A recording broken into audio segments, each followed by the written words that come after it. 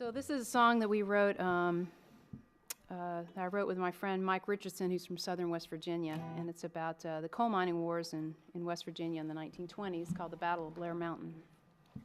2, 3, 4.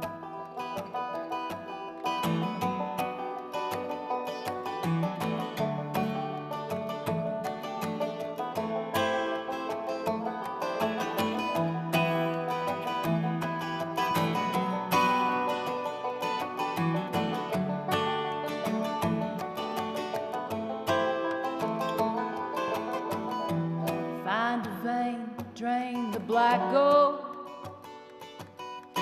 Open to God that the timbers hold. Like my father before me, it's all I know. We live only to harvest the coal, harvest the coal.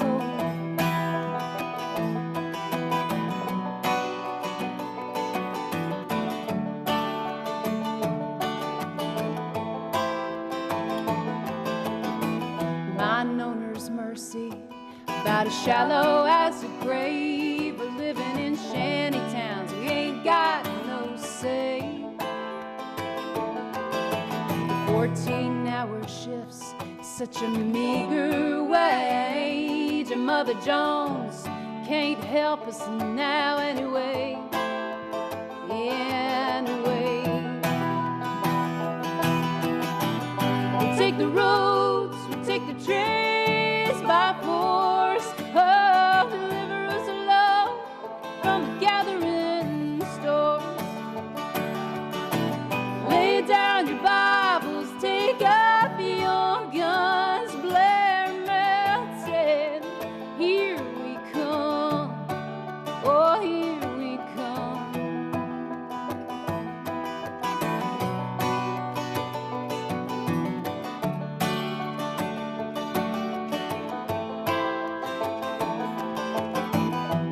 Red bandanas that tell us what side you're on.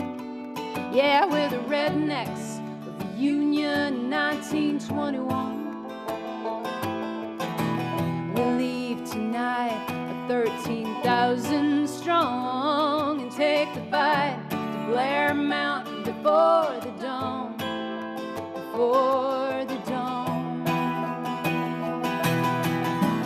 We'll take the roads, we'll take the trains by force. Oh, deliver us, Lord, from the gathering stores. Lay down your Bibles, take up your guns. Blair melted, here we come. Oh, here we come. Oh,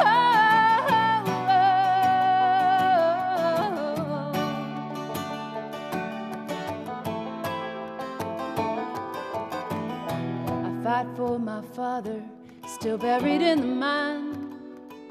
I fight for my son, so he'll have a better life.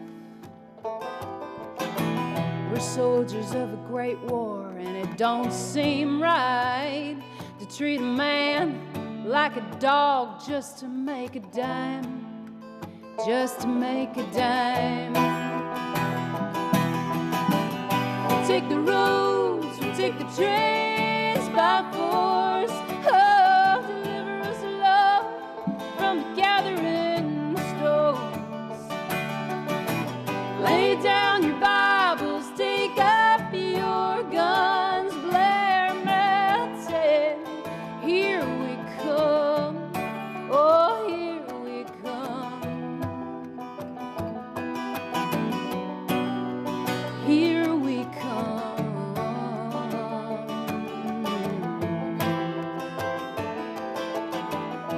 So find a vein, drain the black gold.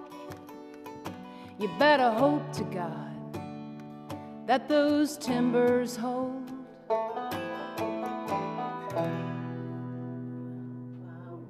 Yeah, wonderful, wonderful. Thank you. I'm not a coal miner, as you well know, but I'm as close as I could be not to be one. My father was a coal miner who was killed in the mines, and my husband is slowly dying with black lung. And my husband and me was in the strike in the 30s in bloody Harlan County, and I do mean it is bloody too. And they tell me, these miners say, we're going to stick it out unless Duke Power signs the contract till hell freezes over.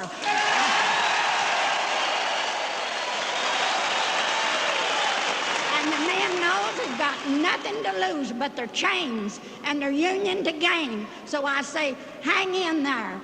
And now this song I composed in the 30s. And as you know, I'm old, that's 40 years ago, and I can't sing very well. But you can ask the scabs and the gun thugs which side they're on, because they're workers too.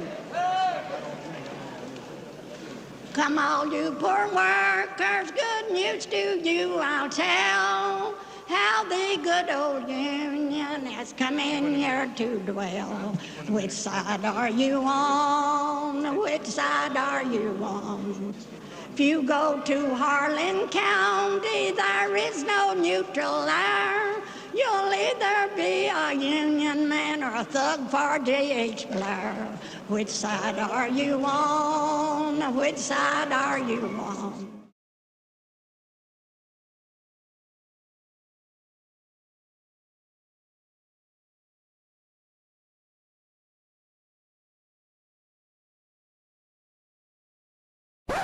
Those who make peaceful revolution impossible will make violent revolution inevitable. Yes, we have to deny so many claims come on to meet our shareholders' expectations.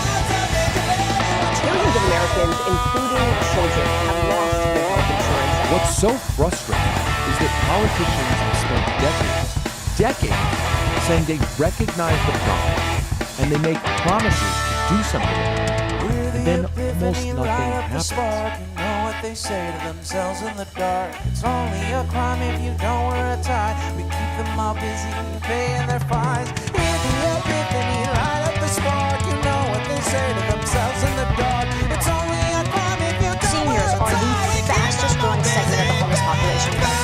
And this is a great thing because it inspires everybody, gets the motivation to look up to the 1% and say,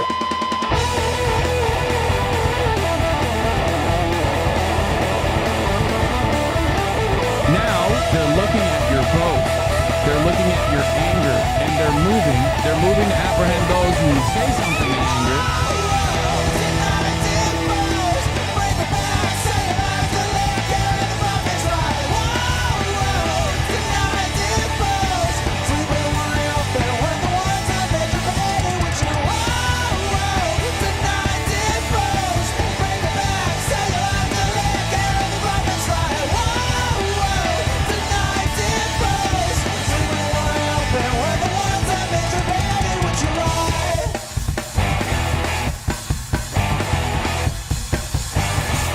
Increasingly by choice or by accident, this is the role our nation has taken, the role of those who make peaceful revolution impossible by refusing to give up the privileges and the pleasures that come from the immense profits of overseas investments.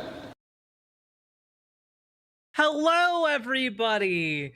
Hello, Ashley J. Curtis. Thank you for helping to invent the internet. Hello, Simric. Hello, 8Dick 2K10. Hello, Failsafe. Hello, Zolta. Hello, Liz Galahad. Hello, Andrew Winslow 19. Hello, Progressively Independent. Hello, Nighting Hawk. Hello, Van Briggs. Hello. Hello, Paladin Lost. Hello, B. Parker. Hello, Lippard. Hello, Kaiju Gal Cutie. Hello, and I resonate with that username at my heart. Hello, Crochet Whimsy. Hello, Jay. Hello, Rosie. Hello, Nolan Moina. Hello, Eddie. Hello, Priscilla. Hello, Thigh. That is not a thigh stick. Tie stick 13. Hello, A Cab includes Stone, please. Hello, Jay Miller. Hello, Nightlight Plushy Jesus. Hello, Iotagon. Hello, Alan Smith. 1_1876. Hello, Webmage 101. Hello, Hit the Mat. Hello, Gamma 02. Hello, Punky Gal. Hello, Snuggle Kitten. Hello, Zalman Moose. Hello, Knifeus Duck. Hello. How we all doing, folks? Hello, Banana Brains. Hello, Louise. Hello, Daniel Price. Not Pierce. Price. Thigh stick, Freudian slip. Look, I think about thighs 24/7, okay? Hello, Ivory Valentine. Hello, Miss Evelyn. Hello, Gamer G. Hello, how we doing? Hello, Metal Kitty Mom, the metalist kitty I know. How we doing, Regington Mogus? Hello, Underground Uncle. Hello, Blueberry Bumblebee. I always I feel like putting a little bit of stank on that name. A little bit, Blueberry Bumblebee. Admin, hello. Hello, Trains and Bullshit. Hello, Josie. Hello, howdy, everybody. Hello, John Smith. How we doing? First time catching you live. Well, welcome, Josie. Always lovely to have new live viewers. Hope you enjoy the show. Trying to eat 4 pounds of disgusting fish in one sitting. Why? Like, you specifically sought out a disgusting fish to eat? Or are you disgusted by all fish? One I understand, the other I don't. Pretty sure if Jack calls Daniel Price, Daniel Pierce, a third time, she summons them out of her computer monitor to bulk up. But why not choose a delicious fish? Hello, Will Kale. Hello, Driver Phone. Doing all right, having a low forearm strength day due to nerve damage. Oh, that's not good. Hope you feel better soon. I'm ready to leave the country, but I'm entering my junior year. I'm busting my ass to obtain this degree. Fuck yeah. Hello, Jeff Curry. Hello, Pasta Babe, Linda James. My daughter, son-in-law lives in Maui, and they are on a tsunami watch tonight because of the earthquake from Russia. Oh, I haven't heard about this. I've been deep on the politics end of the thing to get the show researched. Didn't see anything about that, so hope everyone in Maui is all right. Hello, Sterling Nash. Hello, Red Bomber X. Yum. Folks, we are in one of the final nights of this particular era of stream setup. Take it in, soak in the empty background for the next handful of days. For you will never see it again after Friday. I should be fine tomorrow. The strength issues don't last more than 24 hours usually. Well, good luck, Van Briggs.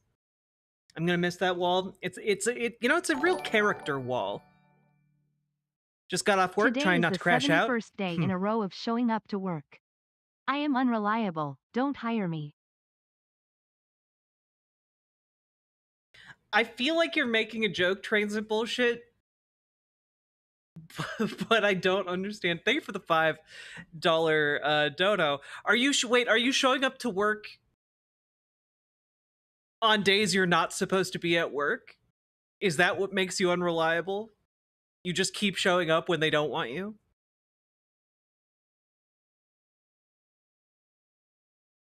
No, 71 days in a row. Ah, I see. I'm sorry. No, you're meant to be there. No breaks. I see. You need a train union. Wait, I actually have no idea what you do. I assumed it had something to do with trains, which I'm now reevaluating is probably not true. I am sorry. Most of my jobs involve showing up when no one wants me there. That's not true, Salmon Moose. Although you do work with a lot of like AI tech bro dipshits, so it probably hurts their feelings when you show up and have to explain meticulously why their dumbass ideas don't work. Do we have a bullshit union too? No comment. Trains and I both work in food service. Ah, yes. Food service. We'll do that too. I'm really, really sorry. Jack, dare I say I assumed the same? Yeah. Why would you assume that? Do you think I defend a medieval castle or smite heretics and sell their tainted artifacts? Yeah. Do you not Paladin Lost? Is my entire life a lie? Is Banana Brain's brain not a banana? Is everything I've ever been told by you people a lie? Does Crochet Whimsy not crochet whimsically? Wait, you mean people will just do that? Go on the internet and tell lies? I bet Underground Uncle isn't even underground right now. My entire world is falling apart.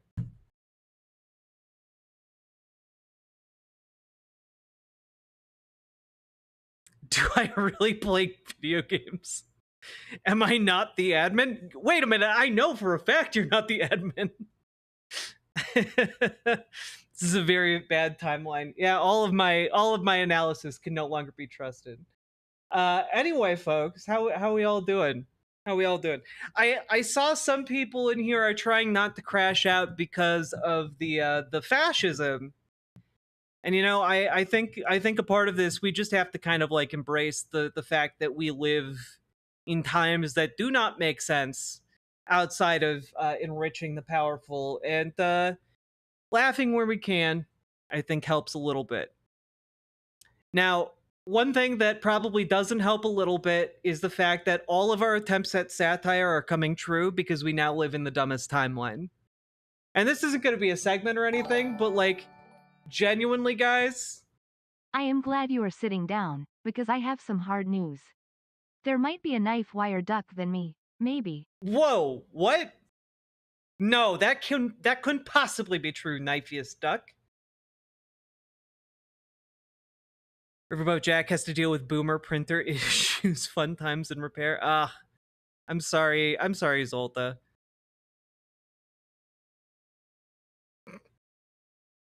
Anyway, the New York Times did the headline from The Onion, everybody.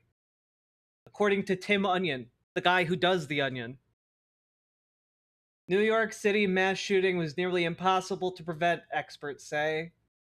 After them running this particular headline and article every time a mass shooting happens for 12 years, the New York Times did the satire headline. It's nuts. Like, our reality is living down to the satire we used to make fun of this.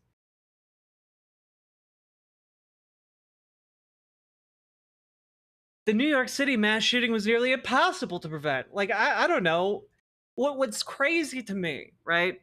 And I'm not going to, like, talk in depth on this article because we have too much to talk about today.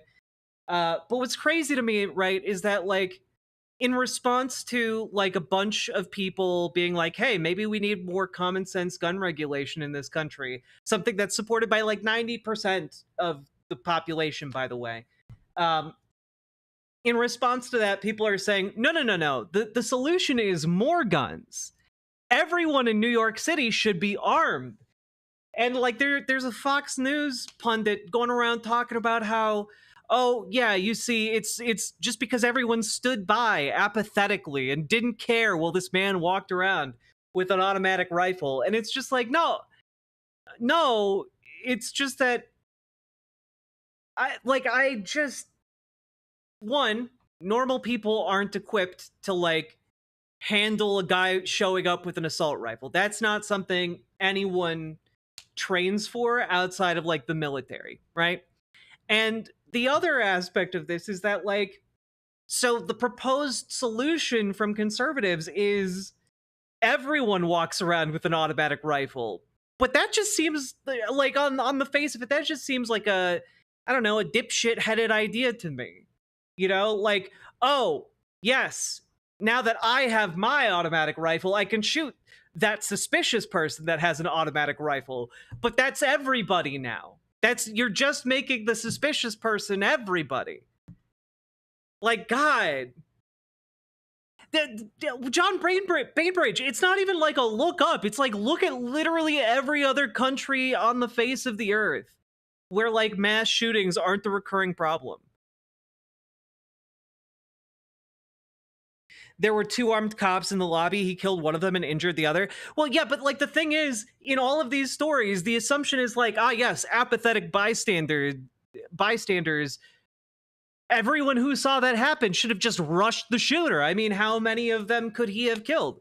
Like, that is where, like, the Fox News brain gets you, everybody. It's like, yeah, everyone there should have rushed him. He can't kill all of them. And you know what? If everyone was armed, they could have all just pulled up a handgun and pow, pow, pow. Like, it's just a straight up, like, 10-year-old boy fantasy. You know, like, yeah, I have a white belt in karate, and I could single-handedly take on Shredder from Teenage Mutant Ninja Turtles. It's literally like the fantasy of a child. And they're going like, yes, we should take that fantasy and make it national policy regarding owning and operating firearms. Like,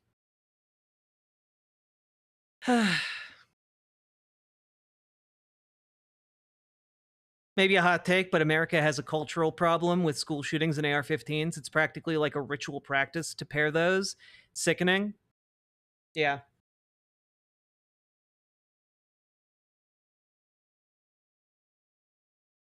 Absolutely nuts.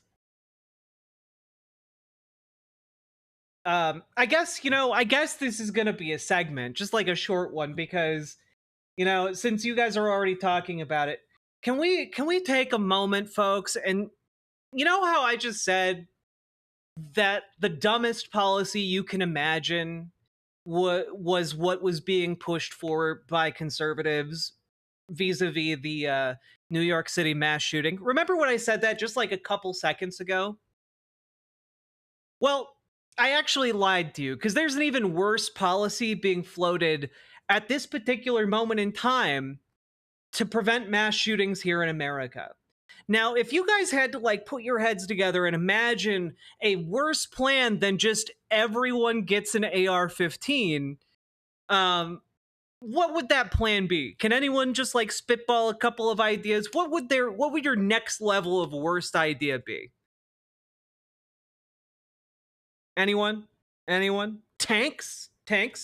That's good. That's a good one. Bazookas. Only under 14s get guns. Auto turrets. Liz Galahad actually kind of on the right track here. This is from NBC News on an exciting new initiative to keep schools safe, everybody.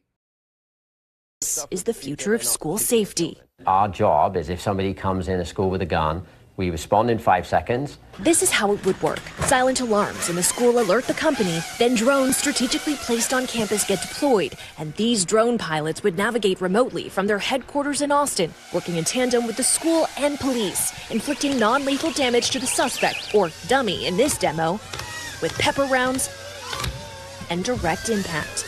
All these markings, that's from the drone? Yeah, so the little holes are from drones, and then these different marks here, these are from the pepper rounds bouncing off the guy's chest. All of it an effort to buy time. We want... Yeah, so this isn't satire. This is, hey, what if we outfitted every school in America with a set of drones that could be deployed to spy on children or shoot them? What if we put gun-mounted drones inside of every school? Wouldn't that solve the problem? Like, you know what? Let's get a few of these these ICE rejects who couldn't hash it in ICE and let's give them the ability to like deploy drones inside of schools. What could possibly go wrong? This is like RoboCop. The evil corporation from RoboCop actually had more merits to its idea of a robotic cop than these guys do. These guys are like, yeah, we'll have a bunch of guys at a call center somewhere, and when the alarm goes off, they'll pilot their drones to kamikaze into the shooter and save the children. That's not even like I just can't. I just can't. We're not even done with this clip, by the way. Drone officers. Oh my god. To make sure that person is as degraded as we can in a non-lethal manner so that they're unable to continue murdering children.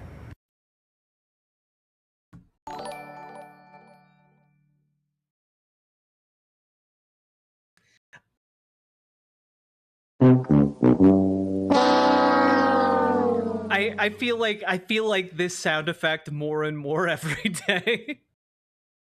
Okay, thank you for the £2. America getting more Merca by the day. Yeah, we're losing the A.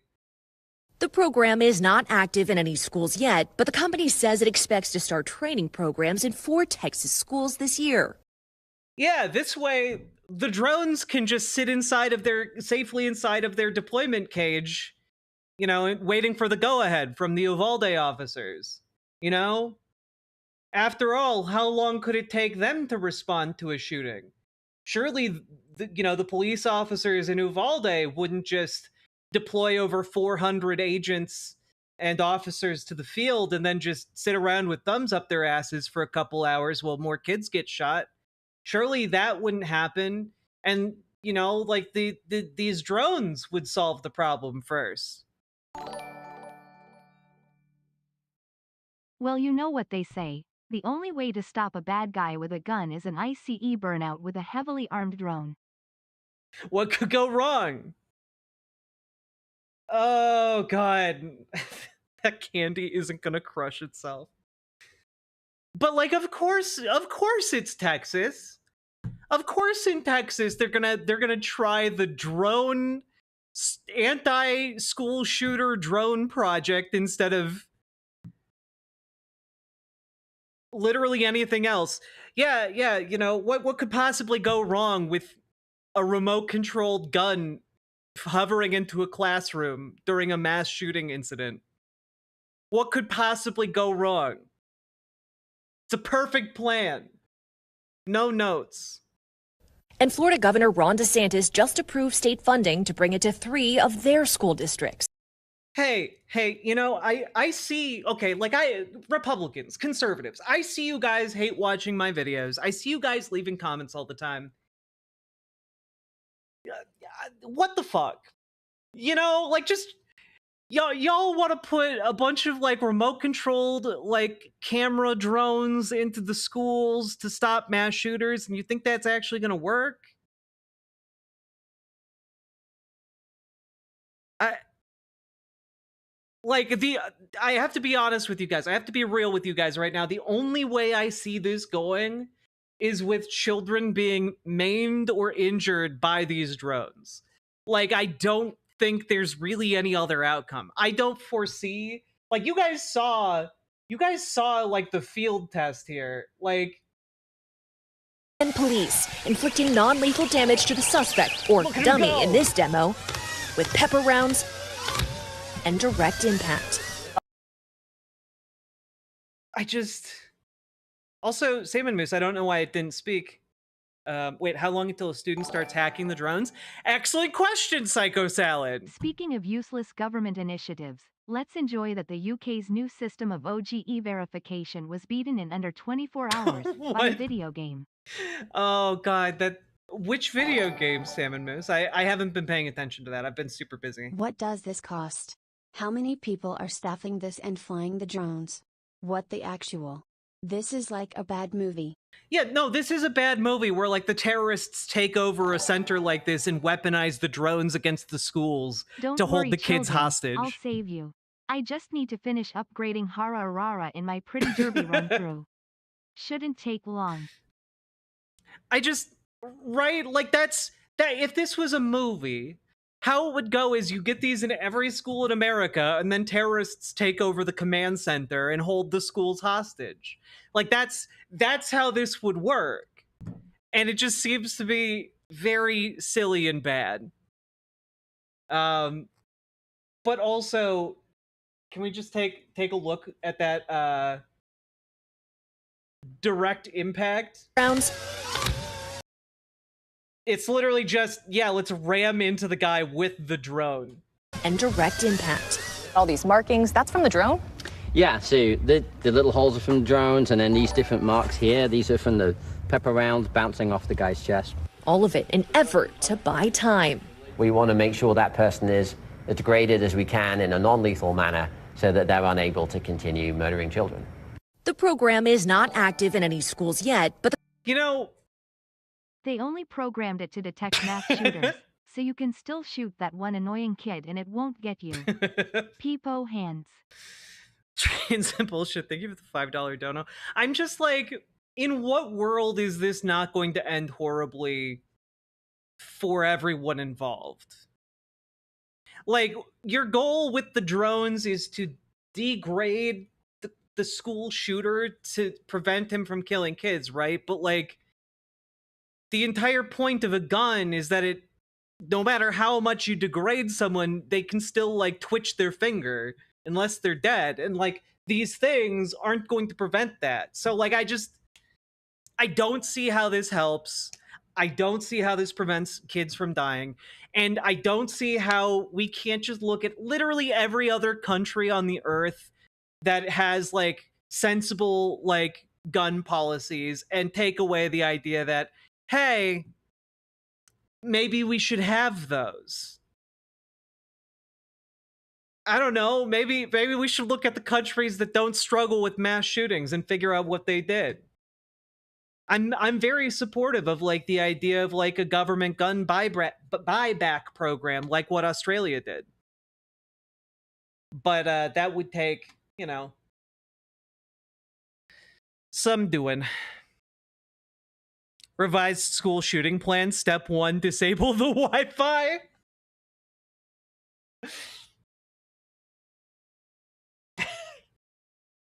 Fuck.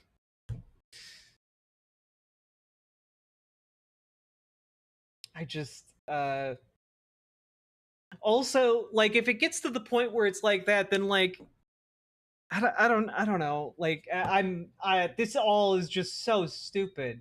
We live in such a stupid time. And guys, we haven't even made it through a minute of this news clip yet. Governor Ron DeSantis just approved state funding to bring it to 3 of their school districts. Do you want these drones in your school? Absolutely. John Lux, father and principal of this charter school in Miami, hopes to have the peace of mind. As a father, you ask me, what am I willing to give up in my child's school? Why did this man color coordinate with the white school pews of his school? Like, what is happening in this charter school? Number 1. Number 2, why did you color coordinate your entire outfit with this? It's camouflage. New revised plan includes skeet practice. I mean, this guy's just all about security, guys. You know, this guy's just all about school security. He blends in with the background. It's basically his Invisa camo, okay? You won't be able to know that he's there. He sees everything. For protection, everything. The fear is in the data. Since the Columbine High School shooting in 1999, nearly 400,000 students across the U.S. have experienced school gun violence of some kind. And the only thing that any politician has done is Democrats propose common sense gun control. Republicans say, nah, fuck that shit. We want more dead kids, apparently. Former FBI agent Rob D'Amico says this drone program is promising for school shooting response, but the root of the crisis remains. Look at how good they are at piloting through empty halls and empty classrooms. Surely this would be exactly how it would go down in a real training simulation. Surely in a mass shooting event, there wouldn't be panicked children and teachers running through the halls to try and escape the violence. Nope, it's just empty corridors. It's still not at the point where... As someone not in the USA, this is baffling to see. Metal detectors sounded like overkill. This is beating the overkill over the head. Also, shooters have access to paintball masks and COVID masks. Just wear both, and you basically be immune against the pepper. Yeah, I mean, like, understand that even in the American context, this is insane. This is why I'm, like, spending a bunch of time on this and being like, this is some real dipshittery right here. Like, we have the knowledge and the tools to fix this problem, and yet we choose not to. The same way we have the knowledge and tools to fix the problems of climate change, we have the knowledge and tools to fix the problems of, like, housing, we have the knowledge and tools to fix the problems of, like, you know, preventable illnesses and disease. We have the knowledge and tools to handle, you know, starvation. We can, like, fix every single one of these problems. There is no reason any of these issues need to exist in the common era. No student would ever see one of these flying around and decide to accidentally smash it with a basketball, backpack, or literally anything else. Yeah, BWA. I do want to throw out there that if you're in a mass shooting incident and you see a drone, you are not going to assume that that drone is friendly. What, like, would you guys? If there's an active shooter close by and you see one of these things flying around looking to get into classrooms, y'all think you're gonna help this thing, or you think you're gonna smash it with anything you have available? Because, like, the shooter could shoot the drone. Indeed, the shooter could in fact shoot the drone.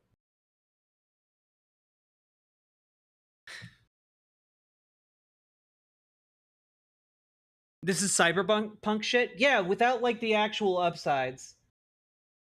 Wait, that's kind of a lie. I was about to say without the actual upsides of, like, cybernetic limbs, but I guess we have those now. So that's cool. Yeah,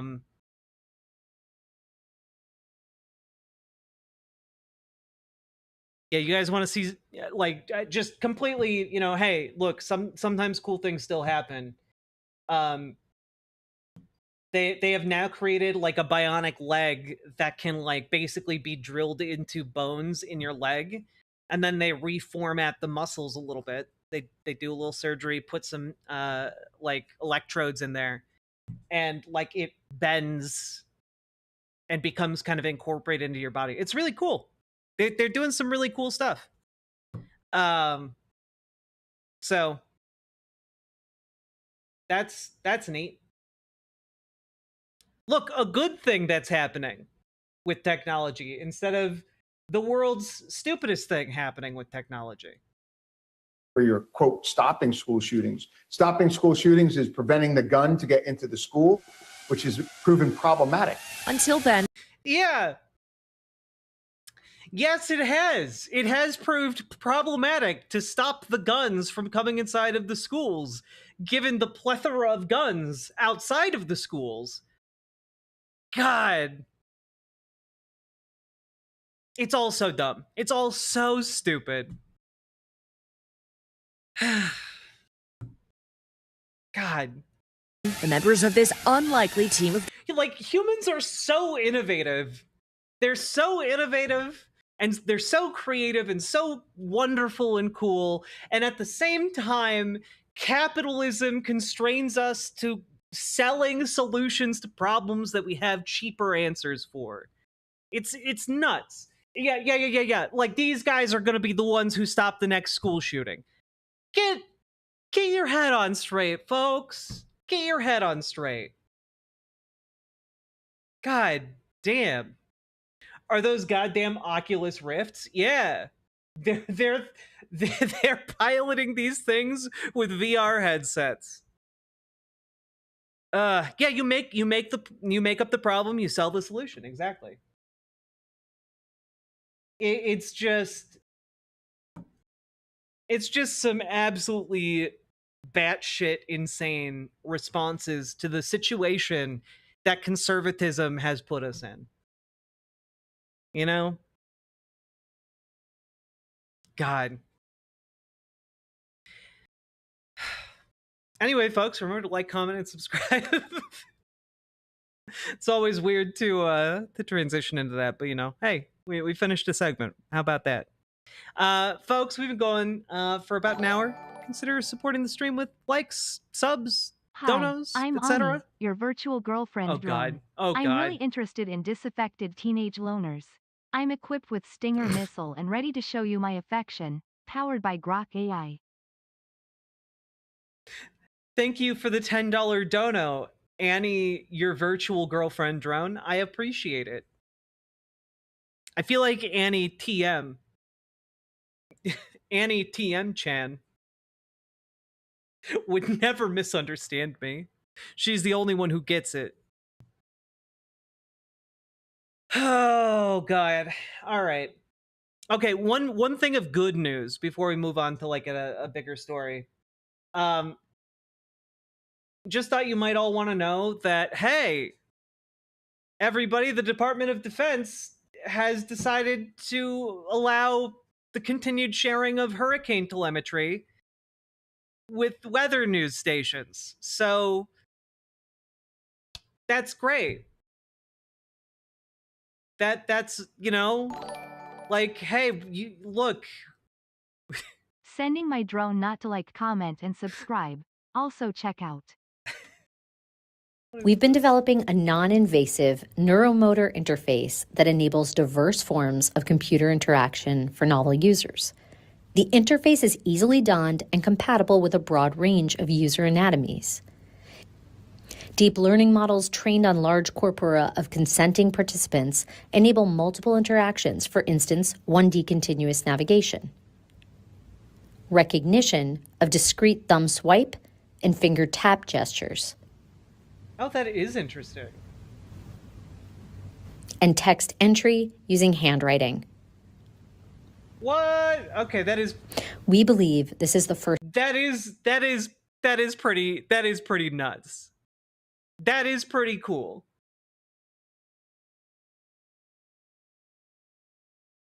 Yeah, guess we're getting Pip boys now. And sometimes Pip gals. It's never gonna get old. Now, folks, I hope that it allays some of your fears to know that instead of making the bold decision to shoot us in the foot, the Department of Defense has said, no, we've already shot ourselves enough times in the foot. We will forego the by now expected foot shooting. And sometimes rat people.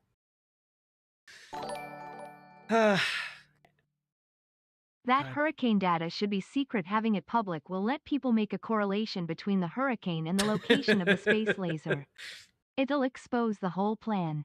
Now, we want people to be able to escape the hurricanes, for now.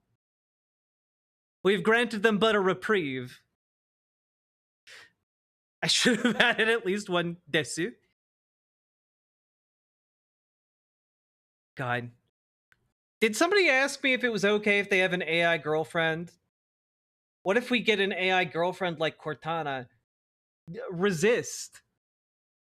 Do not accept that. I cannot stress enough.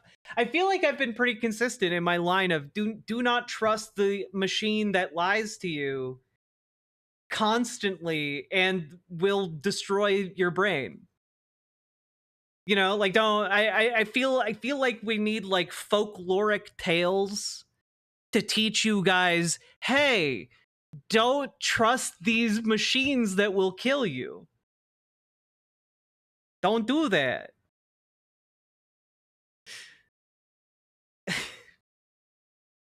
I know you were thinking about Halo, but like, that's why Microsoft called its AI companion Cortana. God. Okay, I guess we can really ramp up my hatred of AI. Fine. I guess we can do that right now. It's fine. I have an entire segment on AI, as per usual. But what if the machine is like really hot? Press X to doubt. Please do not boink the clankers. Exactly. You gonna get crunk with a clunker? No. Think some people want the end times to hurry along, I guess. All right.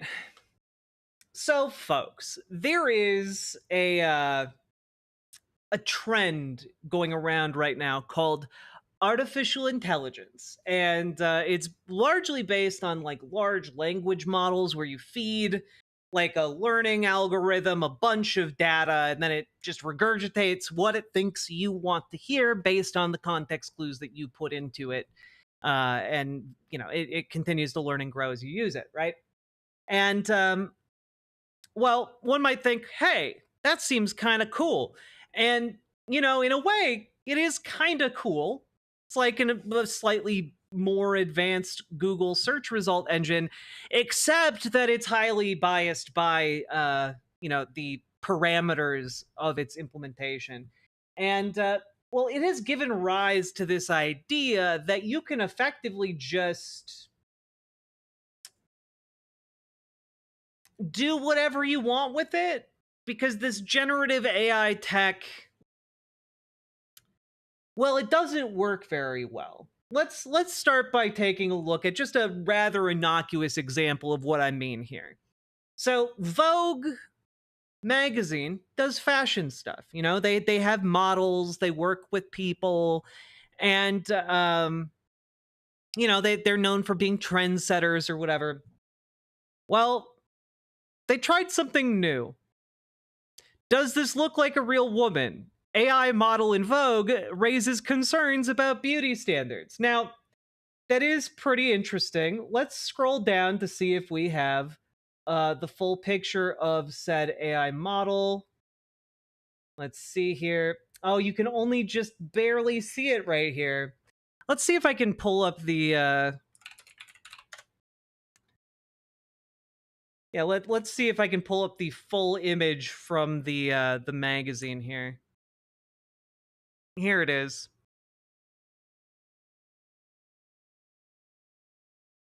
Now, for those of you who don't quite understand the proportions of like a real woman, this woman in this ad is taller than the door she's standing next to. And is approximately 8 feet tall. I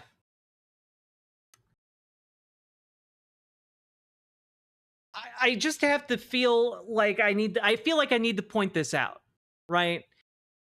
Like, hey, maybe don't do this, actually.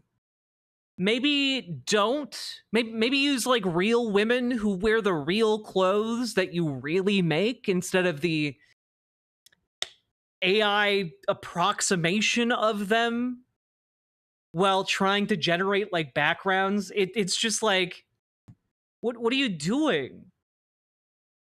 No, genuinely, what are you doing? This is an ad for Guess. And it just seems to me like, hey, this is maybe bad. This is maybe bad.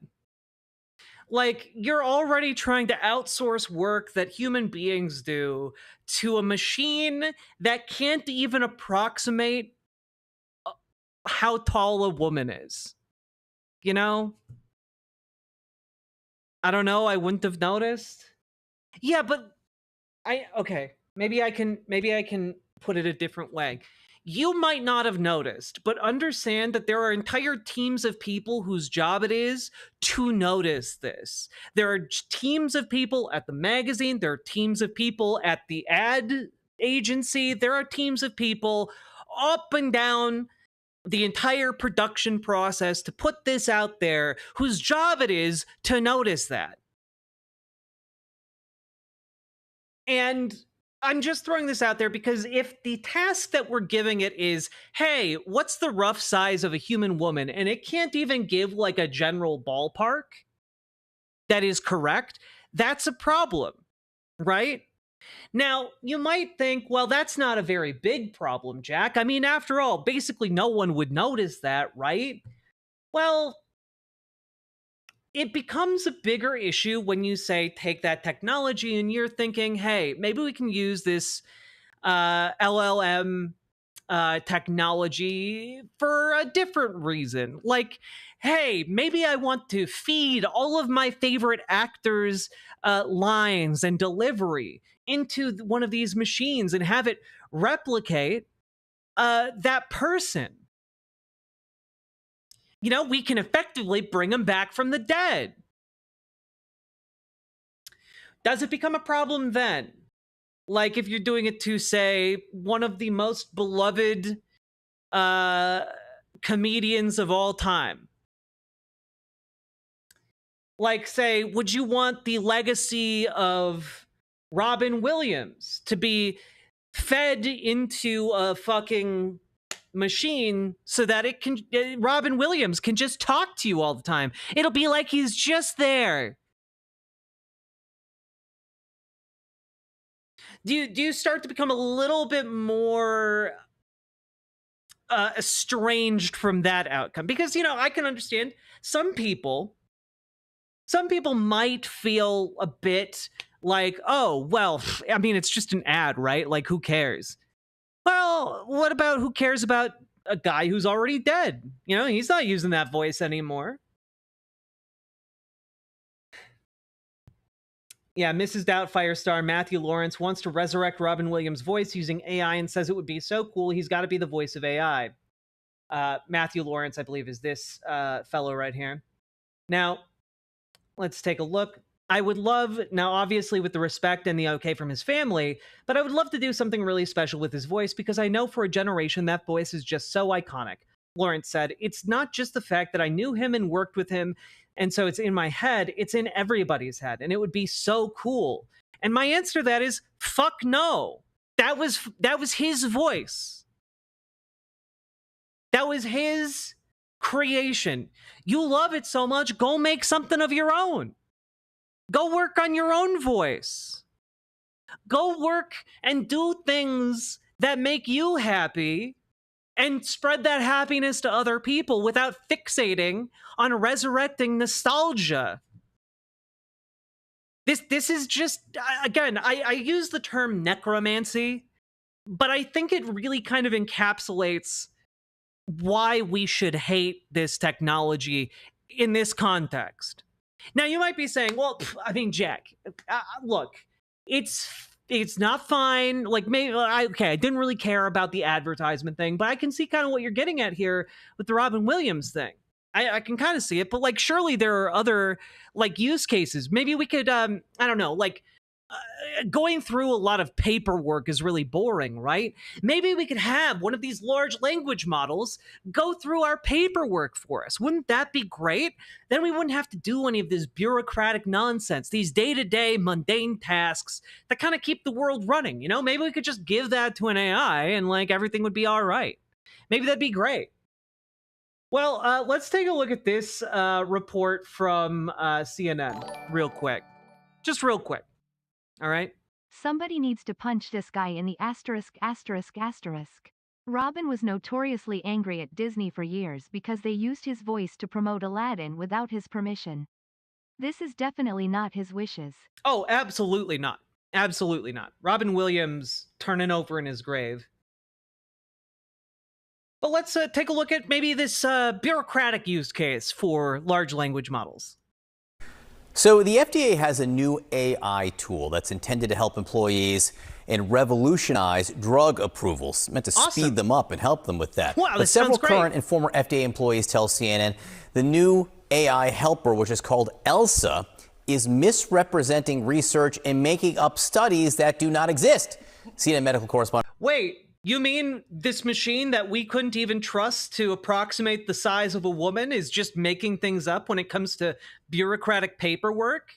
You mean it's being put in charge of whether or not to approve drugs for the market, and it's citing non-existent research? It is putting drugs onto the market for you and your children and your parents.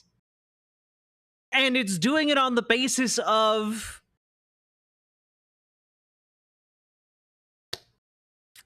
Who knows? On the basis of, I made it the fuck up. That's literally the basis of its decision making. Yeah, the lie machine continued to lie. The sky is blue. More at 11. Meg Terrell reports. Well, AI has been a major talking point of Trump administration health officials, saying that it's going to streamline work, even at the FDA, increase the speed of drug approvals. And this comes at a time that the Department of Health and Human Services has cut thousands of workers across health agencies. But conversations with employees at the FDA who are familiar with this tool suggest perhaps it's at an earlier stage maybe than is being promised, at least when it comes to using it for things like drug approvals. One FDA employee telling us, quote, anything that you don't have time to double check is unreliable. It hallucinates confidently. And this is basically in the microcosm issue of AI, setting aside any kind of like ethical concerns about it. Like that, I mean, of which there are a ton, you know, its effect on the environment, like the ethics of using it, etc. But like this right here, this doesn't save you time. If you have to double check every single thing that the AI is putting out, it isn't saving you time, it's duplicating work. And not only is it duplicating the work, because it is duplicating that work in a way that is confident, i.e. it just states that things are so as if they are, unlike a person, when a person lies, you have to meticulously check each and every goddamn thing. If a LLM was trained on Riverboat, Gigi's wishes, it would just say, milkmen, milkmen, milk, milk, milk, men, men, men. I feel real called out. Another employee saying, quote, AI is supposed to save our time, but I guarantee you that I waste a lot of extra time just due to the heightened vigilance that I have to have. And I guarantee you this also, that there are going to be people who work at the FDA who aren't going to dedicate that extra time. There are going to be people who are lazy about it, don't double check their results, and people are going to die. People are going to die as a direct result of this AI being implemented. Okay? It's quite bad, guys. Now, one might think, well, okay, but what... I mean, surely, what else could go wrong? AI makes about 20% more work if you factor in checking and fixing, but we have less staff. Oh my God. Hey, do you want to give 100% today? Yeah. Do you want to give, checks notes, 120% today? No. God, I hate this. So on the Odd Spectre, thank you for subscribing. Hope you're having a good stream. It was my birthday yesterday, Pink Heart. Odd Spectre, remind me after this segment, I'll sing you happy birthday.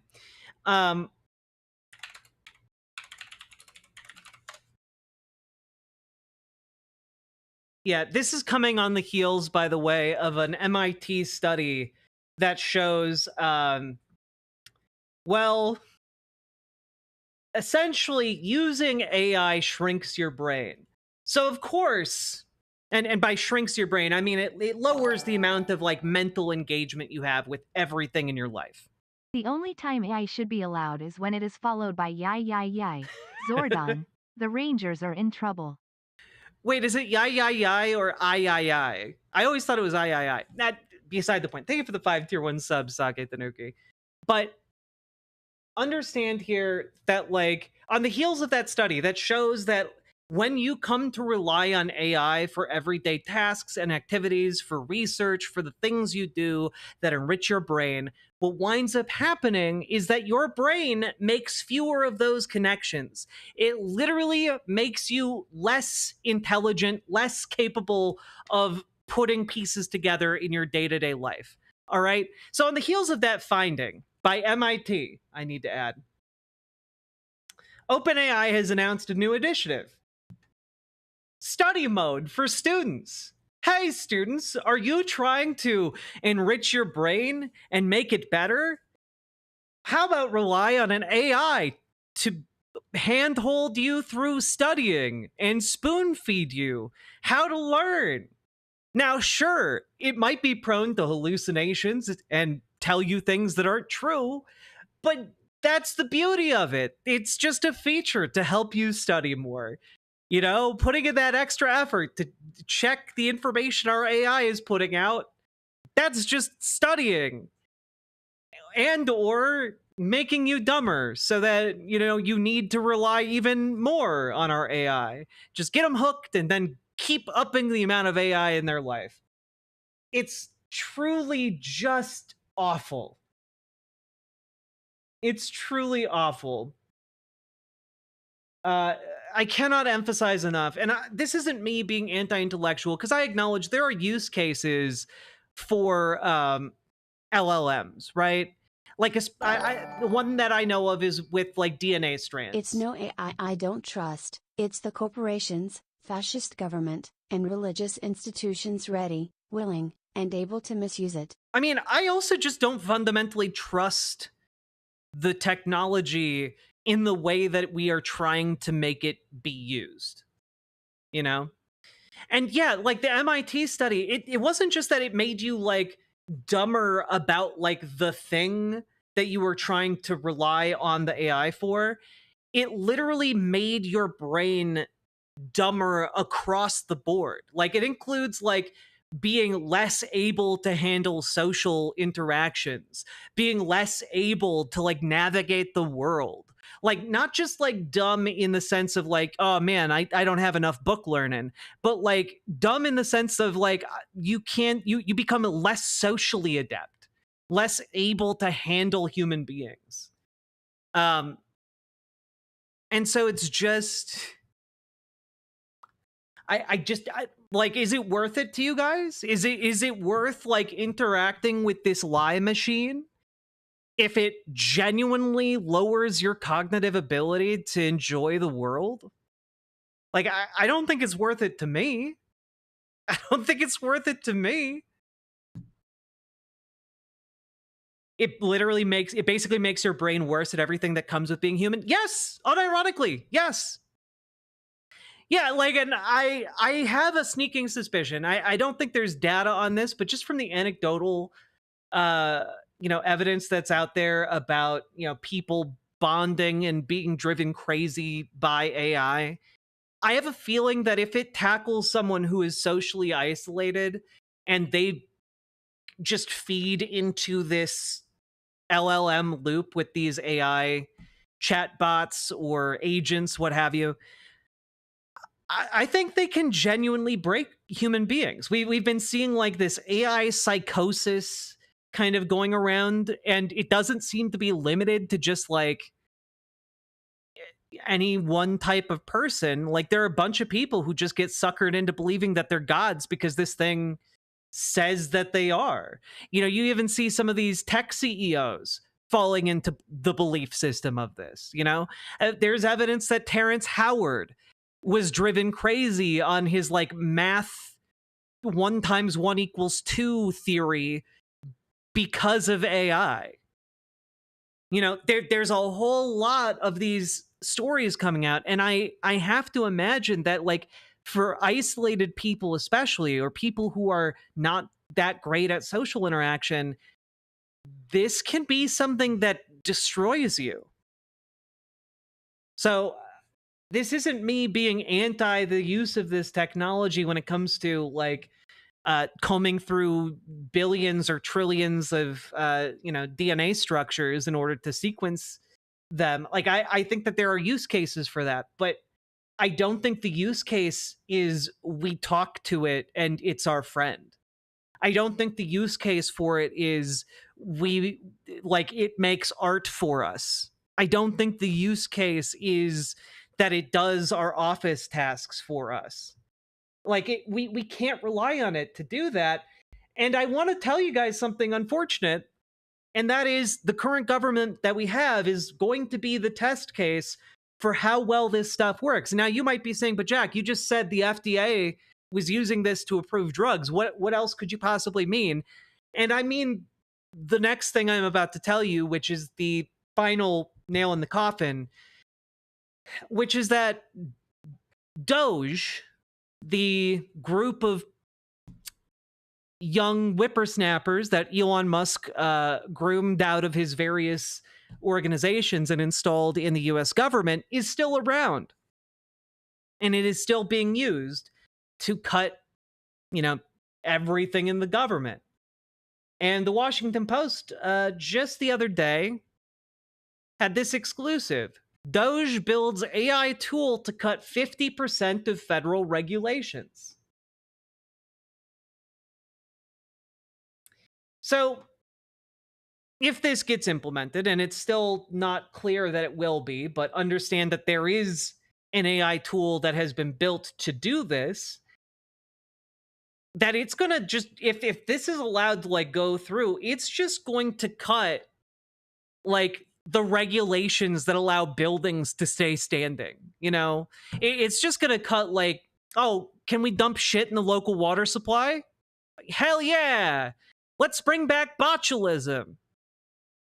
Make America botulistic again. And it's just, I think that maybe we're living through the time period that I hope will provide ample evidence to the general public that this technology is bad and it hurts us, and that you shouldn't use it on a personal level, you shouldn't use it on a professional level, you shouldn't use it on a national level regarding policy. If you're going to use it anywhere, use it within the realm of science. Within figuring out difficult scientific problems. I'm fine with that, but I don't want it anywhere near art. I don't want it anywhere near the day-to-day decision making of how human beings should live. I don't want it anywhere near our kids. Can you imagine? They want to put this AI large language model tech inside of toys. Can you imagine anything worse? Thought that AI would become so smart it takes over the world, but instead it's so stupid that it destroys the world. Yeah, I mean, it's so stupid that it can destroy our brains. They want to put this large language model stuff in toys for children, young children. And I can't imagine the amount of damage it could do if you're raising a child alongside an AI. I can't, I feel like that's child abuse on some level.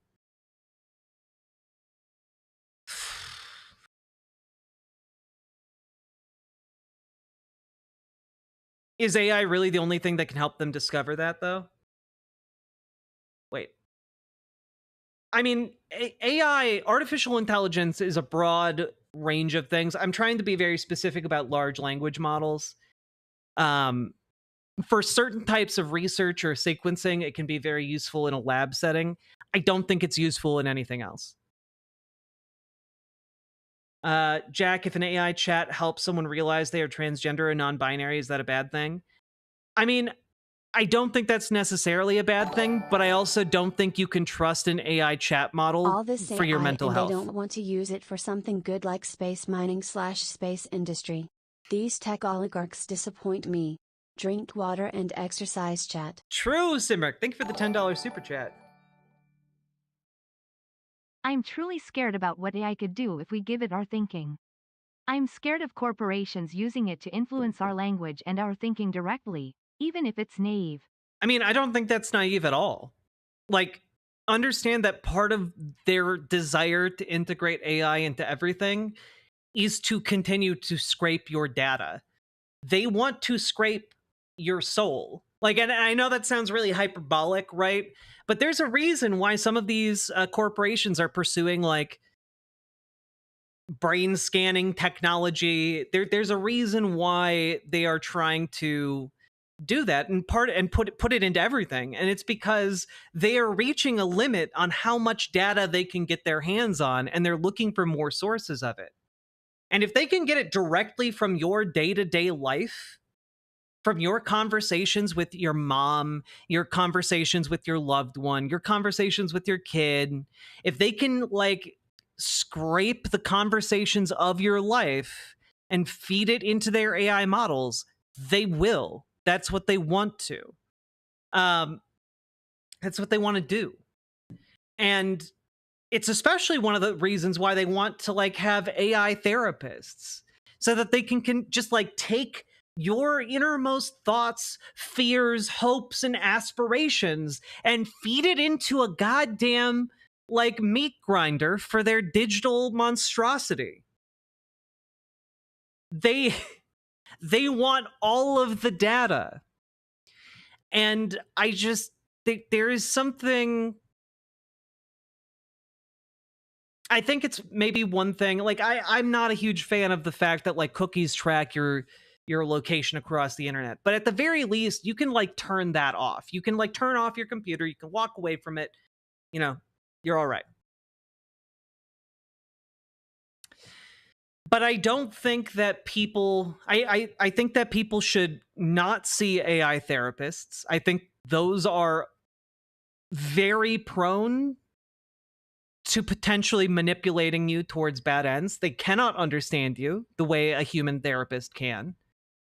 And like, I understand, I think that on some level, an AI therapist is fundamentally against you because it is merely mining you for data as you talk to it. I put up a video on my YouTube titled like we need a Butlerian jihad, but like genuinely, like I think that there needs to be like a line in the sand for some people. I think that like this level of personal intrusiveness, this level of again, like I just keep thinking back to that Robin Williams example, this attempt at necromancy, this attempt to like siphon away your everything that makes you you so that they can feed it to a machine. I find it anti-life. And there was a part of me years ago. Y'all remember there's that iconic scene. I think it's from the documentary oh god, like Kingdoms of Madness or something. The reason for the Butlerian Jihad wasn't AI being evil, but because the people controlling the AIs used it to control the people by thinking for them. Yeah, the kingdom, it's called the Kingdom of Dreams and Madness. AI already know humans like being told we're special. I predict AI will be horribly misused by corporations to manipulate cultural trends/consumption. True. But there was a Miyazaki movie titled The Kingdom of Dreams and Madness. I think it came out 2013. And I want to throw out there that in that documentary, there's a scene where Hayao Miyazaki, the legendary animator at Studio Ghibli, he goes and he sees a group of 3D animation students who have used like generative AI to like move a character model around. It's like learning how to like walk, and it just looks horribly mechanical and stilted and inhuman in its movements. And like he like takes off his glasses and he just says, I firmly believe that this is an insult to life itself.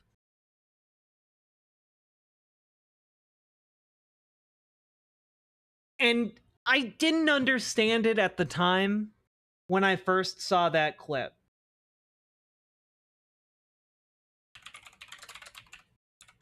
I didn't understand it.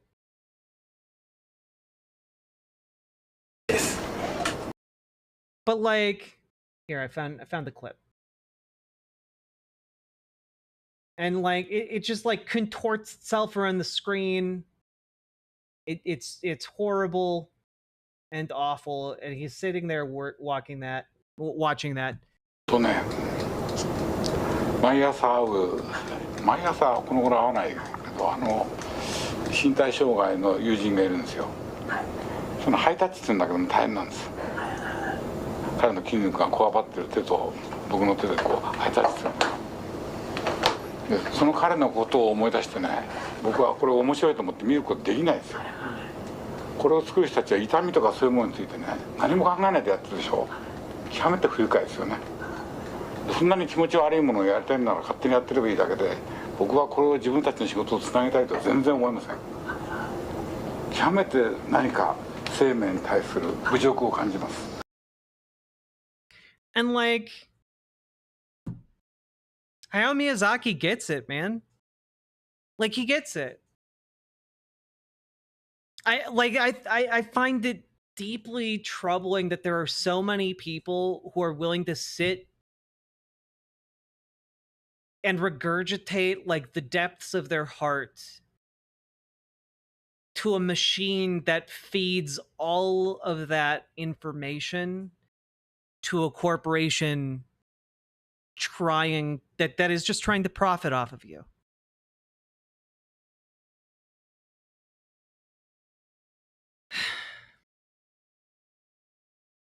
So that's where I'm gonna end this segment. Like, I know it started off a bit silly with like an 8-foot tall woman, but I think that that's the feeling I get. I just get this feeling of repulsion.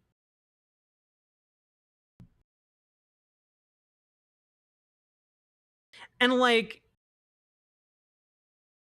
the idea that any of the profits off of AI are going to be shared with anybody down on the bottom of society, like whatever AI slop manages to get mainstream, right?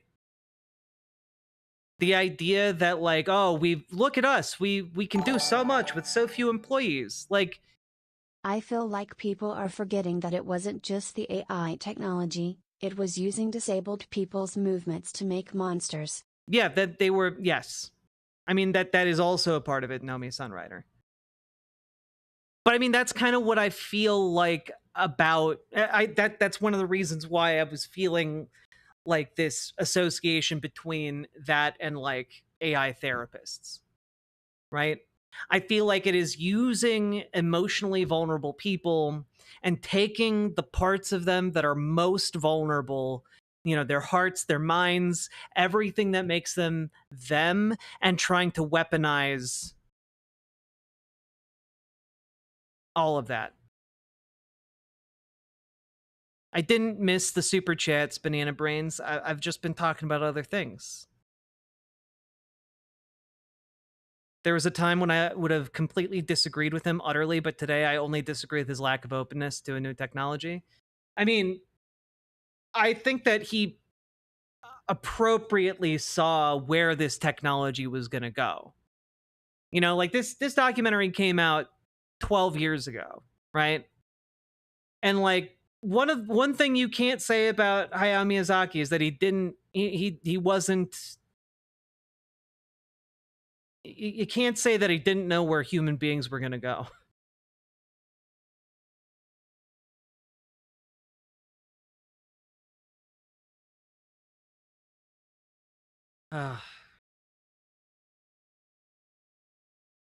So, I think it is worth knowing that that is what is coming down the pipeline. I think it is worth knowing that this technology is going to sidle up to us and try and pretend to be our friends. It's going to try and pretend to be on our side. It's going to try and pretend to save us work. It's going to try and pretend to be able to make us smarter than we ever were, more efficient than we've ever been. It's going to promise us the stars. And ultimately, all it is there to do is to parasitically suck away the things that make you, and me. And I think the only way we can respond to this is figure out ways to poison AI. You know, start feeding AI models outputs of other AI models. Start garbling those bastards. Start choking them on their own shit. Because the more you feed an AI slop, the sloppier it gets. And where you can't do that, shut it the fuck out. Don't let it into your house. Treat it like a vampire. It also can't cross running water. So, you know, like, genuinely treat it like a vampire. Corporations have never shared the gains of automation with the rest of us. Why would they start now? There are some people who think that, like, the AI boom will, like, be shared downstream, and it just won't be.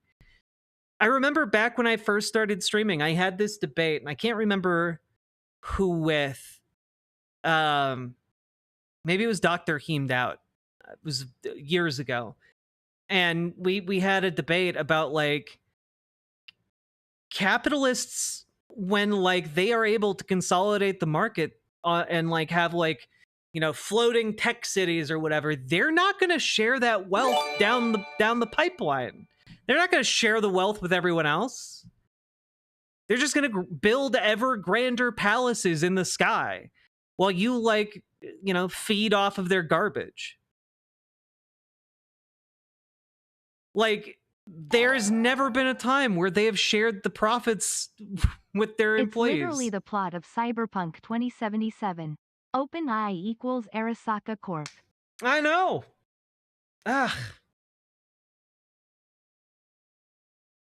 Anyway, don't fall into this delusion that these people are going to do anything other than siphon wealth to the very pinnacle of economic society. And a little secret, guys, and I've talked about this before on stream, but little secret, none of these people actually give a shit about their wealth outside of their ability to, like, have social status within their cocktail party circuit. That's it. That's genuinely it. They do not care. Does Elon Musk care if he has $300 billion or $200 billion? Does it actually matter to him if he has 100 billion less? No, it doesn't materially impact his life at all. It does impact his life, though, when suddenly Jeff Bezos has 250 billion. AI to do emails at my job. The thing sent every customer a final payment reminder. Great news. Your journey departs soon. Please make your payment due immediately in 329 days. Thanks for your attention. God, sorry you're blue. Thank you for the $20 super chat. Very, very much appreciated. But yeah, I mean, like, it's... Do not give your soul to this machine. Do not bargain with it. Do not let it into your home. What version of which side are you on? I use Seth Staten Watkins, Elson. Check out his channel. He's a marvelous artist. But that being said, folks, beware AI. God, I can't articulate myself tonight. Beware AI. It will betray you. It'll betray all of us. With that being said, folks, we have finished a segment. Remember to like, comment, and subscribe. Do the things. And folks, consider dropping those subs, donos, memberships, super chats, etc. To support the stream. You guys make this show possible. I cannot do it without you guys. And also, yeah, make sure you click the button to follow, subscribe, like the stream, etc. We even got a little song to tell you what to do. Good night, Ashley J. Curtis. Go, go, go. Click the button, click the button, click the button, click the goddamn button, click the button, click the button, click the button, click the goddamn button, click the button, click the button, click the button, click the goddamn button, click the button, click the button, click the button, click the goddamn button, click the button, click the button, click the button, click the goddamn button, click the button, click the button, praise to the machine spirits. Click the button, click the button, click the button, click the goddamn button, click the button, click the button, click the button, click the goddamn button, click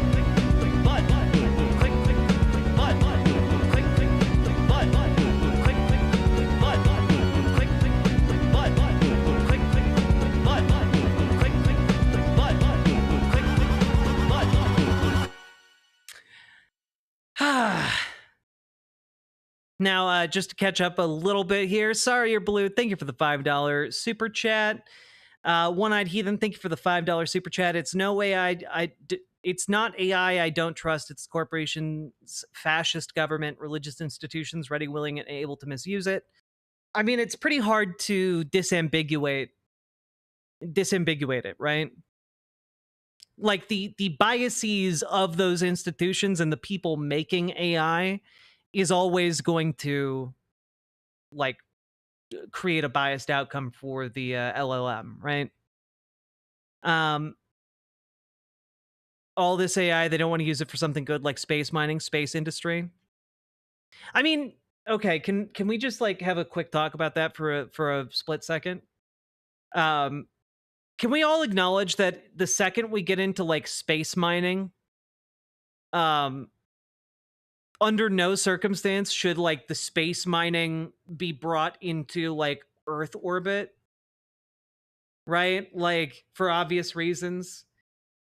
One of the things I think about a lot is that like one of the easiest ways to do like a weapon of mass destruction is basically you send like ion engines out into the asteroid belt, and whoever owns those ion engines effectively just has a gigantic gun aimed at Earth. Man, I don't trust corporations to do that, man. Like I do not trust our individual capacity to not kill ourselves. You know, billionaires will do that. Yeah, exactly. Which is why I'm like, hey, maybe we shouldn't do that. For about a week after Trump's inauguration, ChatGPT treated making fun of Trump, Charlie Kirk, the takes as other limits, but not left-wing people. Huh. Weird.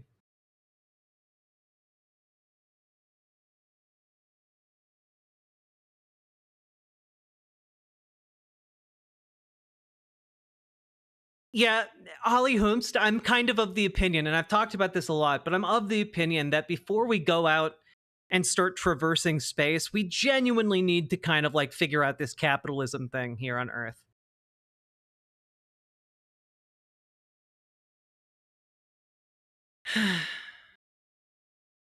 I wouldn't worry we're going to be locked in by space debris before space mining. Nah, I think we'll be able to handle the space debris.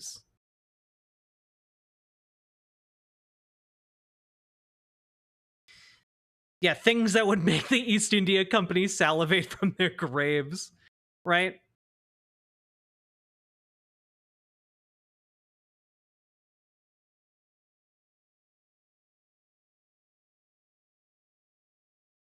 Oh, space. Space! There we go, nailed it.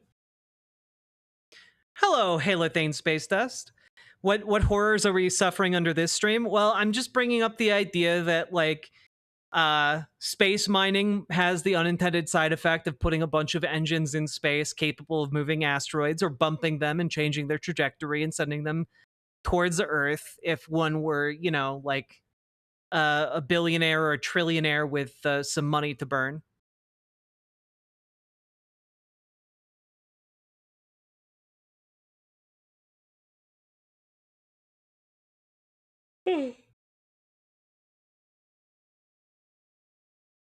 Oh, you didn't upset or offend anyone, Floofy Otaku?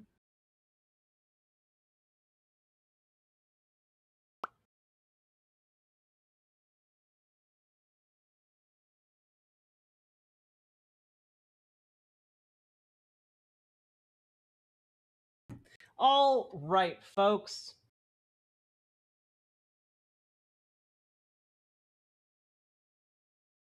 And close that anger-inducing segment of the stream. Y'all ready to talk about Democrats? Huh? Y'all ready to talk about Democrats? Have I watched The Expanse? I have not, though I would really like to.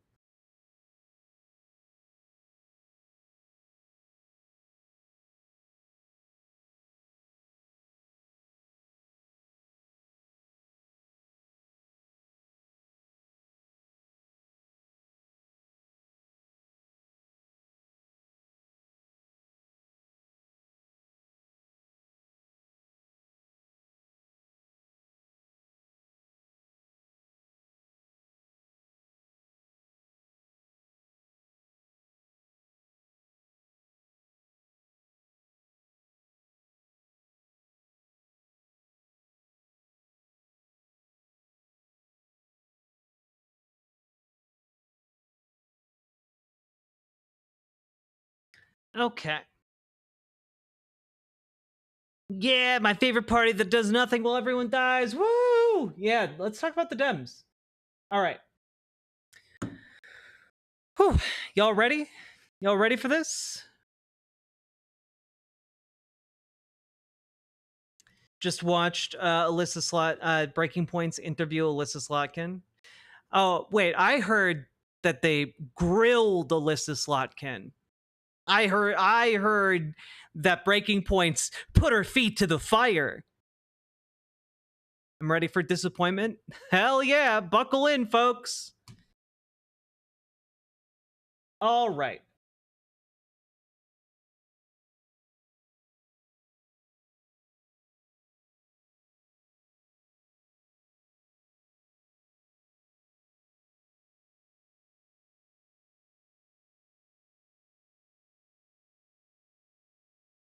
Here, you know what? Let's take a look. Let's take a look at something that's happening here.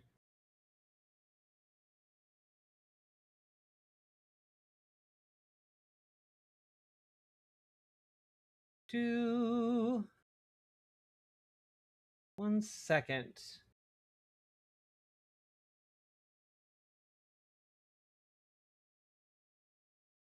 All right, here we go. So, folks, there is a political party called the Democrats, and, well, they're up against another political party called the Republicans. And the Republicans currently have defeated the Democrats pretty handily across the board. The Republicans currently control the House, the Senate, the judiciary, and the presidency. It's basically, they got everything they ever could have wanted. And, well, one might imagine, well, you know, this Donald Trump fellow and all these scandals and all of the instability and all of the crises that are mounting day by day. You know, how are the American people feeling about Republicans and Democrats? Because on the one hand, you have the Republicans doing blatantly evil things that are going to cause untold amounts of misery and death across the world, not just in the United States. And Democrats are doing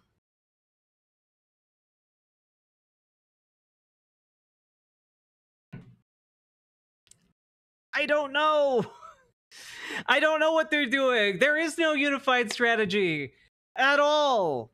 On the one hand, you have apparently the majority of Democrats throwing up their hands and saying, yes, let's listen to what's the name of that guy that they all listen to, who's old as dirt, speaks with a southern accent, and tells them to do nothing.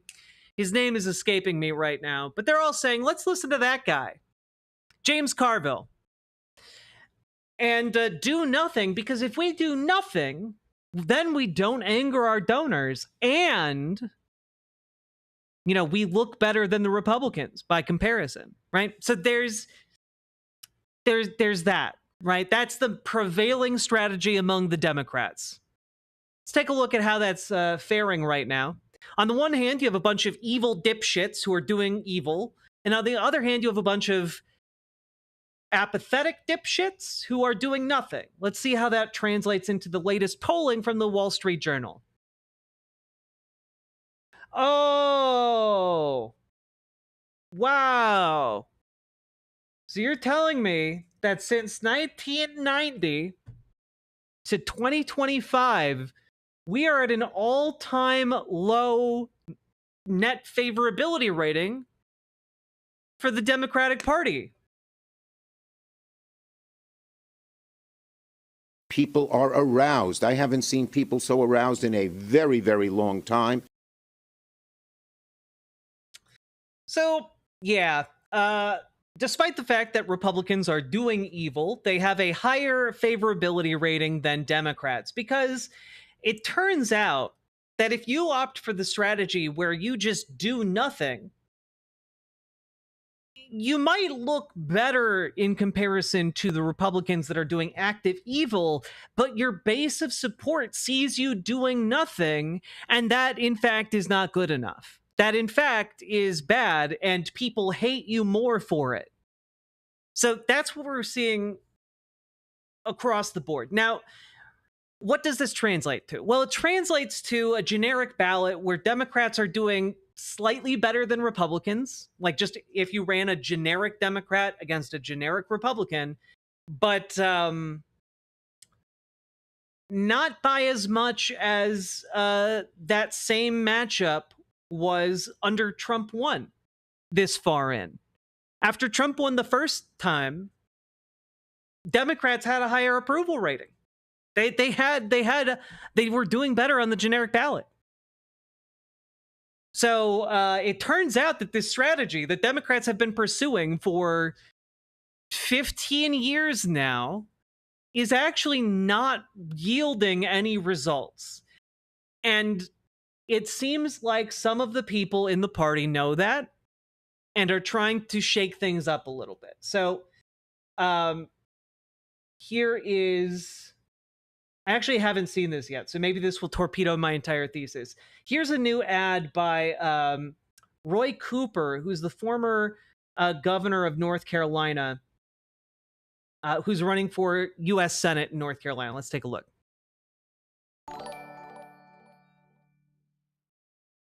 When are we going to get a Dem to stand up and say that the party is incapable of fighting fascism and serving constituents, and they're willing to splinter it?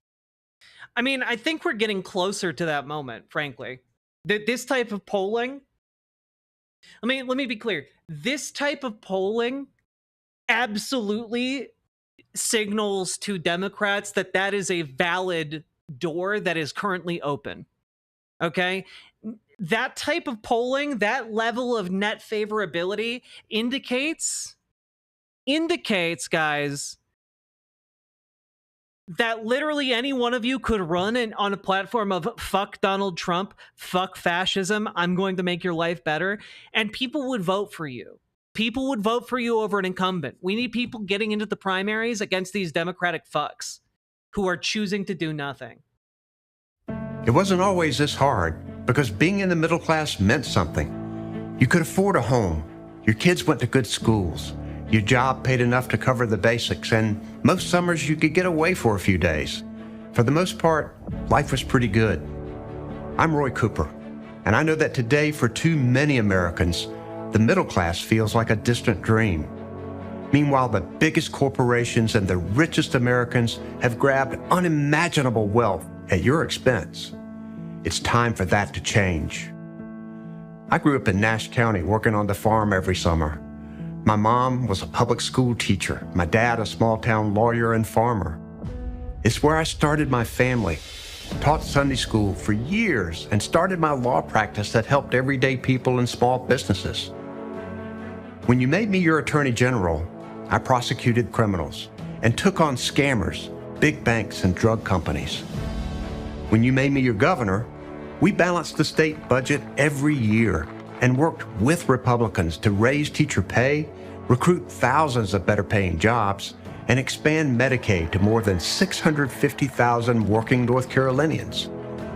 But right now, our country's facing a moment as fragile as any I can remember. And the decisions we make in the next election will determine if we even have a middle class in America anymore. I never really wanted to go to Washington. I just wanted to serve the people of North Carolina right here where I've lived all my life. But these are not ordinary times. Politicians in D.C. are running up our debt, ripping away our health care, disrespecting our veterans, cutting health for the poor, and even putting Medicare and Social Security at risk just to give tax breaks to billionaires. That's wrong, and I've had enough.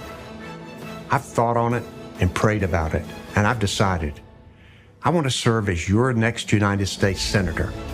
Because even now, I still believe our best days are ahead of us. I love North Carolina, and I know you do too. I need you to be with us, and I can't wait to see you out there.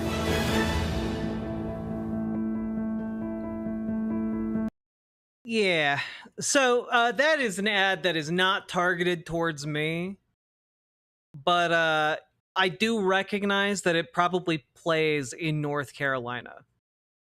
It probably plays in North Carolina.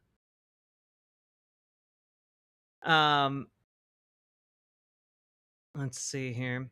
Also, you really should read Black Shirts and Reds as well as Against Empire by Parenti. Both are essential reads. Socialism Through a Revolution is the only way. I guess my position is if you can't get enough people willing to like go to the polls, you're not going to get enough people willing to engage in any kind of revolutionary action. That's kind of my thing is if we can't even get a social movement capable of like getting people to go to the polls, then we're kind of fucked. And I guess if we're fucked in that way, then you get to try your way when things get worse enough and hundreds of thousands of people die.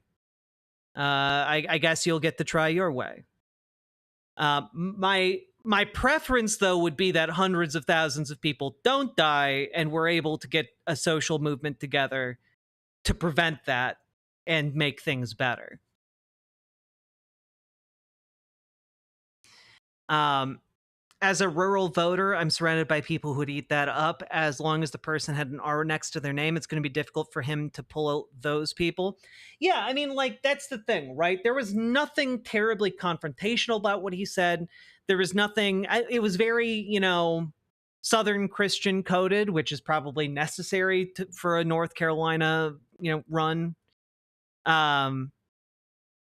And I think that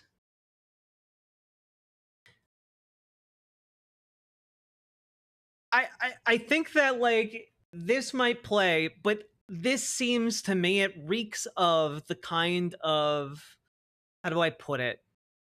This reeks as politics as usual in the Democratic Party to me, right? That's what this reeks of to me.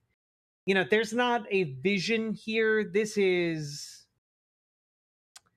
let's bring back the status quo. And I don't think that plays for the vast majority of a lot of people, well, Rob Adler, we can turn that around and be like, hey, that Martin Luther King Jr. was a Southern Christian, right? Like, understand that in America we deal with a lot of different kinds of people from a lot of different kinds of backgrounds, and like some of them suck, some of them are great. But like, we're going to have, if we're going to organize together, we're going to have to organize with an awful lot of different kinds of people.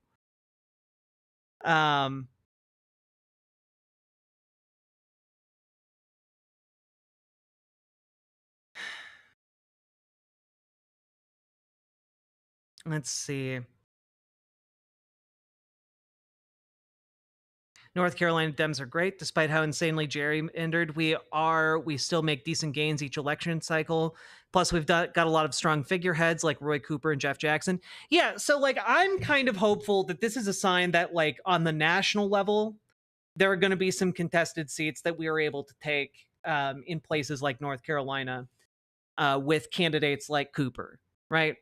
I don't think that he's a great candidate on the national level, but in North Carolina, I think he plays. And that's important, right? That being said, we're also seeing a lot of other Democrats starting to act a bit out of character. Let's take a look at this. This is from earlier today, right? This, to me, is the problem with Democrats in America right now. Is we're willing to be complicit to Donald Trump to let this pass through when we have all the leverage right now there is. These bills passed unanimously out of the Judiciary Committee weeks ago. And my colleague from New Jersey, I have respect for him. He's on the committee. He voted to pass these bills.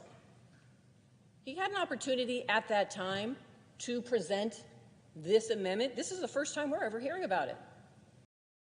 Oh, interesting. They didn't show the spicy part. They didn't show the spicy part. Here, let me grab that. Oh, guys. No, stop with the autoplay. Jeez. We've been developing. That's what I get. That's what I get for believing the New York Times. More the fool I. Let's see.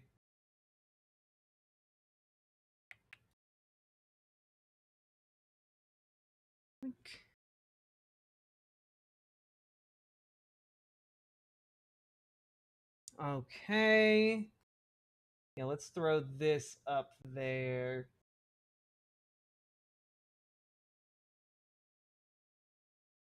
From Minnesota. Mr. President, I want to thank the Senator from Nevada for her work in trying to bring these bills to a vote on the floor. I want to The club really shaming the state of Minnesota here. thank Senator Grassley, the chairman of the Judiciary Committee. I want to thank Senator Durbin, who is there, the ranking member of the Judiciary Committee, someone who has, by the way, been a leading voice on immigration for years in this chamber. And one of the things I don't understand here is that we have committees for a reason, and we have hearings for a reason. And you can't do one thing on Police Week and not show up and not object and let these bills go through and then say another a few weeks later in a big speech on the floor. So I like to show up at the markups, and I like to make my case, and I will. How dare you skip Police Week out of all things? Have you no decency, sir? We all showed up for Police Week. Where were you? Note that Senator Booker objected to my police reauthorization bill, the cops funding, the Clinton cops funding, long before Donald Trump came into office. Yeah, by the way, this is all over funding for cops. So this is not just about this. This is a long dispute over this type of funding. Funding that I think is really important right now. Our country's law enforcement professionals do some of the hardest and most important work out there every day across. I cannot believe in 2025, as people are being fucking black bagged off the streets, we're seeing like this level of capitulation on yes, we need more funding for police. Well, you know, how else are they expected to safely black bag us? It's nuts. It's crazy. America, we ask them to put everything on the line to keep us safe. We ask them to run towards danger and to guide others to safety. And every day across America, they put on their uniforms, their bulletproof vests, their badges, and they get to work. No, it's not sexism, shoot bang. You despise Amy Klob because the club is despicable. We need to have their backs, and that's what this package of bills does. By the way, bills supported out of the committee from some of the most liberal senators and some of the most conservative senators in this body. We came together. Wow, bipartisanship in the era of Trump. How novel. There were bills we would have liked to include that we did not. And if the objection is based on some of this horror show that's going on out of the White House, I agree with that piece of Senator. I agree with that, but you know, we gotta give the police their money. How else are they gonna get their special treats? Senator Booker's points, and I have been equally vociferous in taking on this administration. Yeah, but what have you actually done? It's not enough to be vociferous about it. You actually have to do something about it.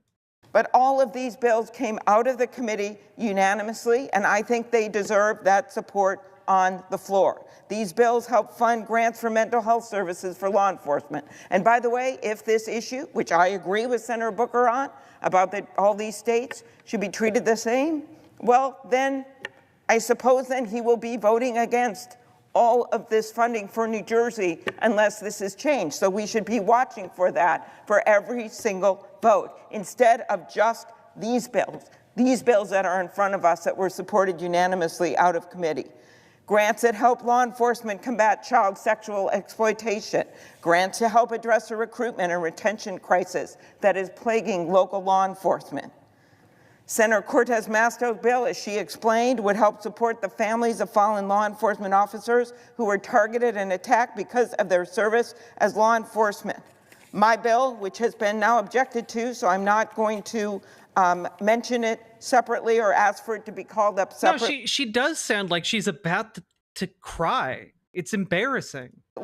My bill, the Retired Law Enforcement Officers Continuing Service Act. All I can think of whenever I see her is that the reports that she was like breaking clipboards and threatening staffers when she tried to make a stab at being president. Ay. This is a deep cut someone will surely understand. Wait, much like in the N64 game GoldenEye, the Clob is both extremely weak and will cause us to die. Gamer G, thank you for the $5 dono. With Senator Grassley, I understood. would make sure that law enforcement agencies can continue to utilize the skills that talented law enforcement retirees have built up over their career of public service.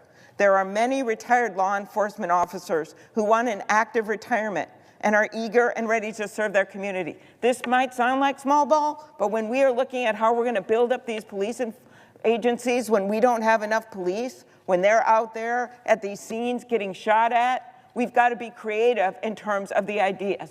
And I believe strongly we're going to see another president in the future. We're going to see out of these next elections a check. God, I hope so. God, what a rosy thing it must be to live in the brain of one of these like centrist do-nothing Democrats. What an incredible experience it must be to be so utterly like isolated from like the consequences of the fascist overreach of the Trump administration that you're like, yeah, guys, don't worry, we'll definitely have great elections again. We're gonna go out and get them with a lot of gumption, folks. And it's just like, bitch, you're one of the most powerful political figures in the country. Do something about it. Like, genuinely stand up and do something about it, you useless fuck. On some of this, but for now, I want to get these programs started. This bill would allow law enforcement agencies across the country to keep using their expertise to review video footage, to solve carjacking cases, or help cyber and financial crime investigations. This bill will also help train the next generation of law enforcement officers.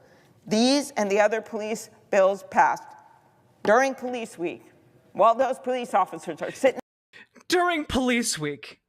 When those police officers are right there, did you know every single one of them, it was their birthday? Did you? Did you, Senator Booker? There in the hearing room, when no one objected. They are bipartisan, common sense legislation. They passed the Judiciary Committee unanimously. And I can't help it if someone couldn't change their schedule to be there. I think that these hearings should mean something, and that people should be saying the same thing they say on Police Week when those people are sitting out there in the uniforms who have lost loved ones, as they say on this Senate floor. If we expect law enforcement to respond to some of the most difficult crises at a moment's notice, it's on us to set them up for success. I was there at the National Mall where it rained the entire night, and not a family wasn't there when they thought it was going to be a nicer day. And that was this year on the National Mall to honor those fallen heroes, the Law Enforcement Officers Memorial Candlelight Vigil. Every single officer whose name was read that night was a beloved family member and a friend to so many, including 3 from my state. There was Officer Jamal Mitchell, who Marie G. and Greco, thank you for the gifted membership over on YouTube. Was shot and killed in the line of duty just last June, and officers Paul Elmstead and... What does this have to do with the funding, though? Like, this is some grandstanding here. What does that have to do with the funding? Here, you know, let's... With the 3 fallen first responders when they answered the call. He said of his fallen comrades, "We were there for 7 children. Nothing could be more honorable." He is absolutely right. You can't teach that kind of heroism. Our brave law enforcement professionals deserve to know that the resources they rely on will be there when they need them. And I hope we can work some of this out. I completely agree with... You know, I'm of the opinion that police officers should do less work, and we should instead have more robust social services that respond to different crises, instead of, you know, people with guns who are there to kill people if they need to. Like I think maybe that's better. I think that's better, actually. Sending more government folks out into communities that don't have guns, who can be seen as allies rather than people to be feared. I think that's probably good. But at least she agrees that the White House is sending a lot of nonsense out into the world. Again, these do-nothing Democrats are awful. Just awful. Senator Booker, about what this administration is doing. But you can't just pick out a few bills that came out of a committee and say, I'm going to stop those, and then allow for other bills that fund other parts of your budget in your state. Thank you. Senator from New Jersey. I was just called out by name, and I want to respond. This is what frustrates me. I've passed numerous pieces of legislation for our police officers. I partnered with... Now, I do want to say, I'm not a huge fan of Cory Booker, especially after his filibuster speech and then the immediate book tour he did about said speech. Not a fan of that. And I'm not a fan of a lot of the moves he's made recently. But I do kind of appreciate this fire. Chuck Grassley, the incredible senator from Iowa, on a bill very similar to the one I support about police officers who fall in the line of duty. In this case, it was COVID. Police officers who got COVID and died had difficulty proving it was a line of duty death. We passed legislation to make sure those families get the benefits. I've worked in bipartisan ways and within my own party to make sure we get resources to our police officers. I don't need lectures about the urgency of this. One of my childhood best friends, a police officer in a small town in New Jersey, after a hard day's work, before he even went home to see his family, died by suicide. I don't need somebody implying in any way that this is not vital to me and my state, that we have resources for our police officers. That's why I support this package.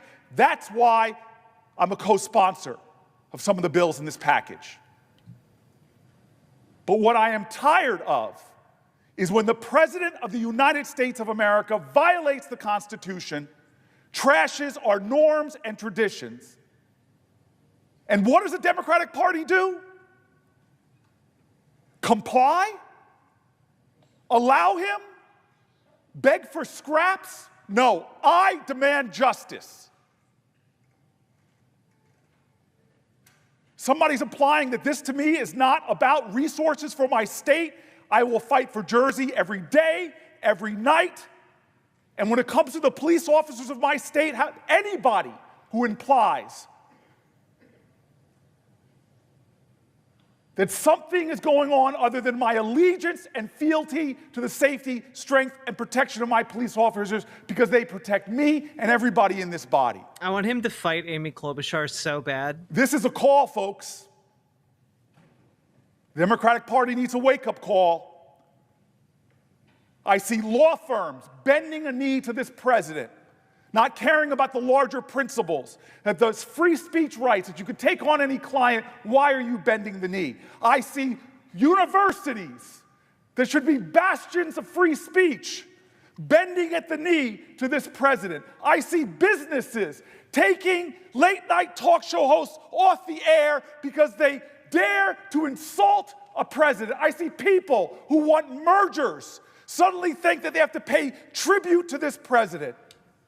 And what are the very people here elected to defend the Constitution of the United States saying, oh, well, today, let's look the other way and pass some resources that won't go to Connecticut, that won't go to Illinois, that won't go to New York, that will go to the states he likes. That is complicity with an authoritarian leader who is trashing our Constitution. It's time for Democrats to have a backbone. It's time for us to fight. It's time for us to draw lines. And when it comes to the safety of my state being denied these grants, that's why I'm standing here. Don't question my integrity. Don't question my motives. I'm standing for Jersey. I am standing for my police officers. I'm standing for the Constitution, and I'm standing for what's right. And dear God, if you want to come at me that way, you're going to have to take it up with me, because there's too much on the line right now in America. Get him, Corey. as people's due process rights and freedom of the speech rights and secret police are running around this country, picking people up off the streets who have a legal right to be here. There's too much going on in this country. When are we going to stand together for principles that I just heard that we're agreed with? When are we going to stand together? If we don't stand as Democrats, we deserve to lose. But if we stand united, if we stand strong, if we stand with other people, if we tell with a chorus of conviction in America what this president is doing is wrong, if we stand up and speak that way, dear God, we will win. Like all of those people at our ancestors who joined hands together and said, we shall overcome. No, not on my watch. I'm protecting Jersey today. I'm protecting our Constitution today. I'm standing today. Mr. President. The senator from Nevada. Well, from Minnesota. Well, that happened. Anyway, this whole speech is improvised too, right? Yep. So, I just have to say, there's a definite crack forming within the Democratic Party. There are people who recognize there's a need to do something, or at the very least, a demand from constituents to look like you're trying to do something. And, well, you know, you have a perfect example of a do-nothing Dem, and at least a Democrat who's willing to try to do something. Now, this additional thing happened earlier today, I believe, maybe yesterday. Breaking Points had on Senator Alyssa Slotkin, and Alyssa Slotkin gave like the response to Trump's State of the Union address not that long ago. It was a response to one of his speeches, if not the State of the Union. I can't remember the name of it, but it was surprising because not a lot of people had really been paying attention to her on the national stage. And we're not going to watch the entire thing, but I found this 40-second long clip interesting.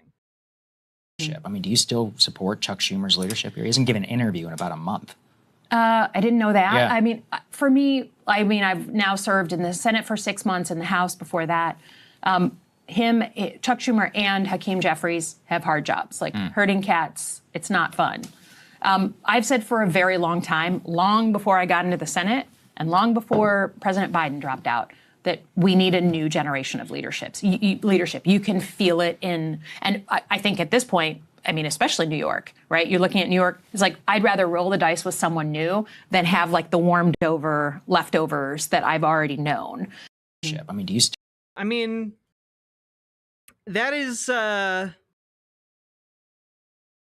not her saying she supports Chuck Schumer. That is not her saying she supports the current Democratic leadership. And obviously she's angling for that position. My hope is that, you know, I don't like Cory Booker, but I feel like he's angling for it. I feel like Senator Van Hollen is angling for it. A lot of people are angling for leadership in the Dems right now in the Senate. And it's quite interesting. But ultimately, what is the energy that we're really looking for, right? What energy are we looking for here? I want to introduce y'all to the Secretary of State in Maine, okay? Her name is Shenna Bellows. And I want to read to you her statement after the Trump administration sent a request for access to sensitive voter information and voting systems in the state. Quote, "The Gulf of Maine is awfully cold, but maybe that's what the DOJ needs to cool down. So here's my answer to Trump's DOJ today. Go jump in the Gulf of Maine." And honestly, that nailed it. Shenna Bellows, Maine, you nailed it. You should be in charge of the Democratic Party. That is the answer we need. That is what we need right now on the national level. We need that energy on every level of the Democratic Party. Also, just look at this scamp.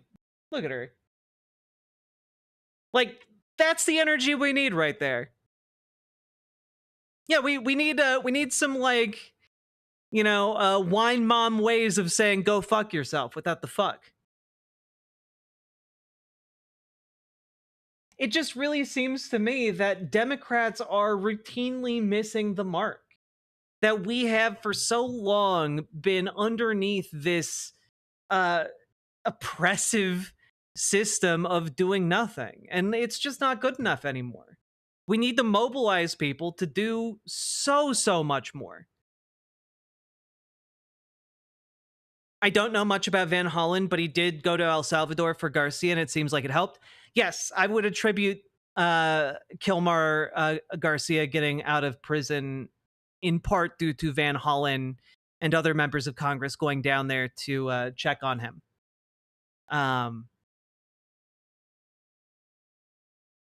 Wait, are you talking about the lady on Breaking Points? Did you see the full interview? It got really bad near the end. Yeah, I am talking about that lady, except that the part of the interview that I was interested in was the part where she talks about how she, in fact, does not support Chuck Schumer. I like that is what I found interesting, because it's specifically about that schism in the Democratic Party. I'm not saying that she's a good person. I'm not saying that I support her policies. I'm not saying that she is good and you should all pay attention to her. But what I am saying is that she was the chosen scion of, like, Democratic leadership. And even she's basically saying, I shouldn't wait my turn. We need to replace Chuck Schumer. Like, even she, the person whose job it is to, like, wait in the wings until Chuck Schumer dies and then take his spot. That's typically how Democrats operate. Even she is saying, yeah, he's got to go. Like, that is a pretty deep level of fucked. She saw the polling and is coming to the inevitable conclusion that a lot of Democrats are, that what they're doing isn't working and it isn't anywhere near enough.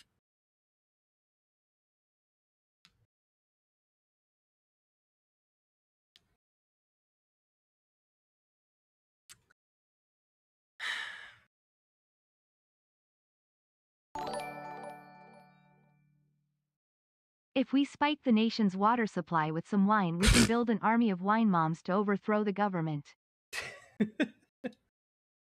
I don't even know how to respond to that. Thank you for the $5 donut, Jazz Dog.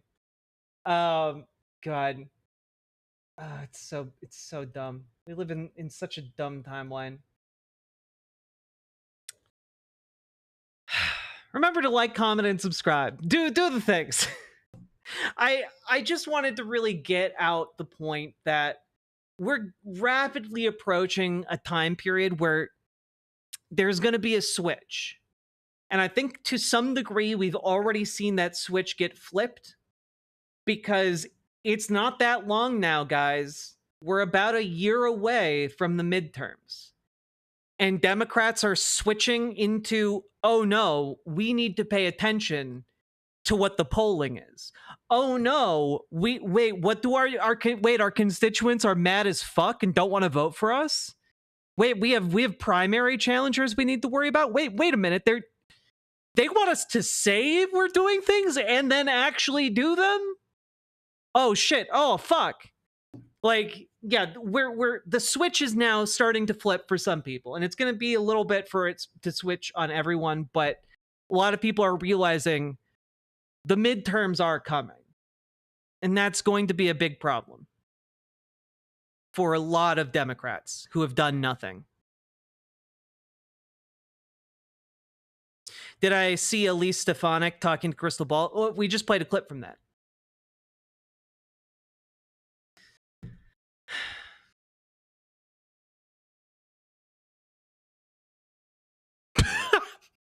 Wait, I didn't see the whole thing. She started talking about how capitalism is awesome because her family got rich off a hot dog stand. Then you look into it and her dad owns fucking Ballpark Franks. She's like the heiress of like a hot dog dynasty. That's insane. Yeah, Alyssa Slotkin. Sorry, not Stefanik. God. We live in such a dumb time. The hot dog If they're heiress. this worried about primary challenges, imagine what they'll do when secondary challenges happen. Honestly, though, folks, go run for something. Go run for something. That graph of like Democrats being negative like 50% on a favorability. Go run for something. The bar is in hell. Literally any one of you can clear it.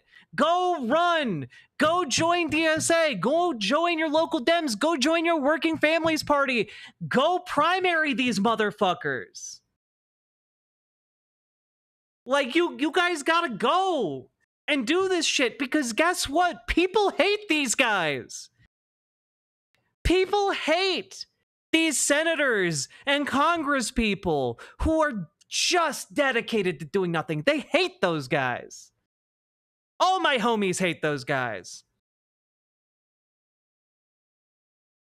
Can't wait to hear the eventual insane interview between the hot dog heiress and the TV dinner heir, right? Hey.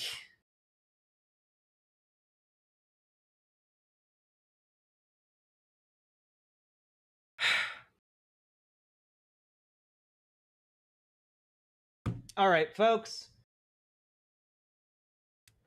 That being said, y'all ready to jump into... I think it's time for us to maybe tackle something a little bit lighter, okay? It's time for us to tackle something a little bit lighter. You guys ready? Also, actually, we've been going for 2.5 hours. If you guys have been enjoying the stream, remember, click the like button, click the subscribe button, click the follow button, On one hand, I do the lack button the things. confidence for my lack of college degree. On the other hand, Lauren Boebert ran for office without a GED. Yeah, genuinely, like, guys, I'm gonna play you guys a clip that I have prepared for a completely different segment, okay? A completely different segment. I want you guys to all understand that one of the most powerful political figures in the country right now is a guy named Tom Homan. Hegseth is kinda like Ganondorf, since he is the only male version of the wine mom race, and he is evil.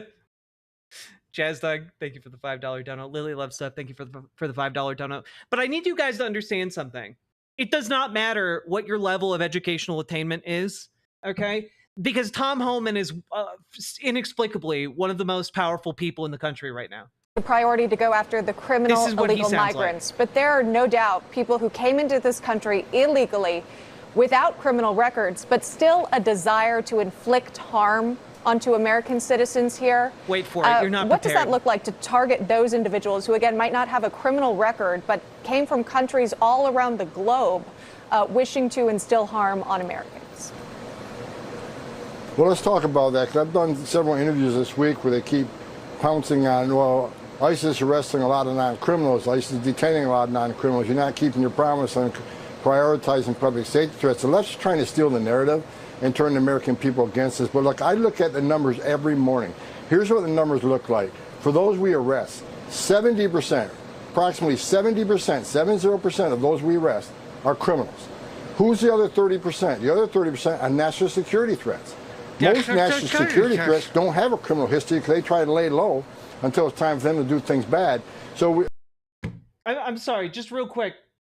They don't have criminal records because it's time to lay low until they do things bad.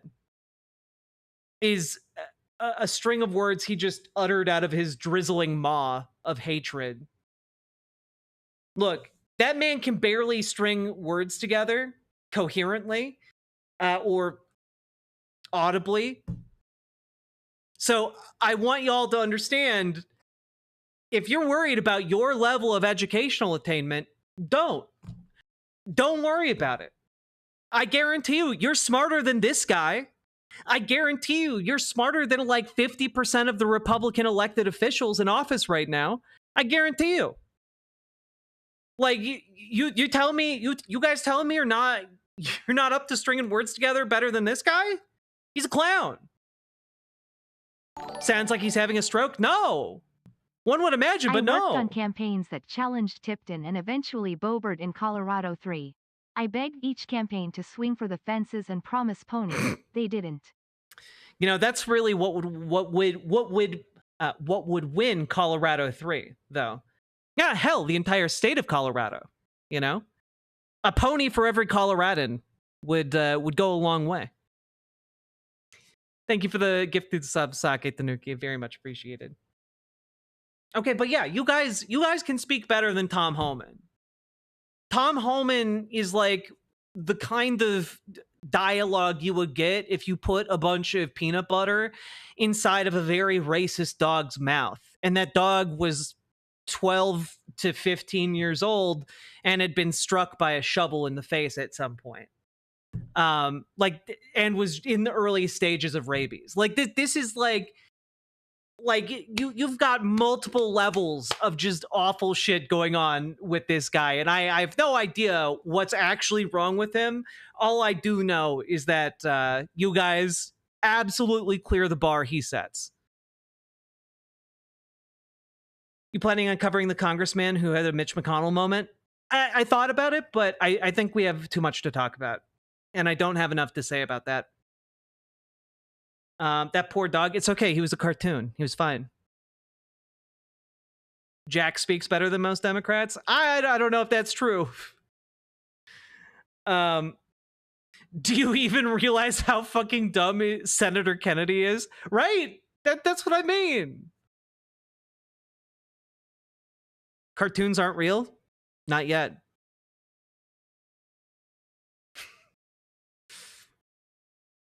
Yeah, Tom Homan speaks like the Encino Man. God. Saul Sandoval was the only candidate I actually believed could succeed. These were the results.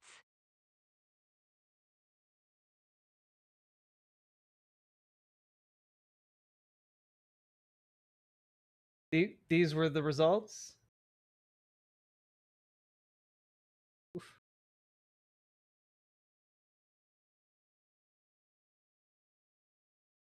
Oh man, she was so close too. She was so fucking close. 0.6%. Just fucking guys, this is what I mean and why it's so important to like door knock for primaries. Look at that. She was down by like 300 votes. If she had gotten like 10 canvassers for one weekend, 10 additional canvassers for one weekend, they could have knocked on those doors and gotten her those votes. That is crazy. This is like, if you guys show up for these candidates and door knock or phone bank for them, especially during primary season, you can have such a big impact that you can get them those votes. Oh my God. Yeah, Adam Frisch lost by 0.2% to Lauren Boebert. Why we still have to deal with her. Fuck. That is heartbreaking. Sake Tanuki. Now, folks, real quick, let's move on to this next segment here, all right? You guys are not prepared. So, folks, what do you think about when you think about a good pair of denim pants? What do you guys think about that? Does the denim make you feel alive? Does it speak to you of, I don't know, the open road and pickup trucks and cattle and ranching? You guys think about that? You guys think about that? Well, I am here to play for you guys a new ad that is apparently very controversial. I have not seen it yet, and it's titled "Sydney Sweeney Has Great Genes, American Eagle." Let's take a look. I'm not here to tell you to buy American Eagle jeans. And I definitely won't say that they're the most comfortable jeans I've ever worn. Or that they make your butt look amazing. Why would I need to do that? But if you said that you want to buy the jeans, I'm not going to stop you. But just so we're clear, this is not me telling you to buy American Eagle jeans. Sydney Sweeney has great genes. You see what I did there, right? Okay, one, like... I'm not here to tell you... Can we just talk about like this feels weird, and this might be controversial, okay? Might be controversial.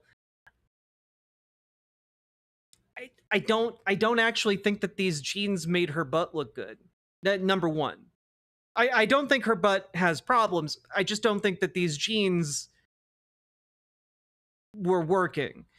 But also the uncomfortable level of like male gaze in this is weird, right? And like, why would I need to do that? But if you said that you want to buy the jeans, I'm not going to stop you. But just so we're clear, this is not me telling you to buy American Eagle jeans. also the feet being shown is a choice as well. In the A at the bottom, like that's some Quentin Tarantino level shit right there, frankly. And I just want to throw out there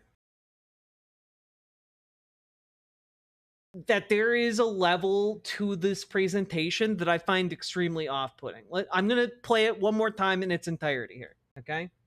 I'm not here to tell you to buy American Eagle jeans. And I definitely won't say that they're the most comfortable jeans I've ever worn.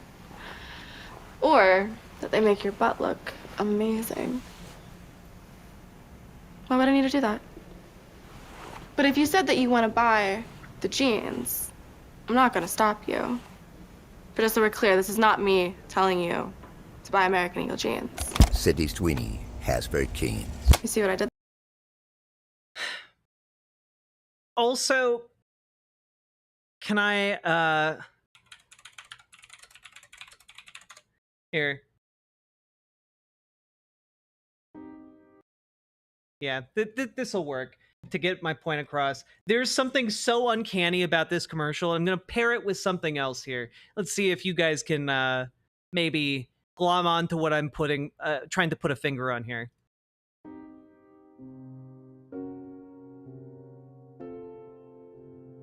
I'm not here to tell you to buy American Eagle jeans. And I definitely won't say that they're the most comfortable jeans I've ever worn.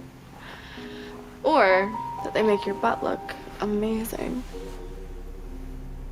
Why would I need to do that? But if you said that you want to buy the jeans, I'm not going to stop you. But just so we're clear, this is not me telling you to buy American Eagle jeans. Sydney Sweeney has very keen. You see what I did there, right?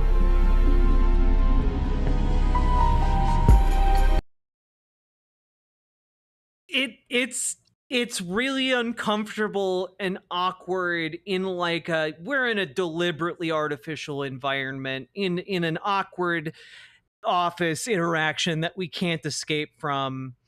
And like my head immediately connected that ad with Severance.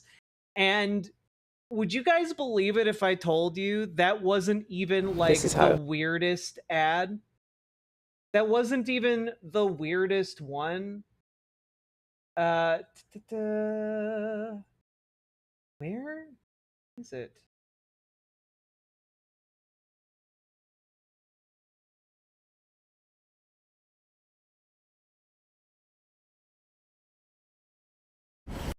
Hey, it's Sydney on set with AE.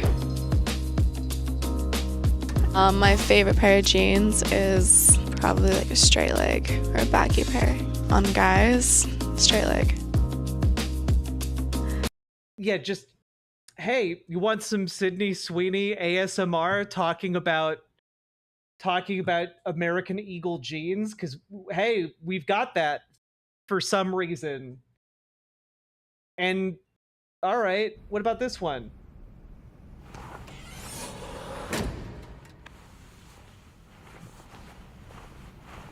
Sydney Sweeney has very keen.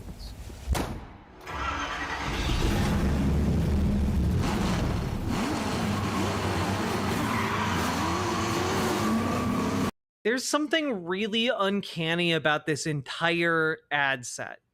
right? There's something really weird and off-putting,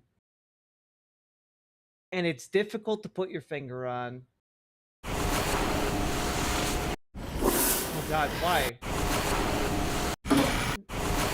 Jesus, I hate YouTube Shorts so much. Sydney Sweeney has very canes.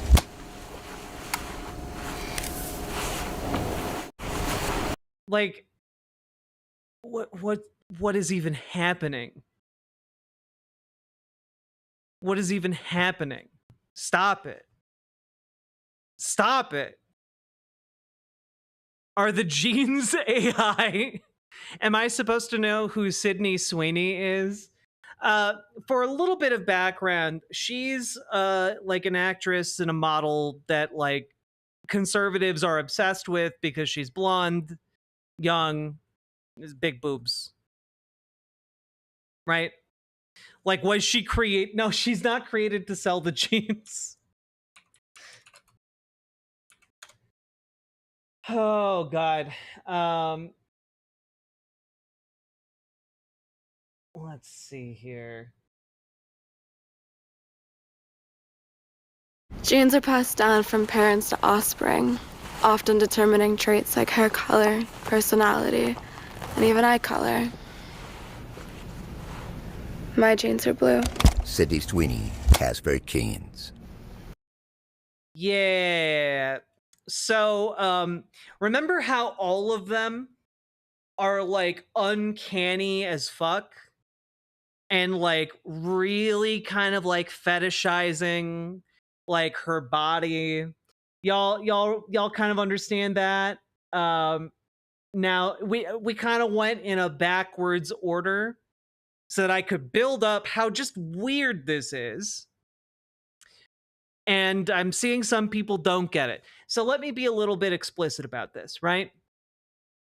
The premise of this ad campaign, and I'm just going to play this again real quick, is that she has great genes in the sense that she has great pants. But the first ad in this series makes it very clear that they're not just talking about her pants. Genes are passed down from parents to offspring, often determining traits like hair color, personality, and even eye color. My genes are blue. Blue-eyed, blonde hair, talking about genes, talking about how she has great genes. This, especially given the fact that she has a conservative following, like, this is very deliberately eugenics shit. This is eugenics far-right shit in an effort to reel in the conservative audience. I've only seen the last ad, so I was wondering why people were getting pissed. Yep. So the entire ad campaign is Sydney Sweeney has great genes, but the intent is that, oh, not only does she wear good genes, she has good genes. You know, like it's disturbing. It's weird. You know?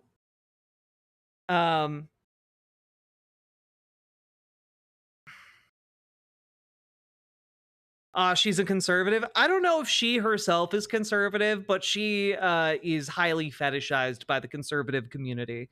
They view her as a really desirable trad wife type, you know? You're a lesbian. What's your take? I think that as a, well, first of all, I'm bisexual, but as a bisexual who's also interested in ladies, I don't find eugenics sexy.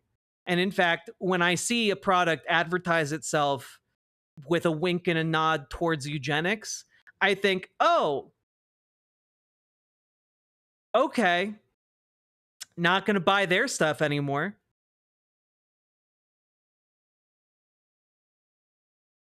She isn't conservative. She was on Euphoria. I don't know. I don't know that you agree to be on an ad campaign like this and just not have any idea what you're doing. You know, like I just don't think I just don't think that that's like cool.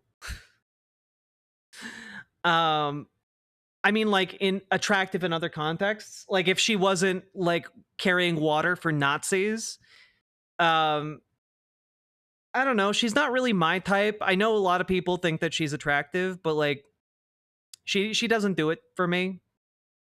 So yeah.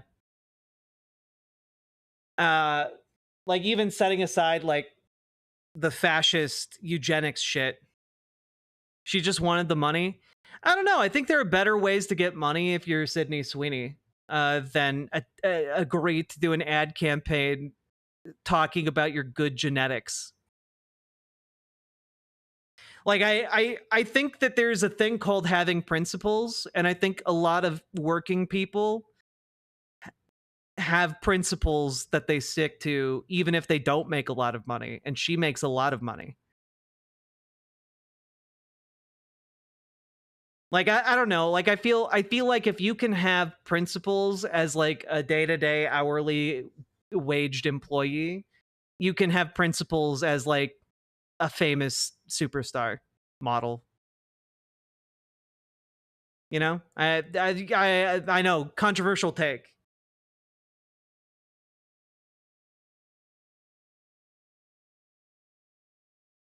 They could have gone with Kevin Sorbo. That would be so funny. I want to see the Kevin Sorbo version of this. God. All right. Anyway, of course, we have to turn to our number one beat reporter on the ground when it comes to all things, you know, pop culture. Our on the ground beat reporter, Brett Cooper. The slightest. Let's see. The Sleeper has awakened, said, "Hey, Brett, I love your farm content. It's super wholesome. It's early hours in the morning where I am. As for Sydney Sweeney, I'm going to buy a pair of American Eagle jeans for Sydney. Hotness is so back." And that comment got 24 likes. Well, this is... Wait, I'm sorry. I'm going to buy a pair of American Eagle jeans Hotness is... for Sydney?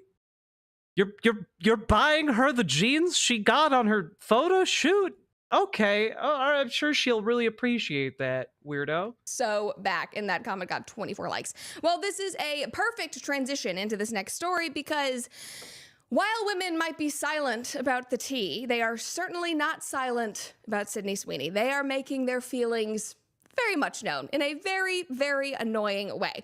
Now, this new American Eagle ad, I'm sure that you guys have seen it. You guys were commenting earlier as you were getting ready for the stream, and you're like, I know Brett is lurking, and you guys were having a whole debate about the ad. We're going to talk about that debate in a moment because I think you guys brought up some good points.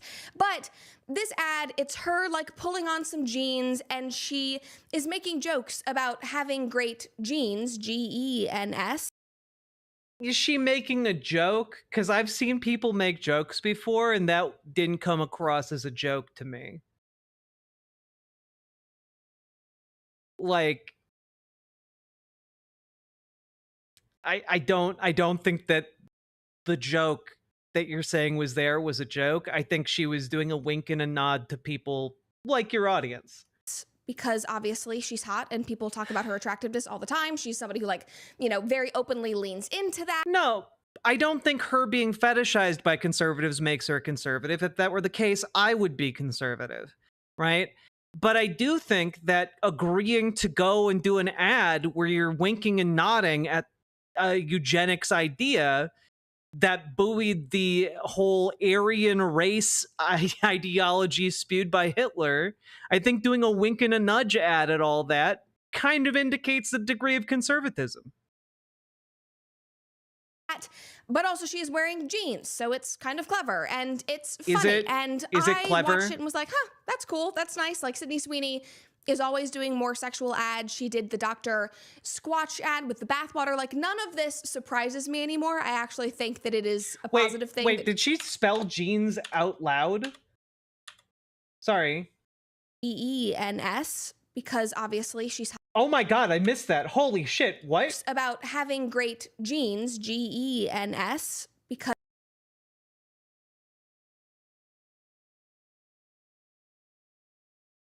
Brett Cooper doesn't know how to spell jeans.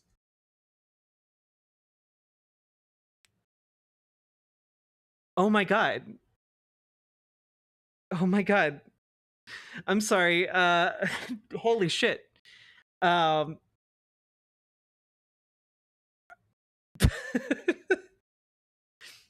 Okay, cool. Yeah. Nailing it. Good job, Brett Cooper.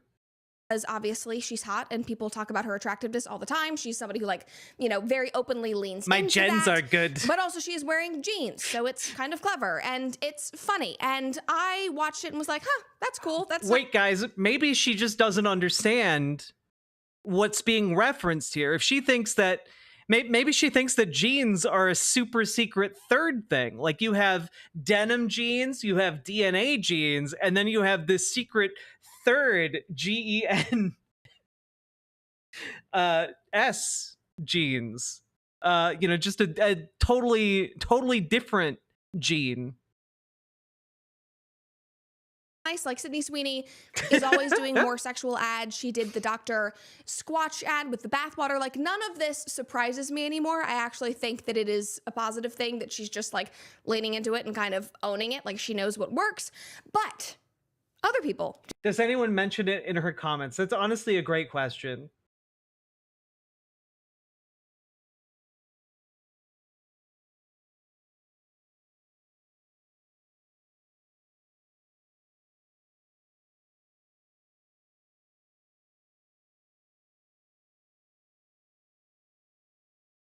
God, no one is mentioning it. No one is mentioning that she misspelled jeans. Oh no.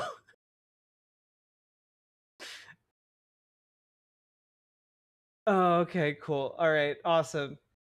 Do not feel this way. The social justice warriors on social media think that this ad, this American Eagle ad where she's pulling on jeans, is a conspiracy to push eugenics and white... No, it's not a conspiracy. It's just a dog whistle. Like, it's not like dog whistles aren't conspiracies. They're just references to existing things in the cultural zeitgeist. The Maste Rack and their great gens.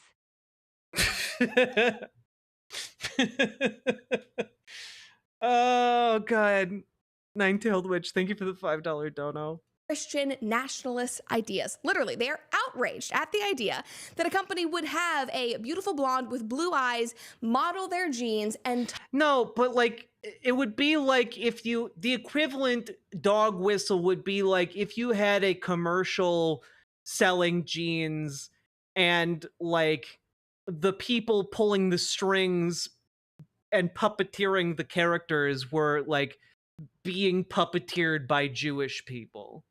Like, it's like if you were having the jeans sold by like puppets on strings by Jews, and the puppets were like, look at all of these good jeans. Like, it would be like that. Except I think that would be maybe too blatant a dog whistle for you people, but genuinely at this point, I don't know how more on the nose you can get with a dog whistle than a blonde-haired, blue-eyed woman staring into the camera and talking about how great her jeans are. I don't know how much more on the nose you can get aside from having, you know, Sydney Sweeney doing like a Sieg Heil. Like, I genuinely don't know how much more on the nose you can get. Careful, Jack, you might give American Eagle some new ideas. Yeah, look, I was saving them for Shake Shack, but I guess American Eagle can get them too. Talk about genetics. Just look at some of these tweets. It is literally insane. This was from a couple of days ago. This guy said, did they mean to include a bunch of Nazi dog whistles in this? It was a Nazi dog whistle. Literally saying that this... I wonder if Brett Cooper opened this up, saw this tweet, and thought to herself, fuck, I misspelled jeans when I was spelling it earlier. Hi, Ryan Gosling here for Das Übermensch jeans. I'm not saying these jeans make you better than others, but they do fit right. Paladin, thank you for the $5 dono. Sorry, Ryan Gosling for Das Übermensch jeans. Thank you for the $5 dono. This is Nazi. Here we go. Here's another one. Oh, ha ha ha, like genes. I get it. She has good genes. Like she has good genes. Ha ha ha. Like in a Nazi way. Totally. I'm sorry. What world do you live in where you watch a video of Sydney Sweeney making jokes and doing her normal Sydney Sweeney sexual innuendo stuff and think, oh my gosh, Nazis? Like, what are you sitting around thinking about that on a daily basis? The answer is yes. They sit around, they scroll online, and they look for problems in things that are objectively not very problematic, that are just very normal, that people watch and go, huh, that's funny, or huh, she's hot, whatever, scroll on. Meanwhile, these people are sitting on their phones like, I need to find a way to be a victim. My life is too easy right now. Well, the reason people would think that it's a dog whistle, and I'm going to explain this because not everyone comes with this baked in as like a schema, but the Nazis took an idea called eugenics, the idea that you can breed superior people with superior genes, and combine that with their Nazi esotericism, the idea that there was a mystical super race that once existed in Europe called the Aryans, and that it was the Third Reich's goal to rebuild the Aryan race and build a homeland for this super advanced group of people, the Aryan race, that was blonde-haired and blue-eyed. So within living memory, because there are still some people who served in World War II around these parts, within living memory, there was a group of people who waged a war on the entire planet in order to prove and push forward this idea of the superiority of blonde-haired, blue-eyed people. And well, it's been 80 years since then, not a terribly long time. And that's still in our schema. So an advertisement coming along where a blonde-haired, blue-eyed woman stares into the camera and talks about her superior genes, and the joke is that she has better denim genes. Well, the point of the entire piece is to talk about not just the superiority of her denim genes, but also her biological genes. So that plays into that same idea that's been floating around and propagated for the last 80 years since the fall of the Third Reich. So, like, that's why this idea is considered controversial and a bit of a dog whistle. And honestly, American Eagle was courting that. They were looking for that reaction because they're not morons. Because again, gets everybody talking about their product, and suddenly a lot of people are thinking about American Eagle jeans, and that's generally pretty good for their sales. That's how that works. It's not a crazy thing to point out that they're dog whistling. They know they did it on purpose in order to make more money. And that's kind of what's abhorrent about it, right? I need to create a problem so that I can feel important, so that I can tell the world that everybody else is against me, that we are fighting against some white nationalist agenda. That is the only reason why they are posting these types of things. Yeah, fun related fact. You know how I told you guys that there's like a white nationalist community in Arkansas that's trying to expand to Missouri?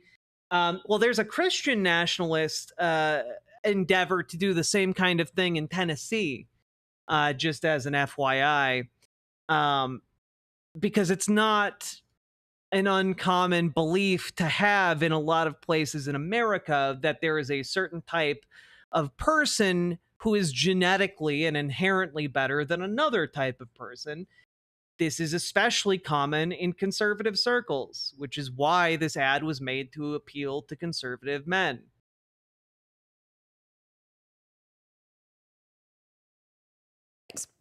And you might think, like, okay, Brett, well, That was just a few posts. Like, those are, two quote tweets. What are you talking about? That was not the overarching response here. Okay, well, no, because it spread to TikTok. Take a look at a couple of these videos. You guys are complaining about that Sydney Sweeney jeans ad, so I went and saw it.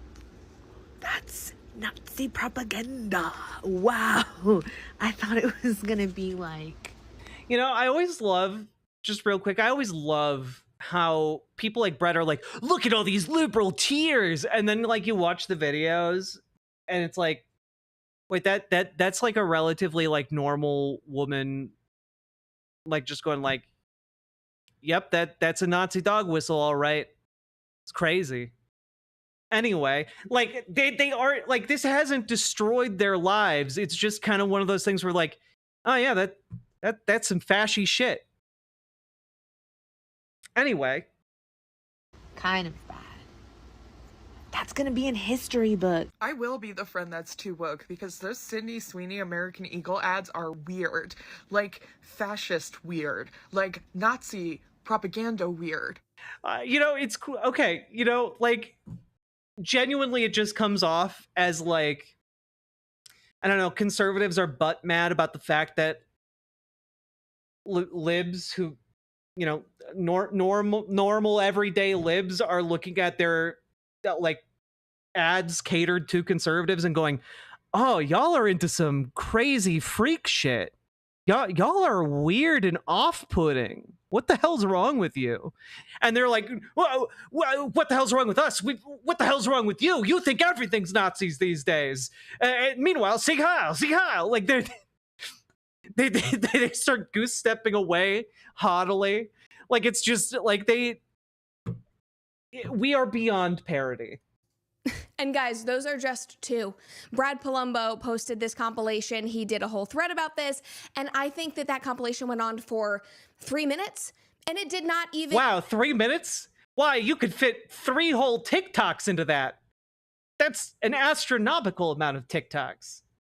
Include all of the other videos that I saw both on X and on TikTok, like all different types of women, all different ages, all saying the exact same thing, almost as if they had got their talking points from just like 2 tweets. And they're like, oh yes, obviously this person who tweeted this. Well, no, it's actually pretty straightforward if you have any like grounding in historical ideas like eugenics, which you should, by the way. Just as an FYI, if you thought eugenics died out in the 1940s, let me be the first to remind you that in fact did not happen. And in fact, in a lot of different ways, there are a lot of eugenics-based ideas still incorporated in our society to this day. So, worth keeping in mind.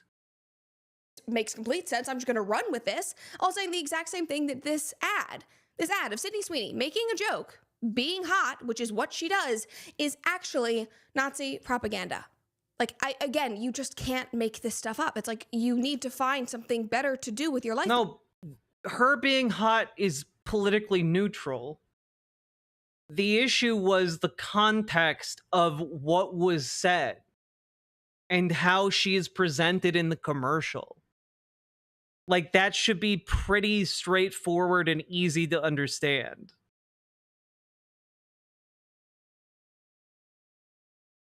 Like, it's not her being like an attractive lady that people are upset about. That should be pretty clear.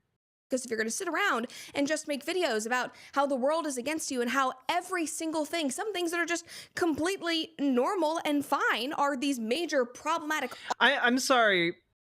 You think it's normal and fine to talk about your superior breeding and genes? I want like to sit down with Brett Cooper and actually just like talk about these ideas a little bit, because I'm sorry, you're in circles where you guys sit down and talk about your breeding and your genes and your superiority to like others with different genes. No, that's deeply weird. That's deeply weird and off-putting. Any normal person would find that deeply weird and off-putting because it's a gross idea. It is gross to create a hierarchy of human beings based on the genes you happen to be born with. God. I feel like that should be obvious, but apparently it's not to Brett Cooper. Awful things like, you need to go touch grass. Like, seriously, that is my response to you. Especially because, keep in mind, the ad isn't just selling jeans, like denim jeans. It's also selling the ideas being played around with in the ad, right? Like, take, for example, the Sexy Hardee's commercial, right? Here, let's see. Sexy Hardee's commercial. Somebody already referenced it earlier in here, but let's yeah, I think it's this one.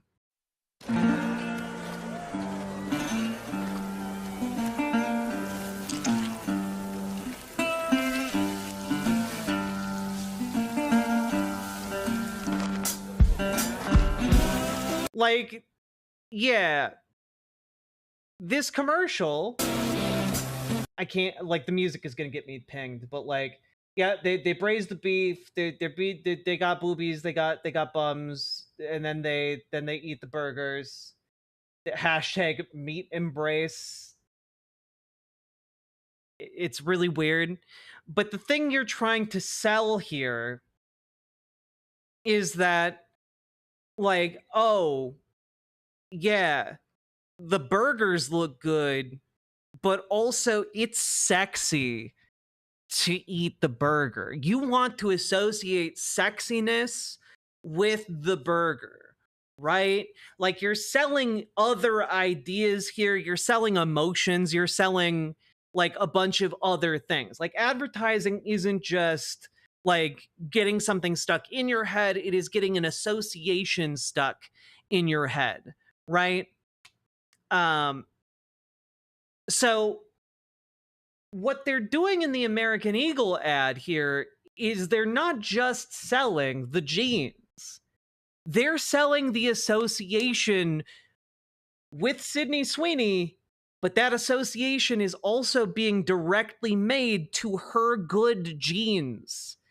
As the camera focuses in on her blue eyes, and she looks into the camera and says, "My jeans are blue," and her like blonde hair is flowing. That is a deliberate association being made. That isn't an accident. It isn't like, it is being done deliberately, potentially as a method of like shock advertising in order to get people like us to talk about it, in order to get like conservatives to talk about it, et cetera, et cetera, et cetera, right? Kind of like how you had during like the Obama years, or like the Biden years, you had, or even the Trump years, you had like razor companies show like trans men shaving for the first time in like ads, and like supportive family members, and that got a bunch of conservatives to react to that in an outraged way. It is another way of doing that, but it's kind of telling that the way they went with it is with classic 1945 era eugenics racism. And that is the connection that they're making. Okay? So it's basically sexist to have attractive women in commercials now? No, that's not what I said. Having attractive women in your commercials is fine. The issue isn't attractive women. Notice how, for example, this is fine. Having sexy ladies eat your burgers, that is a method of advertising your burger. The interesting part about this, though, is that even though you have sexy ladies eating burgers, they aren't selling Nazism. In fact, they're selling like an idea of patriotism here. You know, like, it is patriotic to eat the burger, and it's sexy and patriotic to eat the burger and have a big truck. In fact, if you have a big truck and you're patriotic and you want to be sexy, you should eat the burger. Like, that's the association being made here. And I'm not saying that's wrong or bad, but that's what the ad is doing, right? What I am saying, however, is that if you're putting into your ad, instead of patriotism, big truck, sexy ladies. Instead, you're putting eugenics, genes, and sexy lady. The eugenics thing is there, and it's an issue. That's what I'm saying. I have nothing against sexy ladies. I like sexy ladies. So, like, that's... I hope that clears it up. And I hope we're all on the same page. I tried to lay it out as basically as I could. But again, like, I was looking at all of those, you know, tweets. But ads haven't worked on me since I took psych classes in advertising. But if you think that, it makes them more effective. And TikToks. And a lot of things, like, once you start interacting with something on, you know, X or on TikTok, the algorithm feeds you more. So I was getting more and more of these videos. And so again, I kind of had to take a step back and I was like, okay, well. Eat burger, buy truck. Indeed. You understand, Rhyme Jack. You understand. I'm obviously going to talk about this on the show, but it's probably still, like, a little bit fringe. And I do want to be clear. I don't necessarily think that it's explicitly a Nazi ad. But I do think the association of blonde hair, blue eyes, and eugenics, that is an association that if you bring it up to most people, they're going to also associate that idea with Hitler. Like, that is the association most people make with eugenics. And so, like, I'm not saying that they were trying to do a Nazi thing with it, but I am saying that, like, they were trying to do a eugenics thing, bare minimum. I think if there were more, like, Third Reich references in there, we could maybe say it's a Nazi thing, but, like, frankly, the eugenics stuff alone is bad enough. Like, these people are crazy. These people are crazy. This can't be, like, a serious opinion. But no, because then this idea made its way to the LinkedIn posters, the advertising employees that are posting all of their thoughts about all of these ad campaigns. It made its way there. Take a look at this one. This is from a woman named Kathy. And she said, "Tell me a group of white men came up with this campaign without telling me. American Eagle Outfitters is putting up billboards of a blonde, blue-haired actress with the phrase, 'Sydney Sweeney has great jeans.' And they think this is a clever way to sell jeans. Let's not pretend this is harmless wordplay. This isn't cute. It's not cheeky. It is a tone-deaf nod to eugenics-era language that has..." Wait, that's true, though. Wait, nothing Kathy Gilroy is saying is incorrect here. And honestly, she knows a thing or two about dog whistles. She works for a pet care and animal health company. She knows exactly what she's talking about when it comes to dog whistles. No place in 2025, guys. Jokes have no place in 2025. It is a... No, the issue isn't jokes as a concept. The issue is normalizing and spreading eugenicist ideas. That's the issue. If you tell a joke about eugenics, you should be prepared to maybe tell a better joke about eugenics. If, like, that's your intent, like, you should tell a better joke. Because if the joke is just, haha, all of you remember genetics? Remember that time a guy tried to form an entire nation around blonde-haired, blue-eyed people and killed millions? Haha, remember that? Buy our genes. Like, that's not a great... that you're doing, like, a referential humor. The joke there, at its heart, is just the observation that denim jeans and DNA genes both sound phonetically the same. That's the joke. That's not a good joke, actually. I don't know. I think that's pretty obvious. Like, one word sounds like other word. Just, that would bomb at stand-up. If you went up on stage and you told that joke, they would boo you. Dog whistle wrapped up in denim. Like, that's a level of wordplay that my partner would groan and like shift away from me on the couch if I made it idly while watching television together. Okay, like that's the level of joke that we're talking about. And like to conservatives, it's like comedy's dead. Like, no, it's just tell better jokes.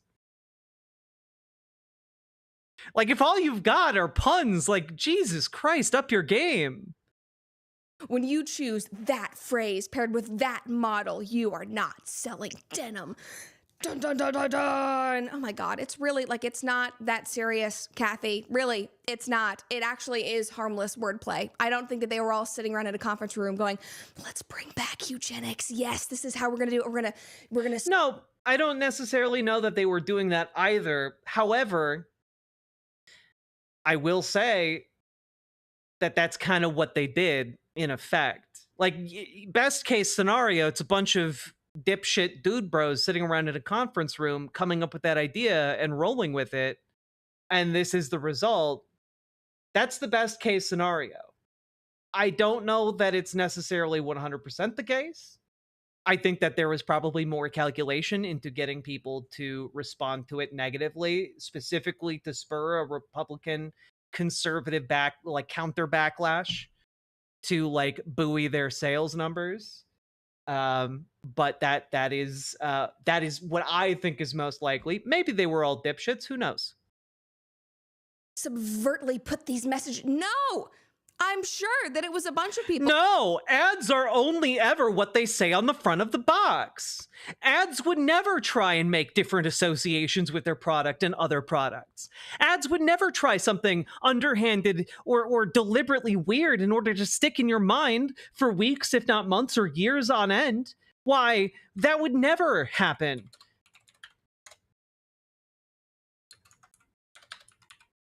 That would never happen. Oh, what's this? Cause they are good to us.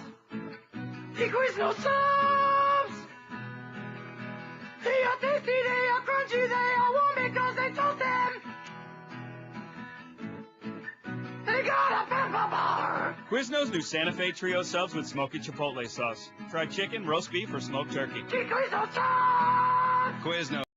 Anyway, yeah, ads would never try something really weird to just stick in your head forever. That ad is definitely not 17 years old and still haunts the corners of my mind for being weird as shit. But sure, advertisers would never notice that Sydney Sweeney has a large conservative following and deliberately court said conservative following by doing exactly this. Definitely not. Men and women going, who is like the actress of the moment? Who is somebody? Oh my God, how does she talk about that? Sorry, how does she talk about this for another 20 minutes? Oh my God, how? Who is hot, who is cool, that we could put in this ad. Oh, obviously, Sydney Sweeney. That makes sense. Oh, everybody says she's hot. Jeans. That's funny. Let's have her say that. It's not funny though. Like it's a pun. Everyone knows that marketing people are the most ethical, which is why Don Draper was a good, moral, and likable character. I guarantee that was the extent of the conversation. That is all they were doing. But you know what, Kathy, you are right, because American Eagle is not just selling denim. Like, good advertisements are not just selling a product. They are selling a feeling. They're trying to sell a brand identity, some kind of... Or an idea, even, one might say. Brand appeal, which is why they hired a hot chick to do this. They're trying to kind of... Yeah, definitely no other implications there. Just a simple pun and a hot lady. Definitely the only two aspects in their advertising campaign. do what, in my opinion, like Abercrombie has done really well, where Abercrombie and American Eagle were both brands that for many years felt like they had been left into the 2010s. They're trying to, you know, make a comeback. They're trying to make a big splash. How are they going to do that? They're going to pay Sydney Sweeney a ton of money to be hot on screen to try to rebrand themselves. This really is not about jeans. It is about what people will feel or evoke when they put on those jeans or... Yeah. Like the evocation of superior genetics for blonde-haired, blue-eyed people. I like the amount of like trying to run away from this is ridiculous. It's right there in the ad. It's not even like subtle. Like I feel like I'm being gaslit here, but like just real quick here. Genes are passed down from parents to offspring, often determining traits like hair color, personality, and even eye color. My genes are blue. Yeah, blonde. I'm sorry, blonde-haired, blue-eyed, talking about her genetics. There's a connection here, and it's pretty obvious to me.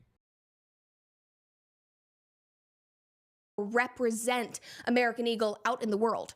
So no, it's not just about denim, but also it's not about eugenics. It's not a dog whistle wrapped in denim pushing what... I'm sorry, but like I don't know, like Matt Walsh talks about like IQ and like race science now like all the time on his channel. Like conservatives in their circles talk about the connection between like Africa and IQ all the time.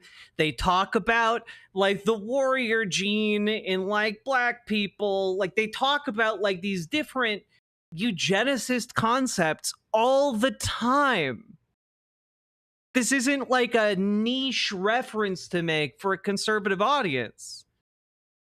Yeah, personality traits are determined by your genes. Makes you think. Nationalist ideas. Like seriously, again, get your head out of the sand, go touch grass, kick a couple rocks, could be great for you. Maybe go pet a cow. And for your part, Brett, maybe open a history textbook. Might help you a little bit. That's what I do when I need to calm down. I recommend doing that. I have another one. And I would recommend reading some books so you know what the fuck you're talking about. Here, this was my personal favorite of the of the LinkedIn posts. By the way, guys, if you're not on LinkedIn, it is a hysterical social media site. Like it's not. It's like it's a horrible hell site. It's like the professional version of Twitter. I watch Alex. I was not really on LinkedIn ever, and I'm still not, but he finds more entertainment with these types of people on LinkedIn than he does on X or on Instagram. Like that is where he goes for his entertainment because posts like this are so ridiculous. All right, we can go into the next one here. This is from a woman named Bridget, and she starts off this post by saying fascists are unfunny and uncreative. Wait, but that's true. Wait, Bridget is spitting. I want to hear more. Those are the people who put together this ad. They're all fascists. And then she talks about the ad, and then she moves on, and later on in her very long post, she, of course, blames this ad on Trump. Here we go. We can move on to the next one. With everything going on with this administration, everything going on with this administration is making room for this in mainstream advertising and ultimately pop culture. Eugenics, racism, ableism. We're adding a new ism into this ad now.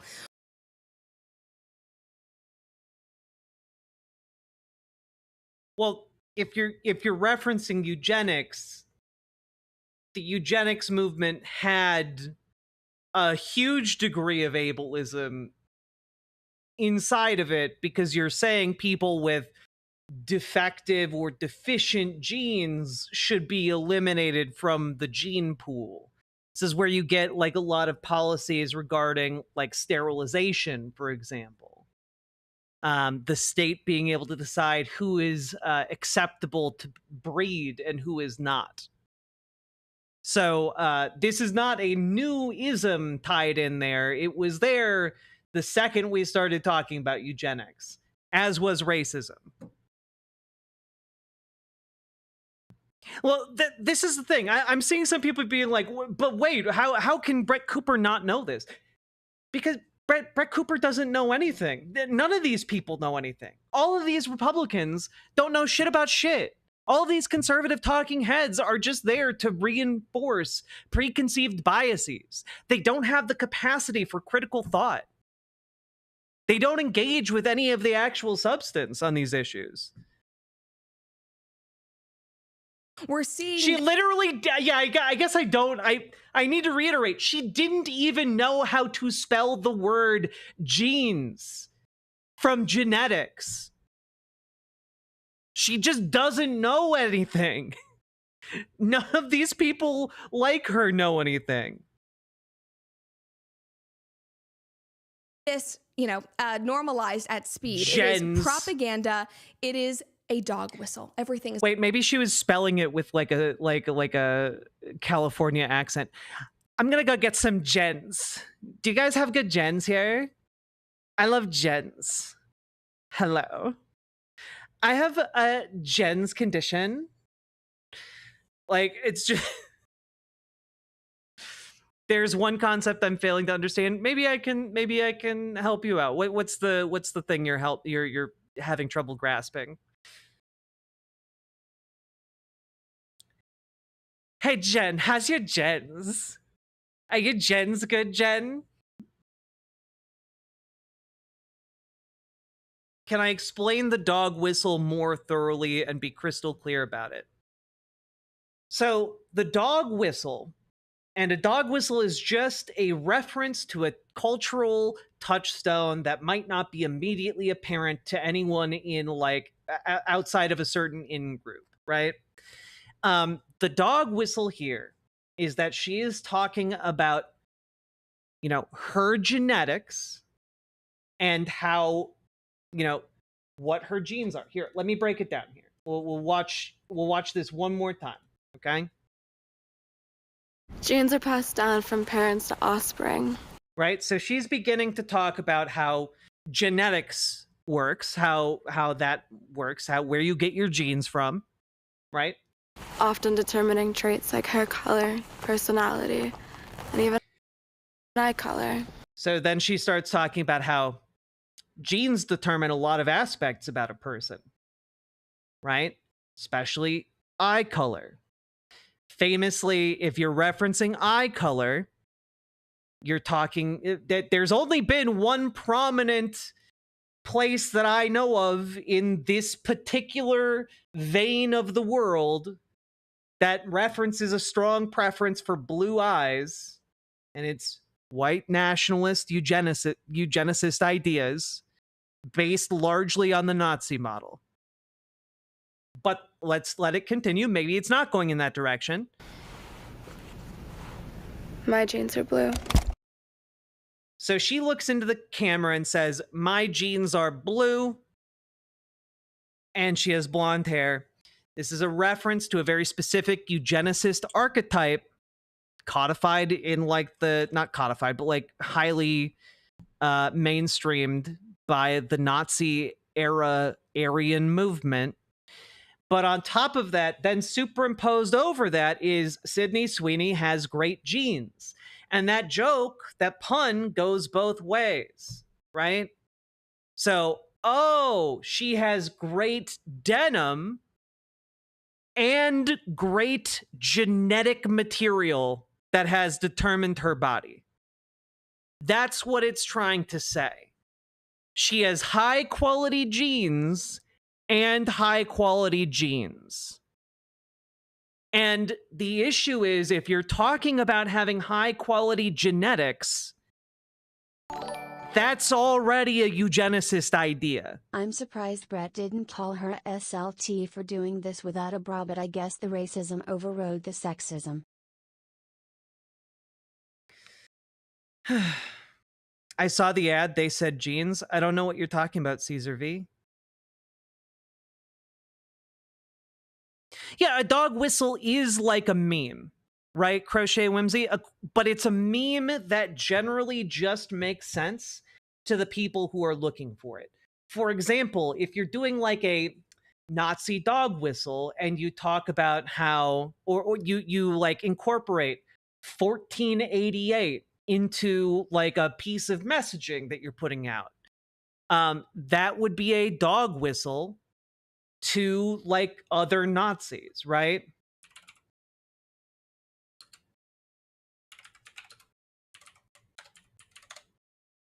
Does that make sense? Because normal people don't understand what 1488 means, right? They don't get that. To them, that goes over their head. That's just a useless, pointless piece of information, right? However, for people who know to recognize that, they're like, I see what you did there. You guys are with us, right? A good example of this from just recently is this particular post from the Department of Homeland Security. A heritage to be proud of, a homeland worth defending, American progress, John Gast. And the capitalized letters here, A being 1, D being 4, 1488, HH, Heil Hitler. This is another example of an explicitly Nazi dog whistle. It is a reference, right? I talked about this a little bit on stream a couple days ago, but this is another example of what a dog whistle is. And the Sydney Sweeney ad is a dog whistle as well, but for the idea of eugenics.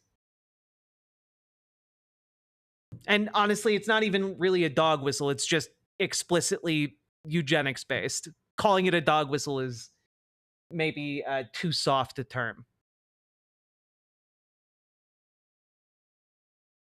I mean, they literally put it in big text over the screen that she has great genes in both senses.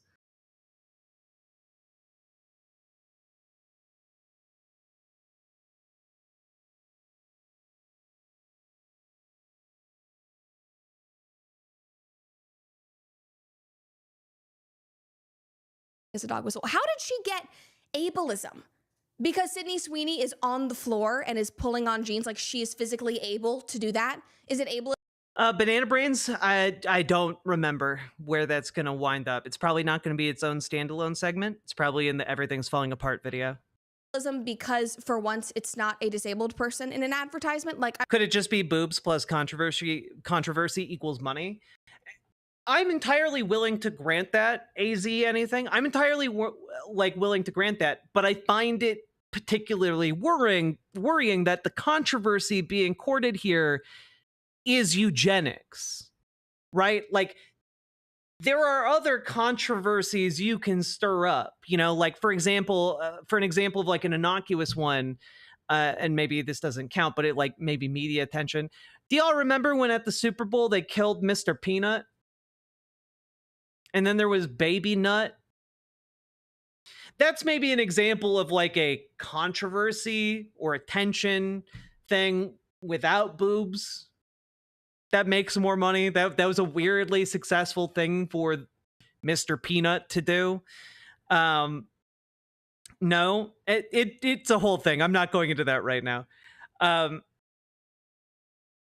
But what we're looking at here is not just boobs plus controversy. It's boobs plus a very specific kind of controversy. Like, again, the Hardee's ads had boobs and were controversial for having a lot of boobs. But that's not an inherently problematic thing on the level of, hey, that seems like you're pushing that Aryan race thing that Hitler did. There's a bit of a difference, right? American Eagle has found themselves between a rack and a hard place.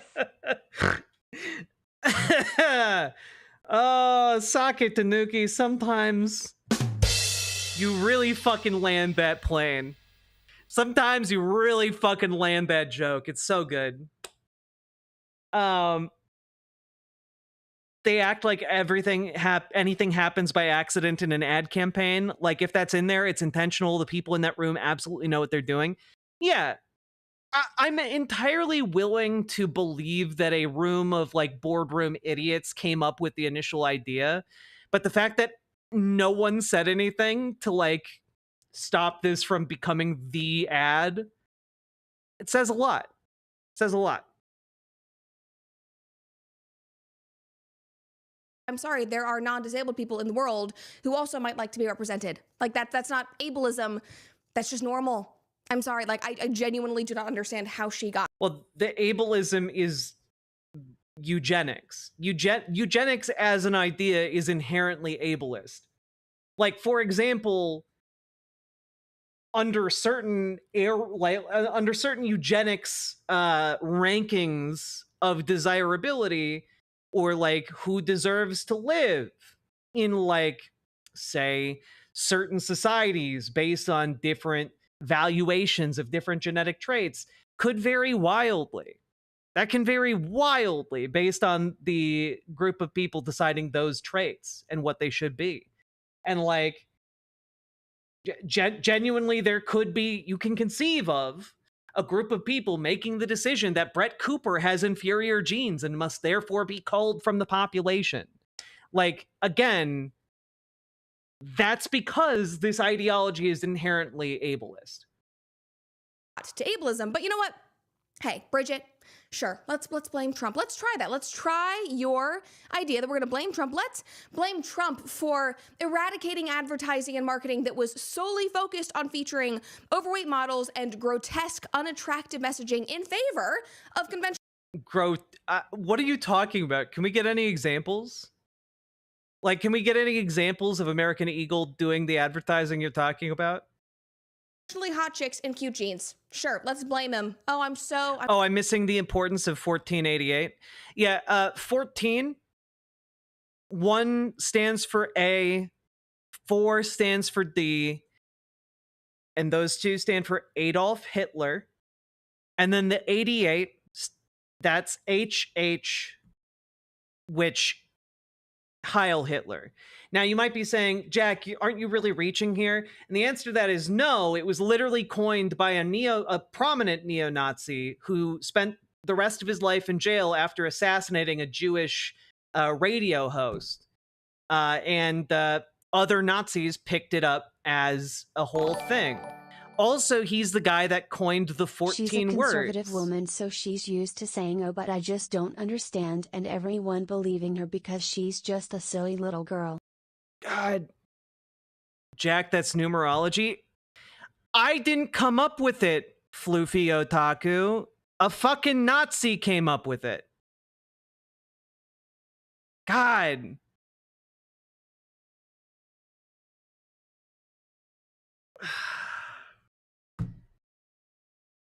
The 14 is the 14 words.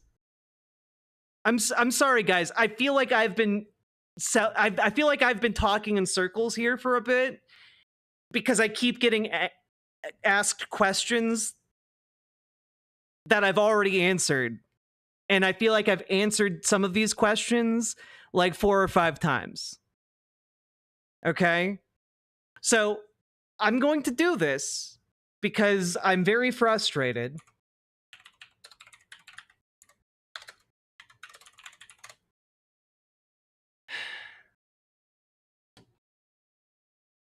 All right, because a lot of you still don't seem to understand. All right, this is the Wikipedia page for 14 words. The 14 words, also abbreviated 14 or 1488, reference to 2 slogans originated by American domestic terrorist David Eden Lane, one of the 9 founding members of the defunct white supremacist terrorist organization, The Order, and are accompanied by Lane's 88 precepts. The slogans have served as a rallying cry for militant white nationalists internationally. The primary slogan in the 14 words is, "We must secure the existence of our people and a future for white children." One does not simply fall into Nazi talking points and dog whistles. Like, this is not numerology. This is a very specific reference that you would only make if you understood this specific thing. People don't just pull out 1488 randomly and put it in their messaging on public media platforms. That just doesn't statistically happen ever. Now, basically, this is Yeah, the two slogans were coined prior to Lane being sentenced to 190 years in federal prison for planning and abetting the assassination of the Jewish talk show host Alan Berg. So, again, when we're talking about this isn't fucking numerology. Or if it is, it grew a life of its own beyond that because Nazis are dumb as shit. They don't want to come out and say Heil Hitler because they're fucking cowards. They don't want to come out and say the 14 words because they're fucking cowards. And so they just jerk off with each other and be like, hee hee hee, look at all these fun little references we're making.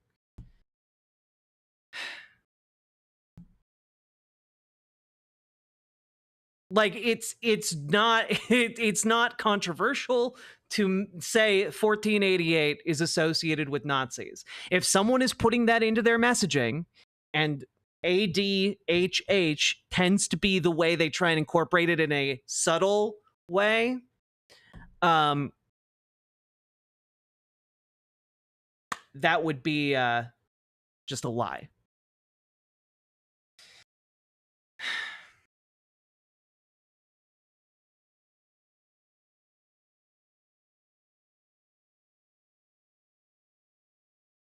All right. Done being mad. I'm so angry. So angry. Sorry, Bridget. I'm actually kind of happy about it. Now, back to the point. My reason for bringing all of this stuff up and taking you guys through all of this is that this idea and this discourse hitting LinkedIn makes it a lot less fringe. Like, we've left X, we've moved on from TikTok, it's hit LinkedIn. I thought, okay, that's it. It has hit the mainstream. But then something happened this morning that was even better. This whole idea, this conversation, landed on Good Morning America as a totally serious and valid segment. Take a watch. The play on words is being compared to Nazi propaganda with racial undertones. The pun, good genes, activates troubling historical associations for this country. The American eugenics movement in its prime between like 1900 and 1940 weaponized the idea of good genes just to justify white supremacism. Guys, that is a college professor. They brought a college professor onto Good Morning America to talk about why this is a dog whistle for eugenics. And there's so... Yeah. I guess you could only really talk about how that's like a silly, crazy thing if you thought that, I don't know, there isn't like history to different ideas, that, for example, advertising isn't something that is done intentionally. Like, if you think that it all just kind of comes together with no training or understanding, I suppose that would seem silly, but you usually need to get a degree in advertising to do advertising. Like, these people are educated. They would generally have enough background information to know what they're talking about when they are incorporating this messaging into their ads. So not only did they learn how to do what they're doing from college professors, but other college professors would also have an idea about what is being depicted in these ads, since, you know, they study ads. Huh, next year you're going to be telling me these people at film school think movies have ideas in them. Huh, not in my Marvel films. So many things that I want to say about this. First of all, before I forget this point, like, the left historically has not really cared about eugenics. Like, the right will bring up eugenics. What? What the fuck are you talking about? The left hasn't historically cared about eugenics. What? In terms of abortion and the fact that Planned Parenthood was started by a woman who was a proponent of eugenics. They don't care about that. And that was bad. But it turns out people having access to abortion care is good. It turns out that that was good, actually. You know, sometimes horrible people do good things by accident in some cases. For example, a bunch of racist slave owners formed America, and, like, I don't know, I think the idea of America can be pretty good. You know, I'm just spitballing here. I think we could be a lot better than we are.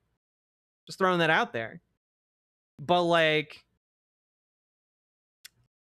I don't know. I feel like we've consistently made this country a better place to be from what it was originally founded as. They don't care about eugenics as a whole, as an idea. They only care. Yes, we do. Stop doing it. Stop doing it. Stop carrying water for it. Stop incorporating it into our education system. Stop making references to race and IQ relationships that don't exist. Stop even using IQ as a measure of intelligence when that's not what it's for or does. Stop. But conservatives are the ones who get obsessed with this shit. About it when it actually I was about to say fits into their agenda, but this doesn't even fit into this agenda. Like, this is not like, I'm sorry, Republicans are the ones who oppose like any of the laws in this country that protect the disabled. Republicans and conservatives have always been the ones who've been supportive of like programs that like killed the Indian to save the child, or like sterilized minority women so that they couldn't propagate their seed, like their you know, subpar genes. Like, that has always been a conservative position. Always. The people who carry water for those movements are conservatives to this day.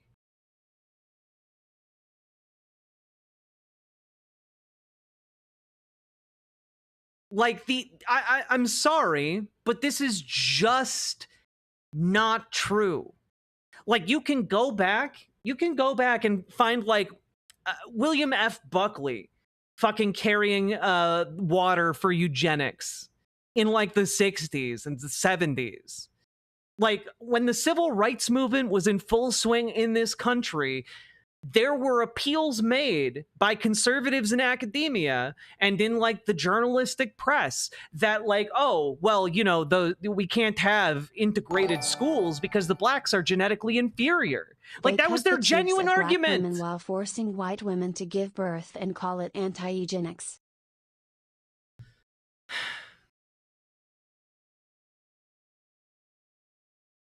It's genuinely just insane to hear this. It's genuinely insane to hear this. Not an example of eugenics. It is a joke. So stop saying that you suddenly care about eugenics. Like, I'm sorry, the idea that like we like this country ever stopped having to contend with eugenics is just not true.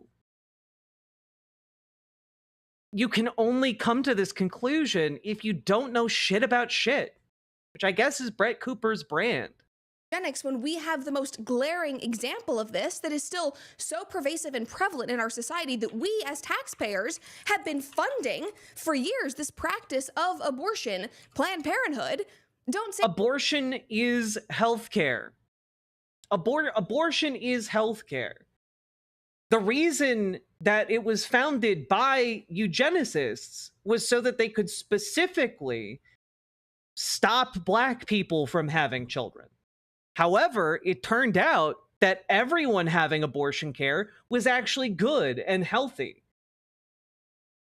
Like, it was the specific targeting of African American communities that was bad in their intent, but then it turned out, oh wait, you know, a lot of other kinds of people want abortions too because they like having bodily autonomy. God.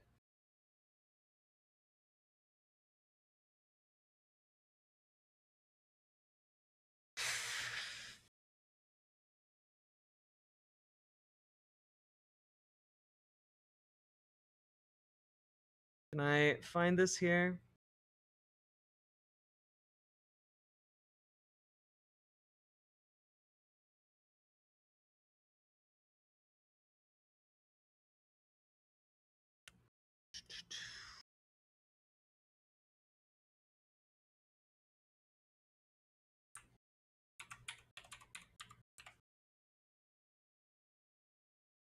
Yeah, you know, maybe one day, maybe not right now, but maybe one day we'll take a look at this specific video here. All right, maybe we'll take a look at this specific episode of Firing Line with William F. Buckley Jr. All right.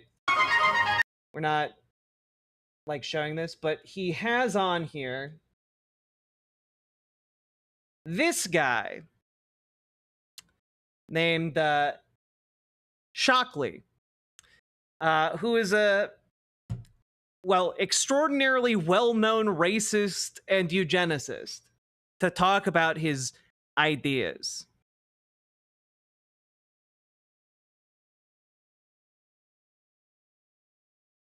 One day we'll maybe consider that.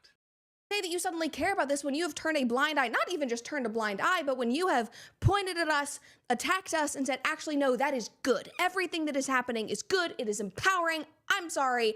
I can't take you seriously. I don't take the dog whistling seriously. I don't take the eugenics stuff seriously. Like, have some consistency, because this is just utterly ridiculous. What this is a lot of... Yes, he was also the guy who made the transistor. The guy who made a transistor went and founded a eugenicist society. Jealous women, like, seriously, like, having marketing and advertising be unattractive for years, and, you know, the body positivity movement, all of that stuff, it made them feel good about themselves because they didn't have anything to aspire to. It's like, hey, everybody looks like me, and it's not really that great. Now, Sydney Sweeney being conventionally attractive makes them feel less than, probably, because it's 2025. They then have to turn this into something that is a big societal problem that is happening to them, and of course it's rooted in racism and ableism and eugenics and... Yeah, we have to cancel electricity, everybody. We have to. But yeah, just taking a little bit of a look at his Wikipedia here. He argued that a higher rate of reproduction among purportedly less intelligent people was having a dysgenic effect, and argued that a drop in average intelligence would lead to a decline in civilization. He also claimed that black people were genetically and intellectually inferior to white people, which is 100% what, like, eugenics is. Eugenics is about making that particular value judgment and finding scientific pieces of data to try and make an argument that some, like, people with some genes are superior to people with other genes. It is just another way to have the conversation about, you know, whether or not certain races of people should have the same rights as other races of people. Always has been that.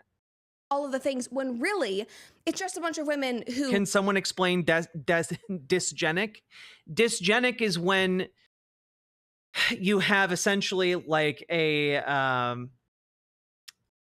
decrease in different genetic traits.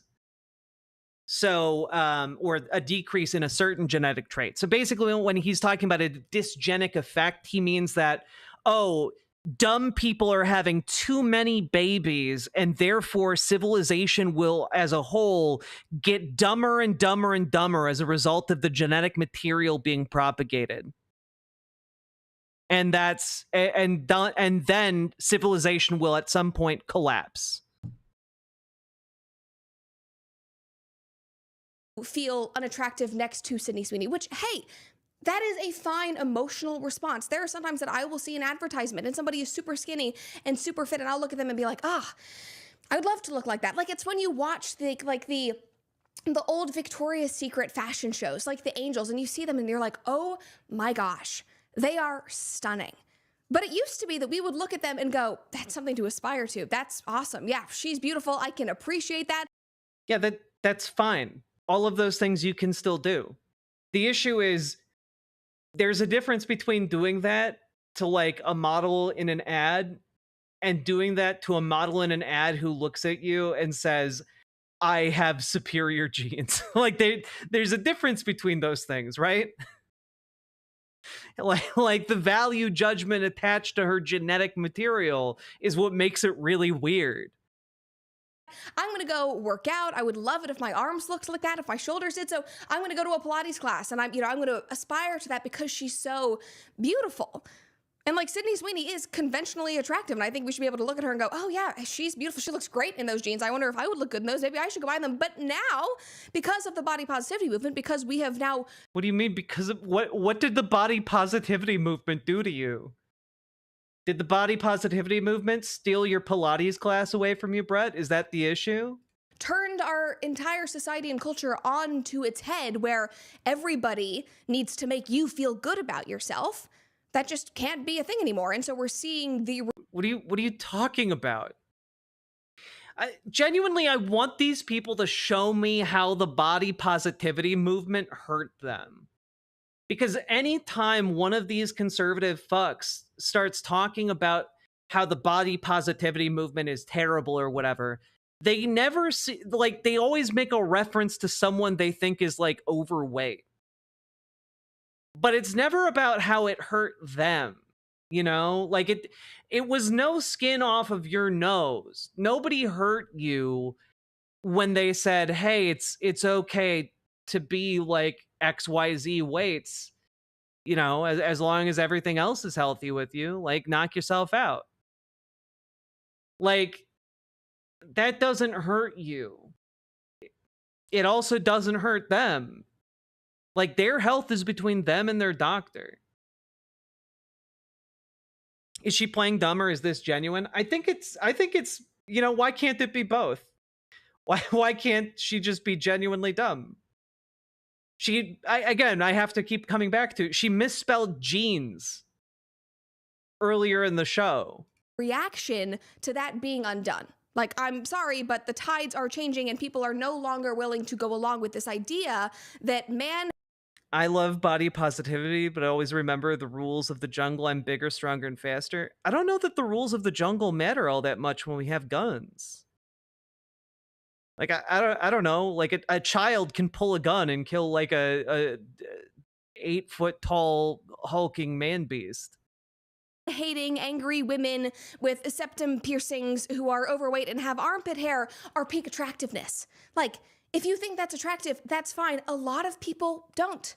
And you're going to see them in advertisements. And I'm sorry, that's not white nationalism. That's not eugenics. That's not ableism. Yeah, but again, you're sidestepping the entire thing. The issue isn't attractive people in ads.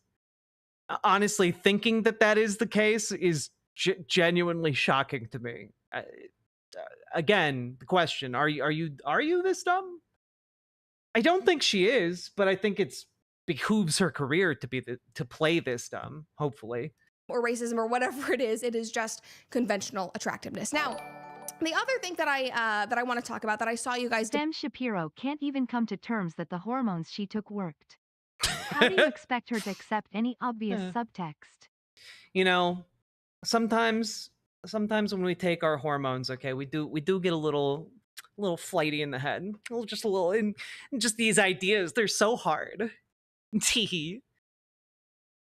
kidding. That was a joke. Don't take that seriously. Hormones don't do shit about your brain except make you, you know, a little bit happier with who you are. I fear the baby with the desert eagle.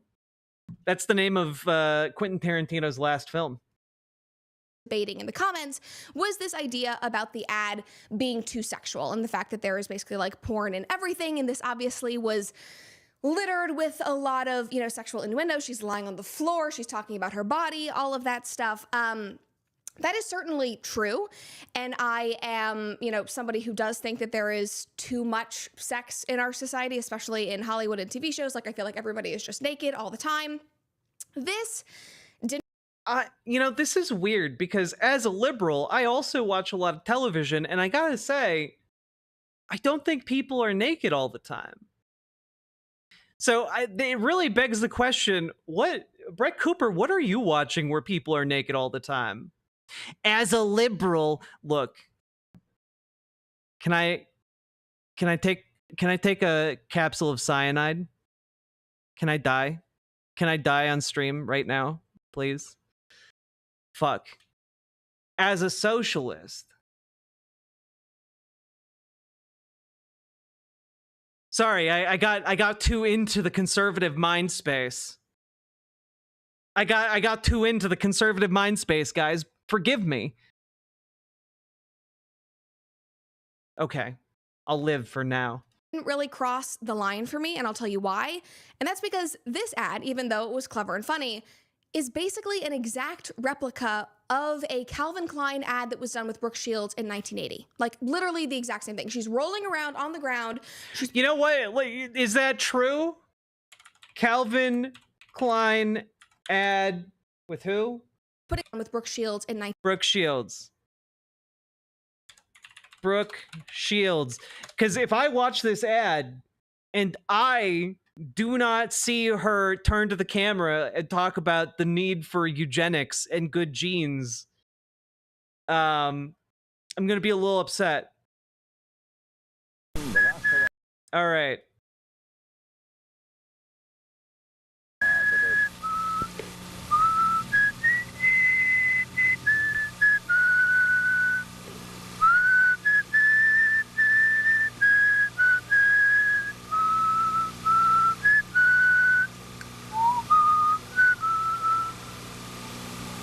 You want to know what comes between me and my Calvins? Nothing. Calvin Klein jeans. Wow. You know, I can't help but notice.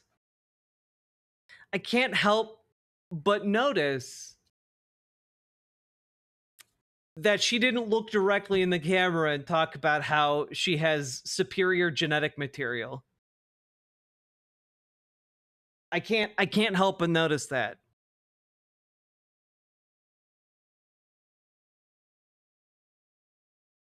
Now, I have no doubt that there were other things wrong with this ad. No, Jack, you paused it too soon. Shields screamed Heil Hitler right after that. Oh, that explains a lot. God. She was 15 and they made her do a baby voice. Yeah, that's pretty gross.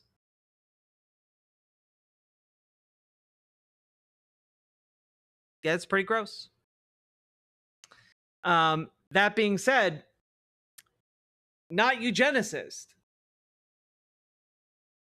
I think that's an important point to walk away from that with.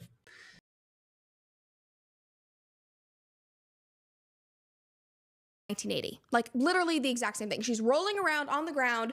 She's like more naked than Sydney Sweeney was. Like she's in her underwear. Oh God, she dated Prince Andrew shortly after. Jesus Christ. We're going to talk about the Epstein stuff later on in today's show. But like, God damn, that's gross. That's so fucking gross. God.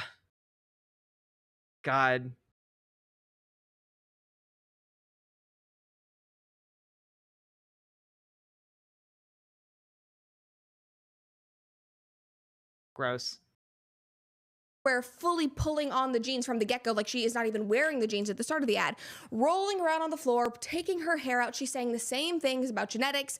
It honestly is more about genetics than the Sydney Sweeney thing is. It was like a much longer ad, pulling down her hair, leaning, doing all of these things in her like normal Brooke Shields way. Like that was the ad, and it was in 1980. Now, obviously, we can be consistent and say, okay, well, that wasn't good either, but this is not some like new hypersexualized 2025 society thing. This is like been done in advertising, sex sells, and looking at this ad like Sydney Sweeney. Also, if we're talking about a similar ad around the same time and it's the one that she's describing, then it's an ad of like a 15-year-old girl in her underwear. Yeah, that's pretty fucked up, but in a completely different way. Was obviously making a joke about her attractiveness. She was leaning into and it. I'm not going to play that on my stream for obvious reasons. There was like a sexual element to it, but she was clothed, thankfully. Like I have a greater problem with people who are like fully naked online. I have a bigger problem. Why? Why do you have a problem with like adult people who don't have clothes on online? That's weird. With the fact that Meta pushes sexual content, nude content on people with child accounts, onto children. I have a What nude content are you seeing on children's accounts? What are you talking about? bigger problem with Elon Musk's weird AI sex bot things that he's doing with Grok. Like those. Wait, but those are fully clothed. Wait, what? So that would be consistent. What's the issue? Like yeah, yes, I agree that that's gross, but like you're just like, oh yeah, people who are fully unclothed, they're gross. say what you find objectionable and why. Just like actually engage with the topic. Cross lines to me. I have a problem with basically every single TV show that I turn on having dits out and sexy. Having dits out? Did she try and say dicks and tits at the same I'm time? just disappointed this channel doesn't devolve into group asterisk asterisk asterisk asterisk watching every stream. Way to waste a good opportunity, Jack. Look, I'm sorry. I'm sorry that I can't give you guys the jack off opportunity you all desire. I'm sorry. I'm sorry. You guys can't be the jack offs. I'm sorry. That's just not the name this community can have. It's like that is a line that crosses for me, but this I think it's just because we've seen this in advertising for so long. Did she censor herself from saying tits? And she had clothes on. And maybe that's a problem in our society, and it's like the bars on the floor, Brett, and you're fine to call me out for that. That's okay.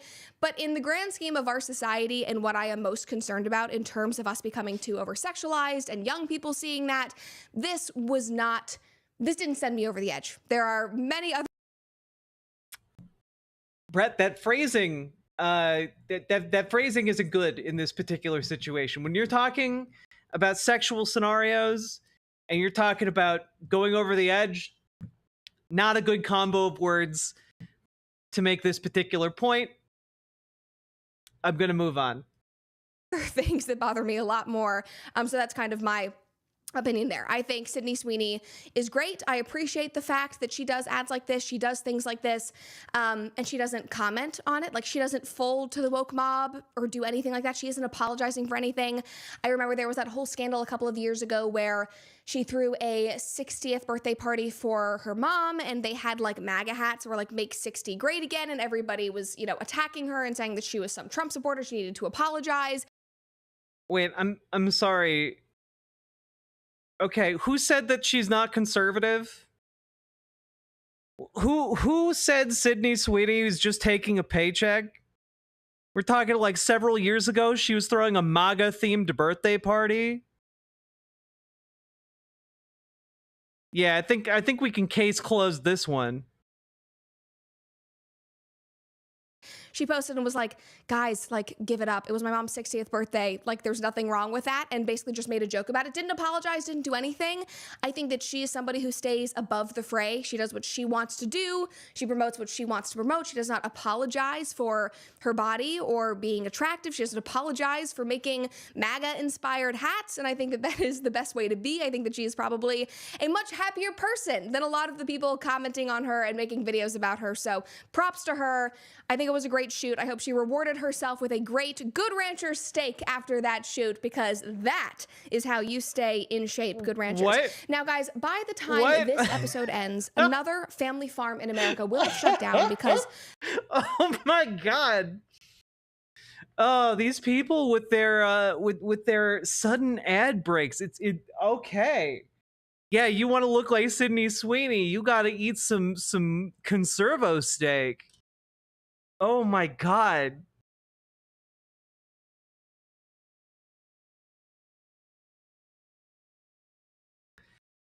Well, anyway, I don't think Brett Cooper knows what eugenics is. I don't think she knows what good jokes are. And I definitely don't think she knows how to spell genes. So I think we've all come away from this a little bit richer in some ways and a little bit poorer in potentially many more ways. I hope you all enjoyed that, because I don't know if I did. But man, what a journey we've been on. That did not that was probably a lot longer than this topic deserved, and yet here we are.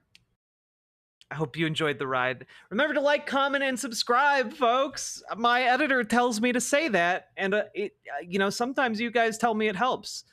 So remember to do that. Do the things that help the show, you silly little billies, and I'll see you guys next time. There we go. We did a segment. We're not going anywhere. It was just the end of the segment. Hello, folks. We've been going for about 4 hours. If you've been enjoying the show, hit that follow button, hit that subscribe button, hit the like button, hit the buttons that are free that you know help the show. And then consider hitting the buttons that are not free that you know will help the show.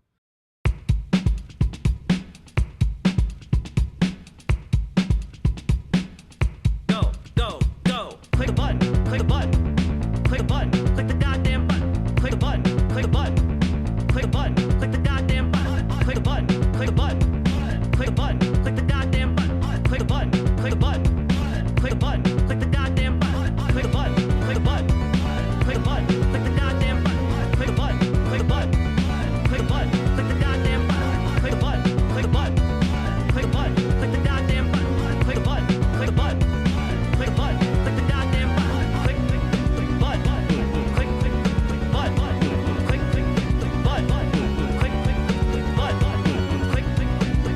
click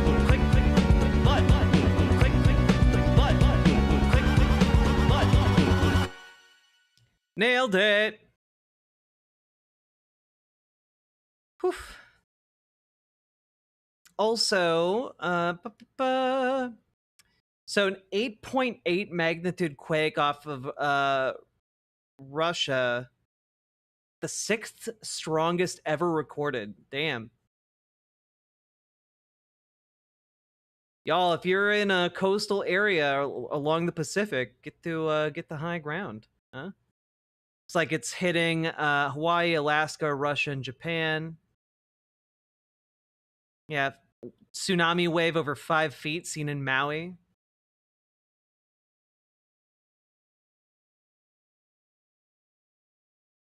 Oof.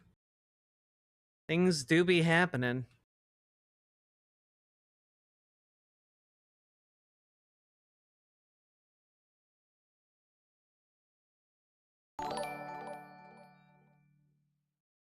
Chuck Schumer.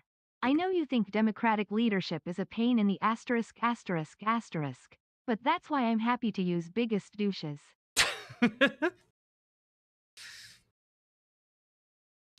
Biggest douches. Now, folks, also consider dropping those subs, donos, memberships, super chats, etc., because you guys make this show possible. Are you guys ready to talk about the Epstein stuff? Just ready to talk about that? Let's pull this up. Whew. All right. It is 2 o'clock in the morning. Time for us to talk about Epstein. Let me organize my thoughts. Did you ever think you were made? Stop. Stop.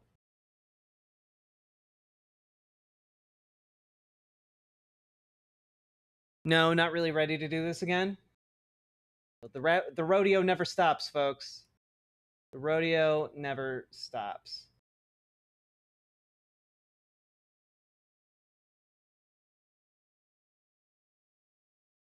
Oh. 1 second. I'm grabbing relevant posts. Okay.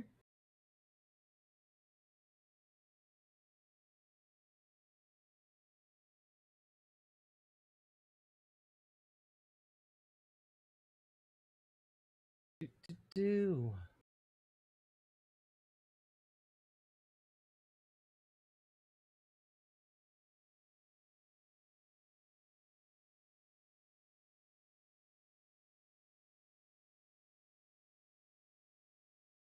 Mr. God. Sorry. There's a lot of tabs. Lot of tabs for us to look at. All of the things.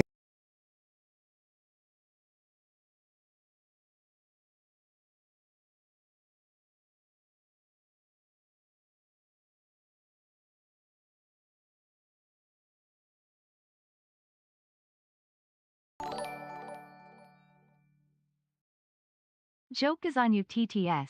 You say the word asterisk. When you say in the work asterisk. All right.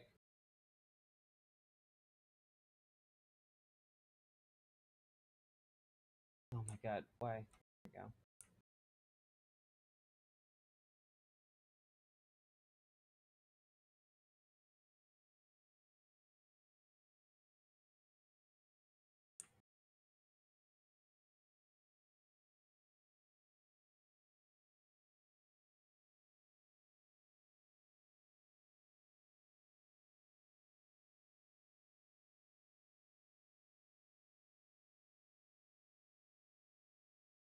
So Trump. Okay, we got this. We got this.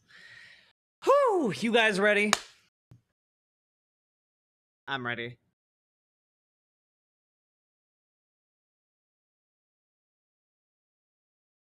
Whew.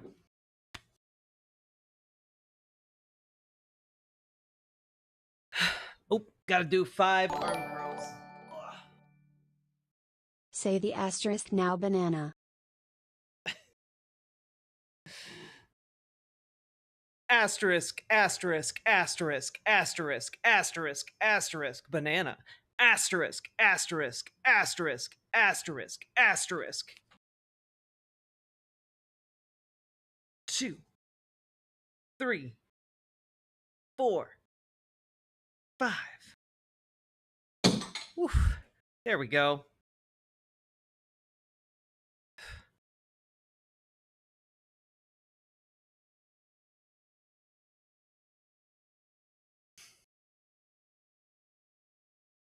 Sleepy as hell, but let's continue on. Asterisk.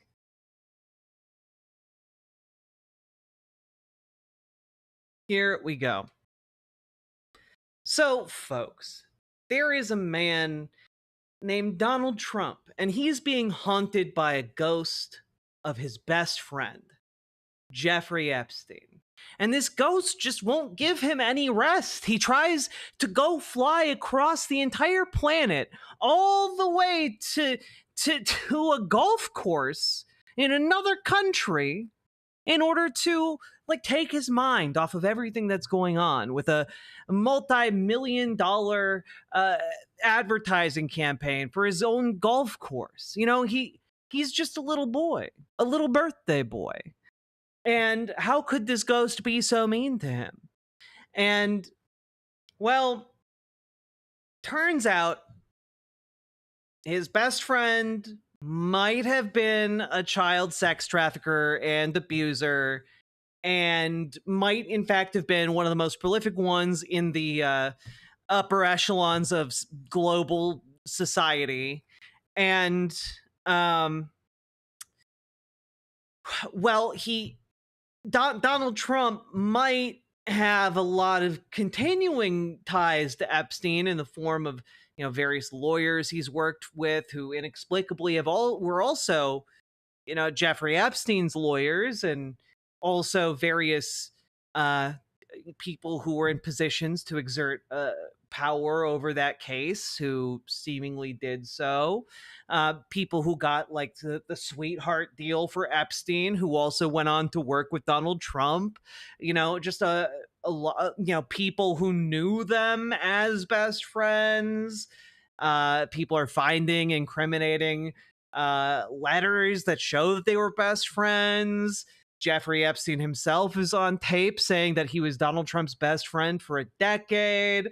Donald Trump is on the record giving an interview talking about how he was, Jeffrey's friend for 15 years, and that he's a terrific guy, and no doubt about it, he loves his social life.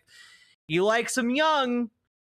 Just a lot of stuff like that. And well, turns out Donald Trump has been trying to say that it's all been a hoax. It's all been a hoax. There are no Jeffrey Epstein files. There are no client lists or any kind of materials that might tie him to Jeffrey Epstein and his activities, despite the fact that we know that the FBI seized an ungodly amount of data from Jeffrey Epstein's estate, despite the fact that we know the FAA has the flight records of the Lolita Express, Jeffrey Epstein's plane, where, by the way, Donald Trump met his current wife, Melania.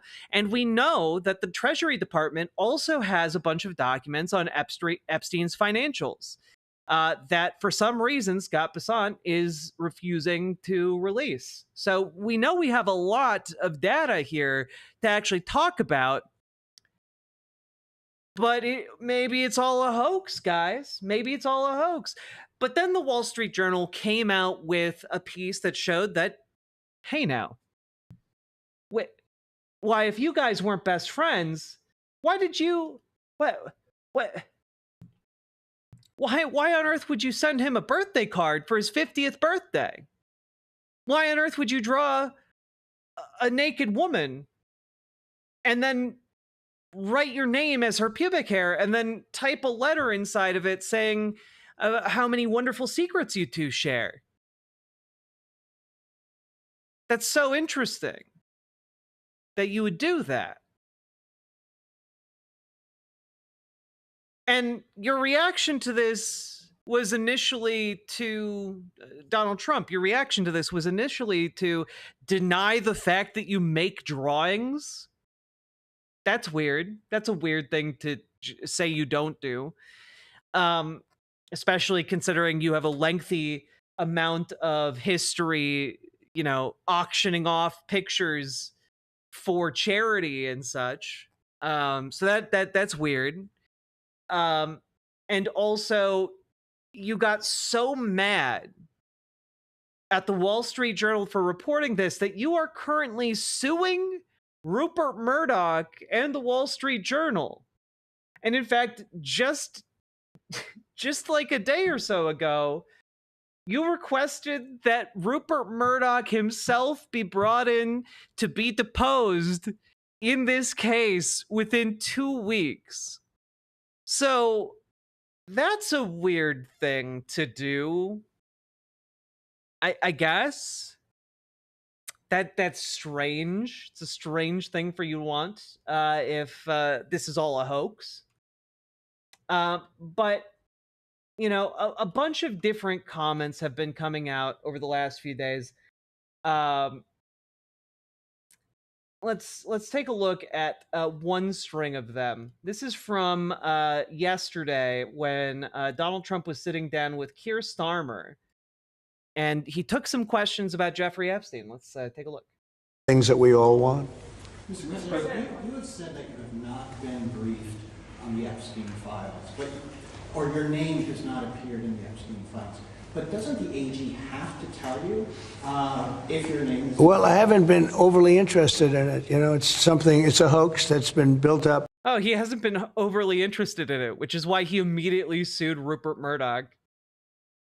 One of his longtime supporters, by the way. It's an interesting thing to do to someone who has had your back through thick and thin. This is silly, Jack. Epsteins aren't real. Neither are islands or planes. And he has so little interest in all of this. Way beyond proportion. I can say this, those files were run by the worst scum on earth. They were run by Comey, they were run by Garland, they were run by Biden, and all of the people that actually ran the government. And all of these worst people compiled these very damaging documents to not use them for some reason. Including the auto pen. Those files were run for 4 years. Wait. I'm sorry, including the auto pen? Including the auto pen. For additional background, the Trump administration is trying to do a probe into Joe Biden signing documents with an auto pen, and that probe has been just an absolute shit show because the guy currently running the probe is using an auto pen to sign his documents. Like, it's all so dumb. It's all so stupid. Those files were run for 4 years by those people. If they had anything, I assume they would have released it. The whole thing is a hoax. They ran the files. I was running against somebody. It's all a hoax. So if it's all a hoax and they fabricated all of these files, just materialized them out of the ether, why would they not release them, Donald? That ran the files. if they had something, they would have released. Now, they can easily put something in the files that's a phony. Like, wait, so if it's a hoax, then they don't have the files, and they fabricated all the files. So, wait. They would have released. Now, so they would have released it if they had fabricated them and put something in them, right? They can easily put something in the files that's a phony. Like, as an example, Christopher Steele, a person you know well. Maybe the autopen did the Trump signature pube drawing in the birthday book. That's gotta be it. Autopen the pubes. That autopen belongs in jail. It's a traitor to the Republic. Happens to be from your country. But Christopher Steele, as an example, wrote a book. Wait, Comey, that 2012 guy? Yeah, the 26... Yes. James Comey and Christopher Steele, two people that no one has talked about for like a decade other than Donald Trump, constantly relitigating all of this old garbage. Dossier. We call it the fake news dossier. And hey, remember this thing that happened like a decade ago? Well, it's probably that again. Just stop looking into it. It's just that again. You know, just do me a solid. Stop looking into it, folks. The whole thing was a fake. The whole thing was a fake. They can put things in the file that are fake. But those files were run by bad, sick people. If they had anything, why didn't they use it when I was killing Joe and then he gave out because he was 25 points down? And then I got somebody new. Nobody even knew anything about it. She was a horrible vice president. She was a border czar, but she never went to the border. She never once called a border patrol agent to find out how we're doing, but she was the border czar. Now, you guys are talking about Coney, not Comey 20. Stop it, guys. Her name was Kamala. Nobody knows her last name. It was Harris. I'm sorry, I haven't watched this whole thing. Her name is Kamala. No one can remember her last name, but it was Harris. I feel like he just forgot her last name and tried to cover for it while his brain figured it out. You know, like, nobody knows her last name. It was Harris. No one knew the last name of the candidate for president of the United States on the other side of the ticket. But nobody knew her last name. So I ended up, how would you like to end up in a race where nobody knew her last name? They all just thought she was Kamala. You're killing somebody, you're beating him, and then they say, all right, we'll take him out. He's not working. Let's put somebody else. And then I love how he was asked about Jeffrey Epstein, and he's somehow talking about the 2024 election. Dude is desperate. Dude is desperate. And she had a 6-week honeymoon. It was amazing. They predicted she will have a 6-week honeymoon, and she did. And then she got slaughtered. But think of it. Those files were run by these people. They were run by my enemy. And then they did me a solid by not releasing it. If there was anything in there, they would have used them for the election. Yeah. Or maybe if there was something in there, they didn't want to do mutually assured destruction, and so they didn't. And now you know that there's stuff about you in there, and you do not want to release those documents, do you, man? That drawing, I think I heard you say something the other day, the drawing that was the subject of the Wall Street Journal report. I don't do drawings. I'm not a drawing person. I don't do drawings. I've never drawn anything in my life. Don't know how to do it. You put a pen in my hand, I just sign my name. But not in a puby way, just in a normal way. I don't do drawings. Sometimes people say, would you draw a building? And I'll draw 4 lines and a little roof, you know, for a charity stuff. But I'm not a drawing person. I don't do drawings of women. I don't do drawings, except sometimes I draw buildings. But I would never draw a woman. I just wouldn't know how to start. I can tell you. They say there's a drawing of a woman, and I don't do drawings of women. And also, you know, Epstein was always a very controversial guy. I was at a very high position. That's such an interesting thing to say about one of the most notorious sex traffickers and pedophiles of our era. Yes, he was somewhat controversial. Position, pretty much all my life. In all fairness, I've been doing this for a long time. I had the top show on television. I had the #1 bestsellers. I had everything. He was controversial, just like me. Me and Jeffrey, we were both very controversial together, but not like that, but maybe a little bit like that. Right, and I was a very successful business guy. He was a very controversial. Who would do a controversial drawing? Now, with that being said, they say there were many letters. Yeah, well, if you think about it, he was very controversial, so obviously he would draw a naked lady and put it inside of his own birthday book. That's the only thing that makes sense to me. Why, you'd get a bunch of people to come around and write you little notes and put you little cards into a little book, and then you'd sneak one of your own drawings in there, a drawing of a woman, and you'd put it in, and then you'd pretend it was from Donald J. Trump. It's done by many people, and many big people, big successful people. But I just a lot of people put the things in that book. A lot of very big and successful people, probably with like the largest orange dicks you can imagine.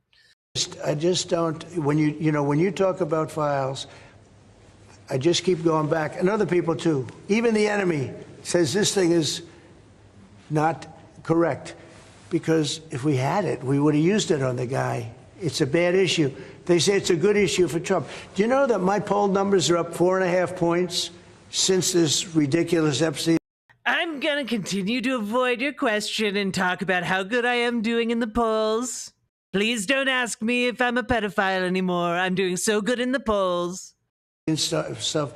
My poll numbers have gone up 4.5 points because people don't buy it. Okay, people don't buy it. And he's gone, and we want to focus on trade deals. I want to focus on the deal we just made with the European Union, which is the biggest trade deal in history. It's the biggest deal, I think, in history, not just trade deal. So if they would have had something, they would have used it. And people keep writing stories about the time he threw him out of Mar-a-Lago. Can you settle that? What was it about? What caused the breach with him? I just want you all to hang on to this question, because this is where it gets really weird. Yeah, what caused you to throw him out of Mar-a-Lago, sir? Such old history, very easy to explain, but I don't want to waste your time by Such an old story, very easy to explain, but it's not worth your time as members of the press to know about that old, outdated, unimportant story. Explaining it. But for years, I wouldn't talk to Jeffrey Epstein. I wouldn't talk because he did. That's so interesting that, like, you are admitting to throwing him out, and then you're saying, I didn't talk to him for years. Implying that you then started talking to him again later. You see how the phrasing is really weird and it really matters? Something that was inappropriate. He hired help. And I said, don't ever do that again. He stole people that work for me. I said, don't ever do that again. He did it again. And I threw him out of the place. Persona non grata. I threw him out. And that was it. I'm glad I did, if you want to know the truth. And by the way, I never went to the island, and Bill Clinton went there supposedly 28 times. I never went to the island, but Larry Summers, I hear, went there. He was the head of Harvard. And many other people that are very big people. Nobody ever talks about them. I never had the privilege of going to his island, and I did turn it down, but a lot of So that's the president of the United States saying that he never had the privilege to go to the Epstein child rape island.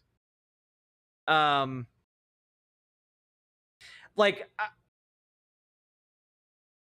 I don't know. That's a really deeply weird way of phrasing it.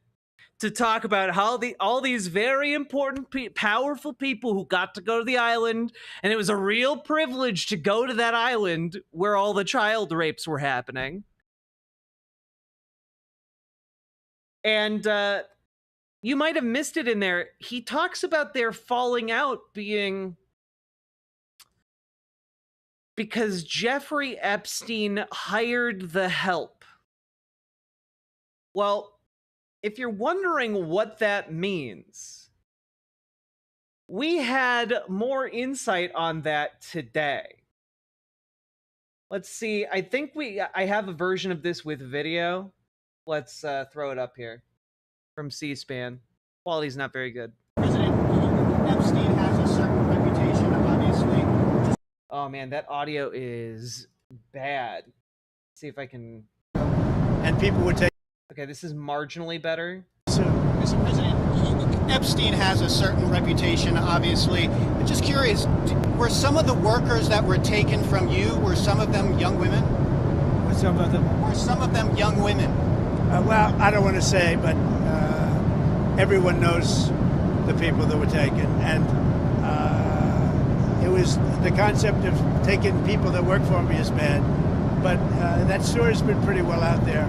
And the answer is yes, they were. Yes, they were young women? What did they do? In the spa. In the spa? Yeah, people that work in the spa. I have a great spa, one of the best spas in the world at Mar-a-Lago. And people were taken out of the spa, hired by him. In other words, gone. And other people would come and complain, this guy is taking people from the spa. I didn't know that. And then when I heard about it, I told them, I said, listen, we don't want you taking our people, whether it was spa or not spa. I don't want him taking people. And he was fine, and then not too long after that, he did it again, and I said, out of here. Mr. President, did one of those stolen, persons, does that include Virginia Guffrey? I don't know. I think she worked at the spa. I think so. I think that was one of the people, yeah. He stole her. And by the way, she had no complaints about us, as you know. None whatsoever. So that is the President of the United States talking about how he had hired an underage girl to work at his spa. It's also adorable that he thinks Bill Clinton only visited Little St. James Chapter 28 times. And somehow the press accepts that they didn't take other planes there. Right, Saki Tanuki? Like, I want to know what data the FAA has, right? Because I know that obviously there are flight logs from Epstein's plane, but I would imagine the FAA has a bunch of logs of all the planes that went to Epstein's island, right? So I just want to throw out there that a couple of things, right? The President of the United States just talked about having Virginia Guffrey in his spa. Why would you hire a 14-year-old to work in your spa? Because Virginia Guffrey got that job when she was 14. And she met Jeffrey Epstein for the first time while working at that spa when she was 17. Why do you have an underage girl working in your spa that is frequented by powerful, rich elites? That's really weird. Now, one of the things that I would throw out there is that also, generally speaking, if you want to be a massage therapist, you need to be, 1, an adult, and 2, licensed, because you can actually hurt people if that is what you are doing. And, well, when you have the guy who owned the place talking about how the main problem here was Jeffrey Epstein stealing her and not the sex trafficking that he was doing. it kind of sounds like you were running your own sex trafficking operation and he was running his and he got on your turf. That's kind of what it sounds like to me. And the fact that he's talking about this happened to multiple people indicates that Virginia Giuffre isn't the only one, because he mentions it specifically happening more than one time. So that is pretty, I mean, what is shocking about it is that he is saying it to the press, right? Like, that's the shocking part about it, is that he's just like, yeah, no. Yeah, Jeffrey Epstein, very controversial guy. But he was stealing my employees. So that's the reason I got rid of him. Not because he was being like a creep or anything, but because he was hiring my employees. Yeah, they both ran modeling agencies, Bad Lefty. Exactly. Like, and I do want to remind a lot of people about this. Michael Wolff has been talking about this for a while now. And here he is. Michael Wolff was Epstein's biographer. Had a lot of conversations with him. Let's take a listen to this. But at any rate, at one point, after Trump had been elected, I was sitting talking to Epstein, and he said, "Wait a minute, I got to show you something." And then he went into his safe, and he came out with photographs. They were Polaroids, I think, and he kind of spread them out like playing cards, and it was Trump. I mean, I think there were a dozen of them, and it was Trump with girls of an uncertain age at Epstein's Palm Beach house, where all of the things that he would ultimately be accused of took place. And I remember very vividly 3 of them. There are 2 in which Trump is, the girls, topless girls, are sitting on Trump's lap. And then a 3rd in which he has a stain on the front of his pants. And the girls are kind of pointing at it, sort of bent over, laughing, covering their mouths. Yeah, exactly. And pointing, 3 or 4 girls. And those are the ones I specifically remember. And my assumption is that they were in the safe, and I have seen him on other occasions take them out of the safe. And I think it's certainly not unlikely that they were in the safe when the FBI came in after his arrest and took everything from the house, including everything that was in the safe. But at any rate, that is a man who would know, talking about how the president of the United States was photographed with multiple children in sexual circumstances. And that is almost certainly in the possession of the government somewhere, somehow, unless it's been destroyed.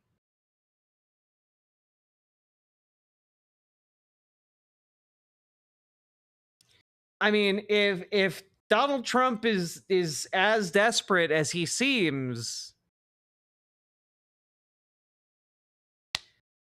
like that would be something that, if it came out, could actually ruin him.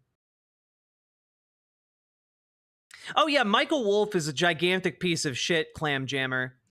He talked about this maybe like a year or 2 ago during the 2024 election, but like, yeah, he's gross as fuck. He's basically kept a bunch of secrets like on the DL to like deploy at different times to like advertise his books. It's gross. Yeah, and we can guess what that stain likely was exactly. I mean, like, even the people who are defending Trump are doing a horrible job at it, right? Like, this is Markwayne Mullins here, senator from Oklahoma. Was sealed in 2009. Trying to defend Donald Trump on CNN. Jaeger Larson, thank you for gifting a sub to Clam Jammer. Even weigh in on that. But I'll go back to what you're saying about it wasn't true. The case was sealed in 2009. That's absolutely true. It was heard in 2008. It was sealed in 2009.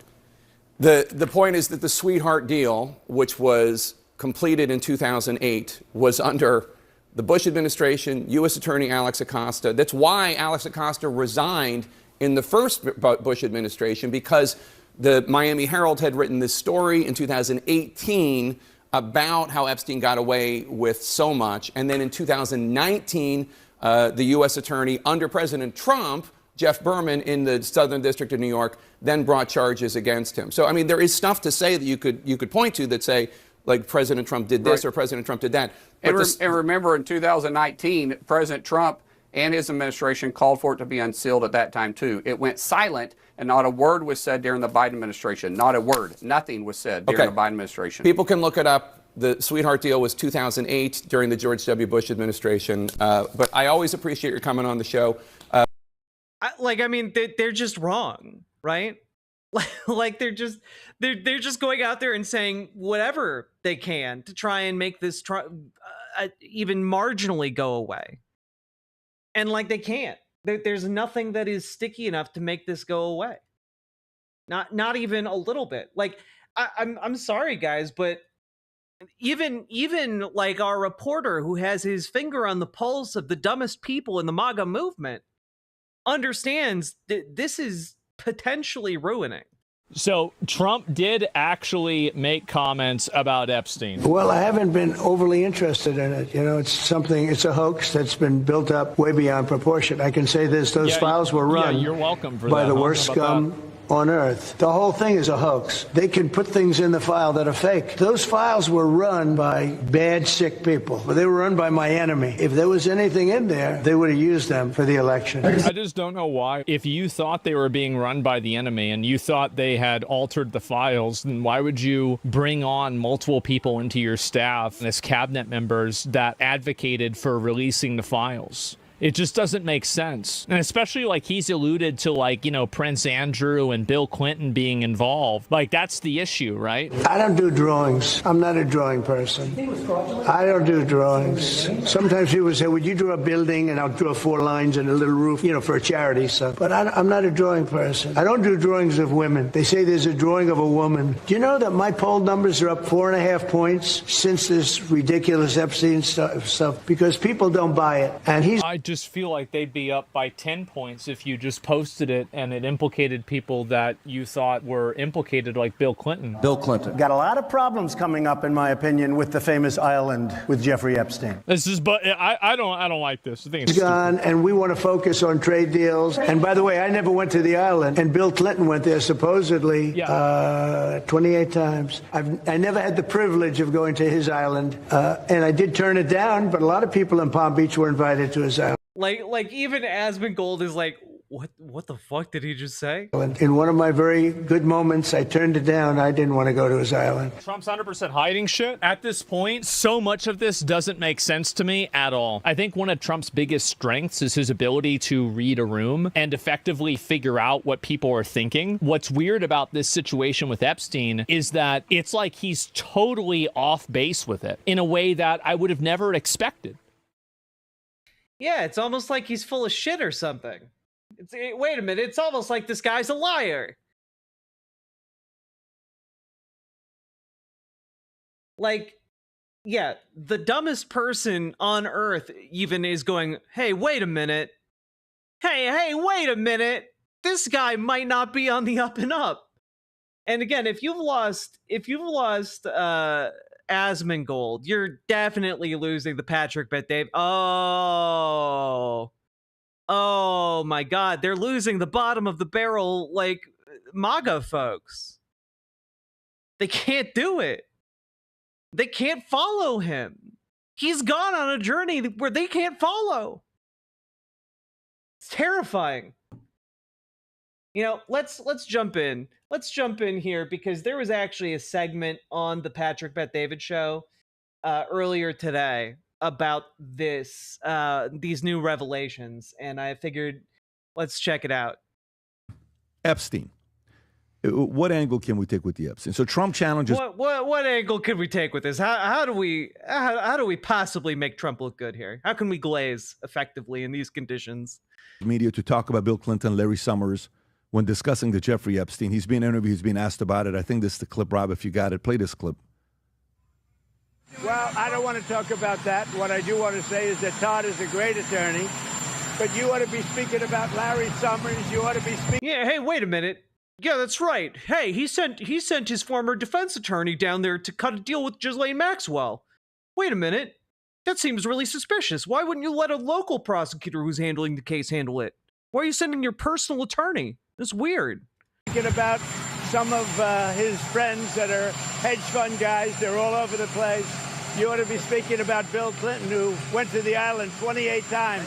I never went to the island. Do you maintain you did not write a letter for Jeffrey Epstein's birthday? I don't even know what they're talking about. Now, somebody could have written a letter and used my name, but that's happened a lot. All you have to do is take a look at the dossier, the fake dossier. Everything's fake with that administration. Everything's fake with the Democrats. Take a look at what they just found about the dossier.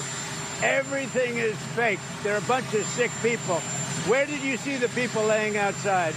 Right across the What do you think, is going on with the Epstein? One moment they're going to release it. One moment they're not going to release it.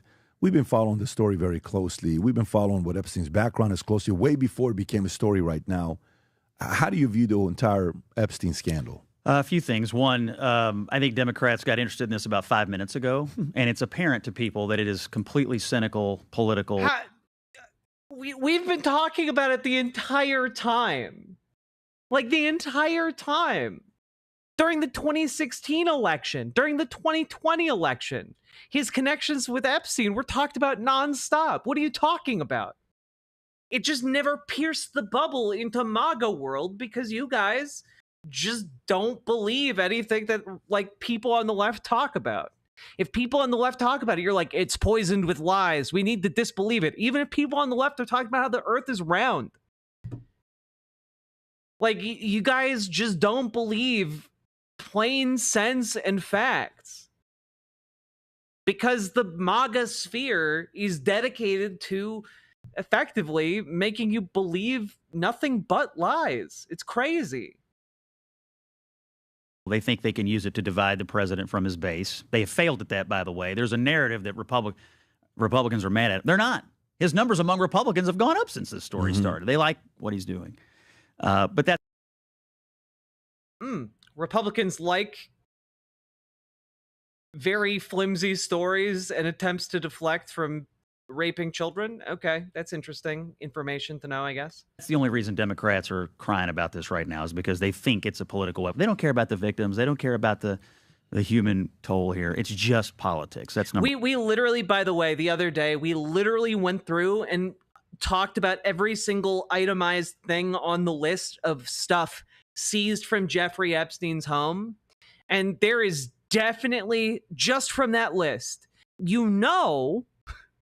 that there are terabytes upon terabytes upon terabytes of data that at some level have to be traceable back to individuals involved in this. There's just no way. Number one. Number two, when I heard about the birthday letter, it gave me Kavanaugh high school yearbook vibes. Remember when Kavanaugh was going through his... Yeah. And they're like, well, we got his high school yearbook. Oh, yeah. You like beers. Same kind of thing here.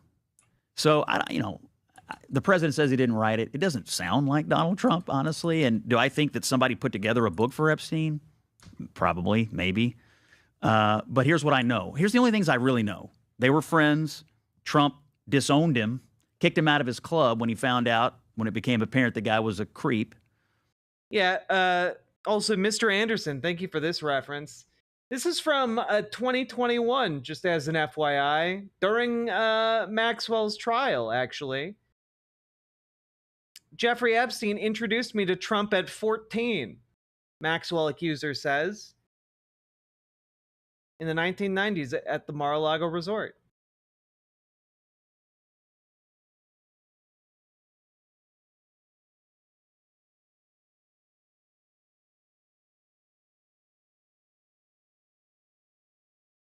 So, like, I gotta be honest here. We have stories of Donald Trump in the 90s, during the period of his time with Jeffrey Epstein, being introduced to underage girls that Jeffrey Epstein was molesting. And he didn't think, maybe I shouldn't be friends with this guy when he met the literal 14-year-olds he was abusing. Like, I'm sorry, guys. The president's a pedophile. Like, it just, every day it becomes more clear. And then they didn't have any contact. That's what I know about that period. I also know this. If there were anything in these files that could hurt Donald Trump, when Joe Biden had them for 4 years, when the Democrats had possession of them, they would have released it. Yep. I have no doubt about that. And so I'm not really thinking there's anything in here. How does it end? They'll have to release something. They tried to get the grand jury material. The judge said no. I guess they'll keep working on that. My assessment is they'll probably have to release something. Some people will accept it. Some people won't. But I don't think he's wrong that there obviously were people who went to the island.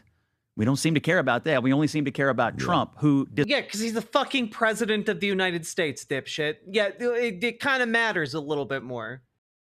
You know, like, I think everyone on that list should be prosecuted fully to the fullest extent of the law. But it matters a hell of a lot if the president's on there, right?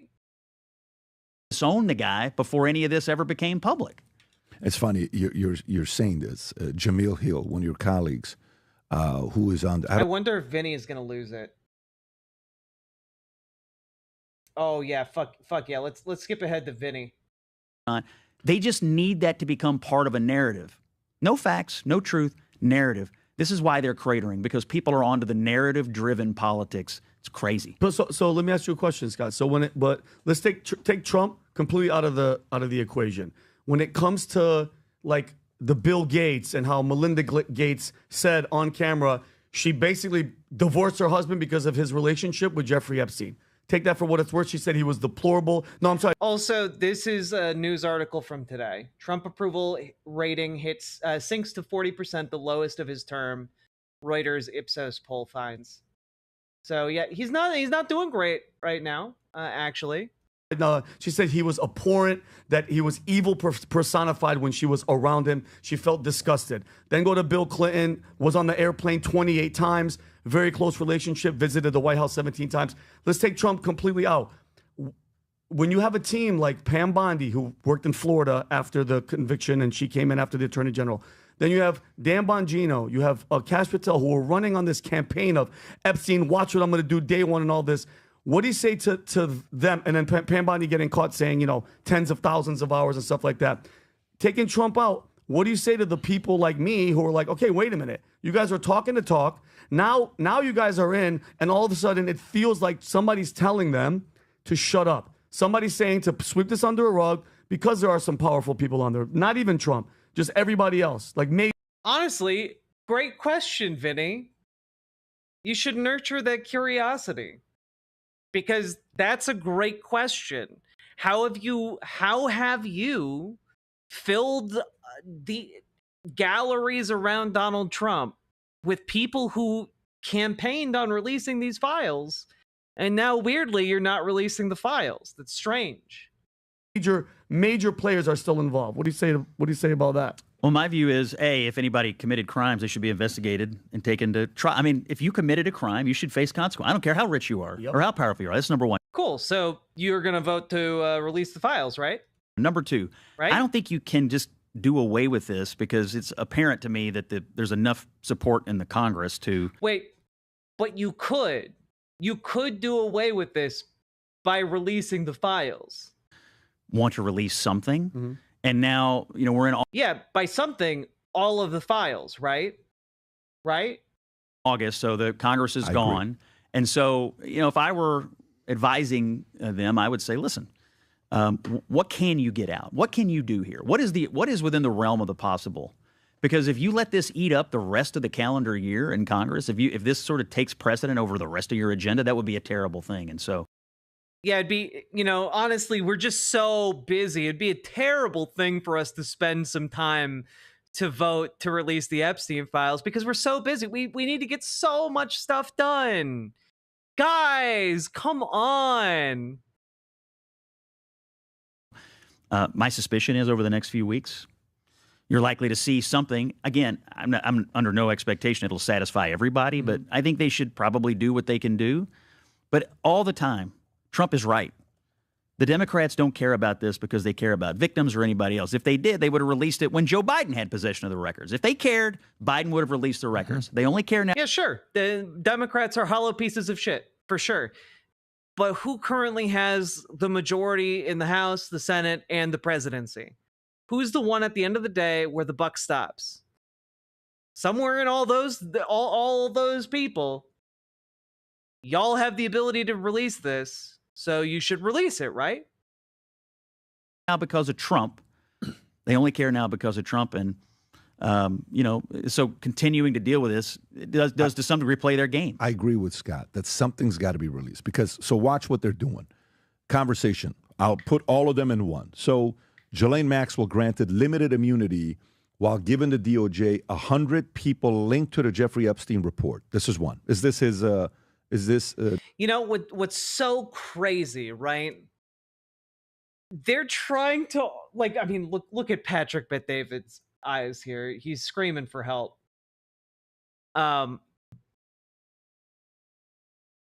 You're trying to say that oh yes, it's totally reasonable for us to release the most prolific living sex trafficker currently in prison in the United States, who was Jeffrey Epstein's best confidant, fixer, girlfriend, etc. You're going to cut her freedom in exchange for 100 names for your political enemies that presumably you already have the evidence for. That doesn't make sense. It doesn't make sense except as a bend over backwards way of getting your former friend out of prison. Her attorney. Okay, go for it, Rob.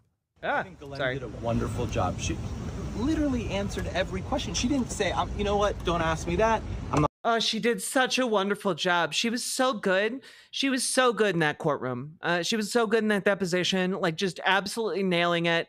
It was wonderful. She was really she was walking around the room going and I was going yeah, slay queen, as she listed off names to me. And I was just oh man, this bitch is so ready to get out of jail and so ready to party. You know what I'm saying? Probably her and Trump, maybe they'll go fly to a little island somewhere and just party, That's the impression I got anyway, as Donald Trump's former defense attorney. Not going to talk about this person. She was asked. I wish we could see maybe about 100 different people. She answered questions about everybody, and she didn't hold anything back. Let the people see the interview. Let us see what happened there. So that's that. Hey, just real quick, it's really interesting that you aren't making any comment here about the sign that is pointing out that this man is literally his former attorney and fixer.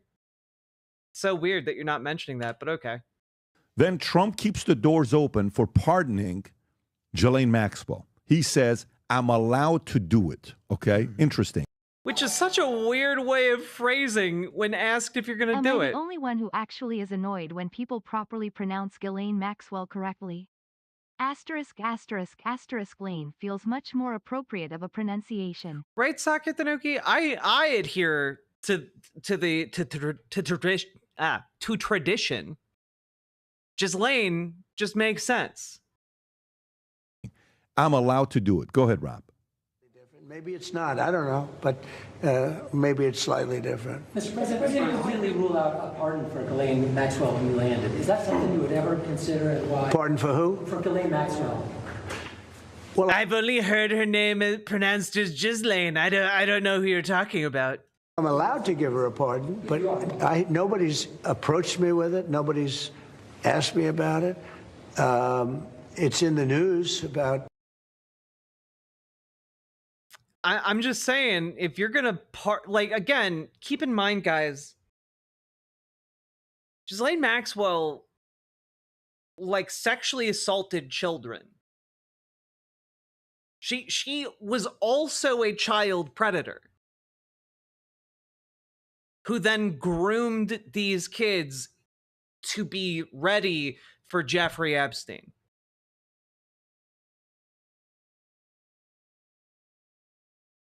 They are absolutely going to try and get her out of prison. It's insane.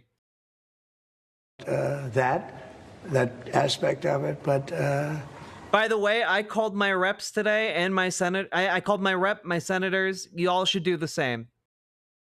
Right now, it would be inappropriate to talk about it. So that's that, right? Let's go to the next one. Then you get, again, this is hold of Ghislaine Maxwell. The DOJ sitting more than 100,000 pages of unreleased Epstein material. This is New York Times, 100,000. What are those 100,000 things that they have? Go for it, Rob. This is separate. I would love for the member of Congress you have here to answer that question. It's about the mysterious box. Right, and then that was the one I was going to get to last. If you want to play the mysterious box, go for it.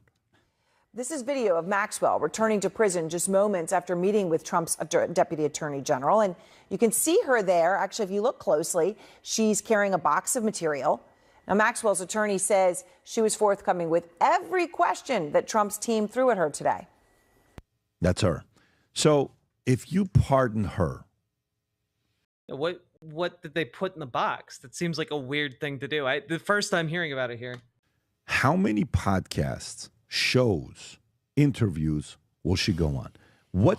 Oh, God. He's already doing the mental calculations, the cost-benefit analysis of having a known child molester on his show.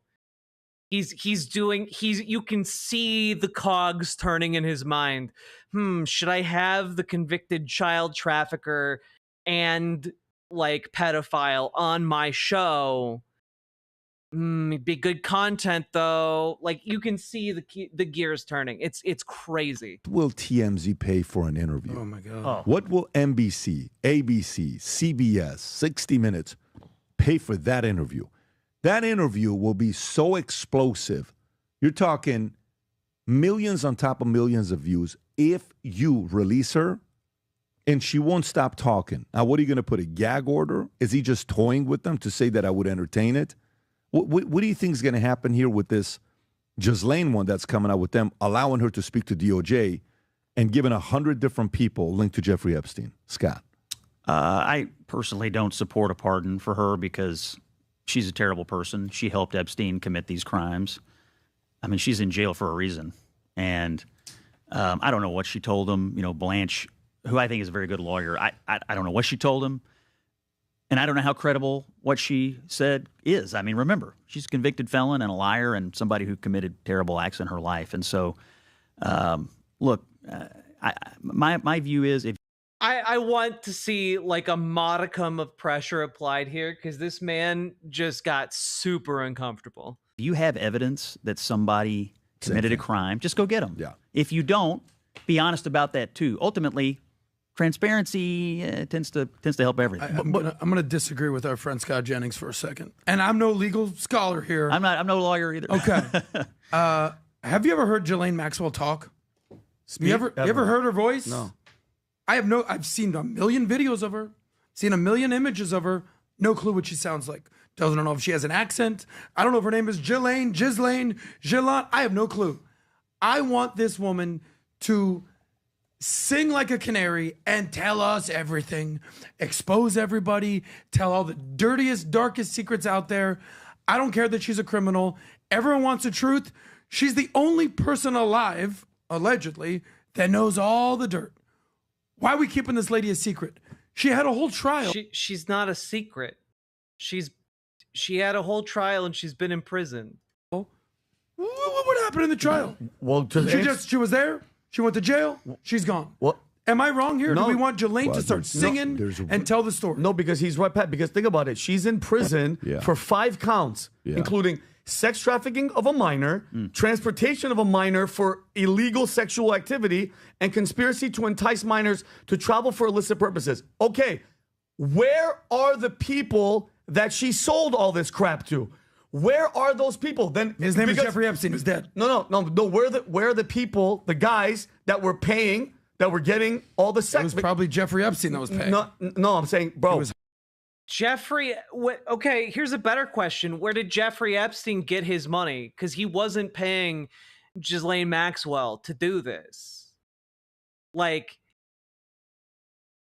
I'm sorry, did you think he was just like running like a weird little sex trafficking operation out of Little St. James, like pro bono? No. Those rich fucks were coming there and paying for it. Vinny is actually like genuine. I can't believe that this angry weirdo is like the most genuine person on this show. Like, he actually gives a shit. And honestly, I'm kind of pro Vinny.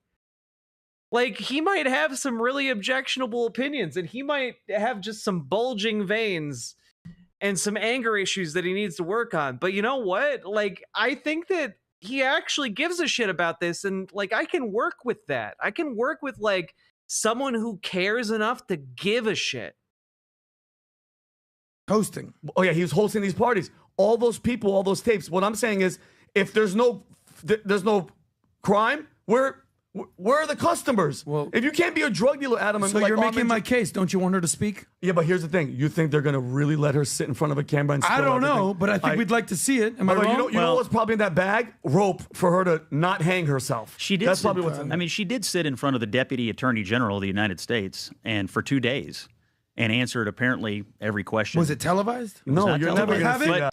Well, I mean, she did answer some questions. Hey, why was the Deputy Attorney General of the United States going to talk to a woman who was convicted years ago? Why would you do that? If this is like a normal situation, why would the Deputy Attorney General of the entirety of the United States do that? Why wouldn't you just have, like, I don't know, local prosecutors handle that? Why wouldn't you have like local DAs handle that? The answer is because you're up to some shady fucking shit. You send the Deputy Attorney General, who is the former defense attorney for Donald Trump, to talk with her specifically to protect Donald Trump. That's what you do. That was his job. That is still his job. And like, she had immunity during her questioning to say whatever she wants. So when we're talking about like, oh man, she sang like a bird. Yeah, it's really easy to sing like a bird when like you have immunity from any prosecution from anything you say in that room. God. Yeah, she also perjured herself. So like any actual testimony is suspect as fuck. But that's my point, Scott. But if we don't know what she said. But if There's they're a clip right here. But if they're investigating, I mean, That's you her? wouldn't televise the early part of Yeah, it. no, for That's sure. her now? Watch this. There's Investigating what? an interview Oh. with her where she talks Go about ahead. Jeffrey Epstein killing himself. Do you believe that he committed suicide? Because many don't. No, he didn't. I don't believe he did. There's her voice, Adam. I believe that he was murdered. Murdered. Okay. Boom. So, by the way, here's the thing. Do you know who else has 15 to 16 hours of footage with Epstein? Do you know who? Tell me. A guy named Steve Bannon. Steve Bannon? Steve Bannon is sitting on 15 to 16. Rob, I just text you a clip What do you of mean? it. Really? Steve Steve, are you guys serious I'm right dead now? serious. Okay, What? Rob, can you go on ChatGPT, please? What? Fuck. I hate how these guys treat ChatGPT. It's so embarrassing, guys. Rob, go on ChatGPT and type in how I many. guarantee you, one of the guys on the Patrick Bet David show, give him like 2 years, and one of them will be suffering from AI psychosis. You know, like one of them will be like, I murdered my family so I could be with my ChatGPT wife. Like it's gonna be something like that. In like give it 2 years. How many hours of footage does Steve Bannon have of Epstein? What do you mean? Just wait a minute. Okay, yeah. How many hours of footage does Steve Bannon have? Steve Bannon have on Epstein, of Epstein, Jeffrey Epstein. Watch this, and zoom in, please, so I can read this. Thanks, Rob. Steve Bannon is Jack. reported. I went to eat, clean, Jill, start laundry, and do some goal planning. I came back and you're still like here doing your thing. Go Queen. It's like I prepare a show or something, and then I do it. Hello, thank you for the $5 super chat. What? Appreciate it. Appreciate you. Hope your planning went well. Have 15 to 16 hours of replace them with chat PBD. Oh, that'd be so good. unreleased interview footage of Jeffrey Epstein shot in 2018, 2019 as a planned documentary project that was never, ever released. Why? Go to one of the clips, Rob, that I just texted you. You know which one I'm talking about. I just literally sent it to you 2 minutes ago. Right there, watch this one. Here's one clip of it, okay? And interesting how the conversation has strayed from the Epstein files, isn't it? 20 Is that seconds of it. Epstein? Yeah. That's Epstein and Bannon. Watch this. I'm Oh, sorry. I am being generous, Archangel the Cop, but I genuinely think it's going to happen. Vinny, you haven't seen it. Watch this. Future is for the way women think. The way women think. That's correct. Getting on a sop because of all the depravity you've done against young women, and your new sop is that their women's thinking is the future. No, I've always believed that women would be able to take over. I'm a firm believer and supporter of Time's Up. Future is Okay, so here's a question. Scott. Fuck that guy. Fuck that guy. Fuck that evil fucking prick. God. 15 to 16 hours footage of Epstein in 1819 that you got. And you've been sitting on it for 7 years, 6 years. Why do you think that's not been released? I don't know. Really, my guess is there are a lot of people who want it, and as you were alluding to earlier, What about the Epstein files? Why hasn't that been released, huh? a lot of people would pay to have it right now. I mean, pay a lot of money to see what he had to say. Not just in bites either, but the whole thing. I mean, I actually wonder if the Department of Justice has asked for it, at some juncture. I would be surprised if they haven't asked for it. I would be surprised if they haven't gone up to him. And to me, you can, as a guy that thinks of many different reasons, why would he hang on to it? By the way, let's say, what is the likelihood that he dropped names and actually gave him real information? What do you think the percentage is? Let's spitball. Like 5%, 50%, 80%, 20%. What do you think the percentage is? Tom, what do you think? What do you think that actually in those 15, 16 hours, Epstein gave names? 0%. Like, for fuck's sake, why would he do that? Does Vinny get to talk again? I want to hear Vinny talk. Vinny's the only one on this issue who actually gives a shit. Hours.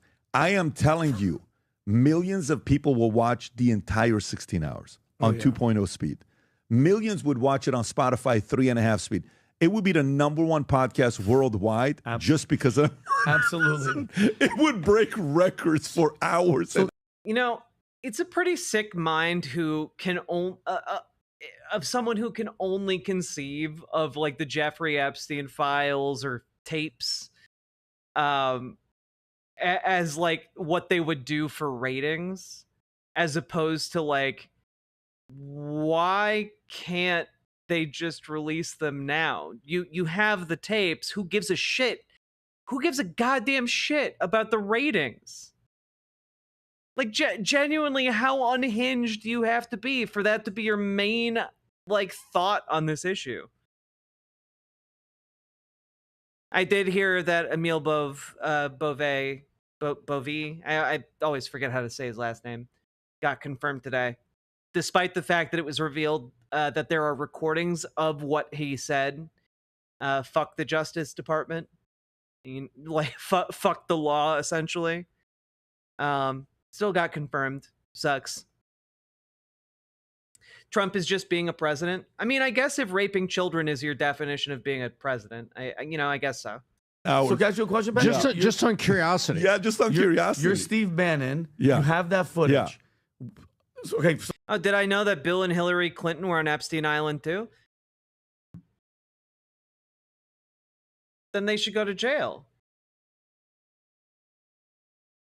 Anyone who went to an island to fuck children should go to jail. It's pretty straightforward.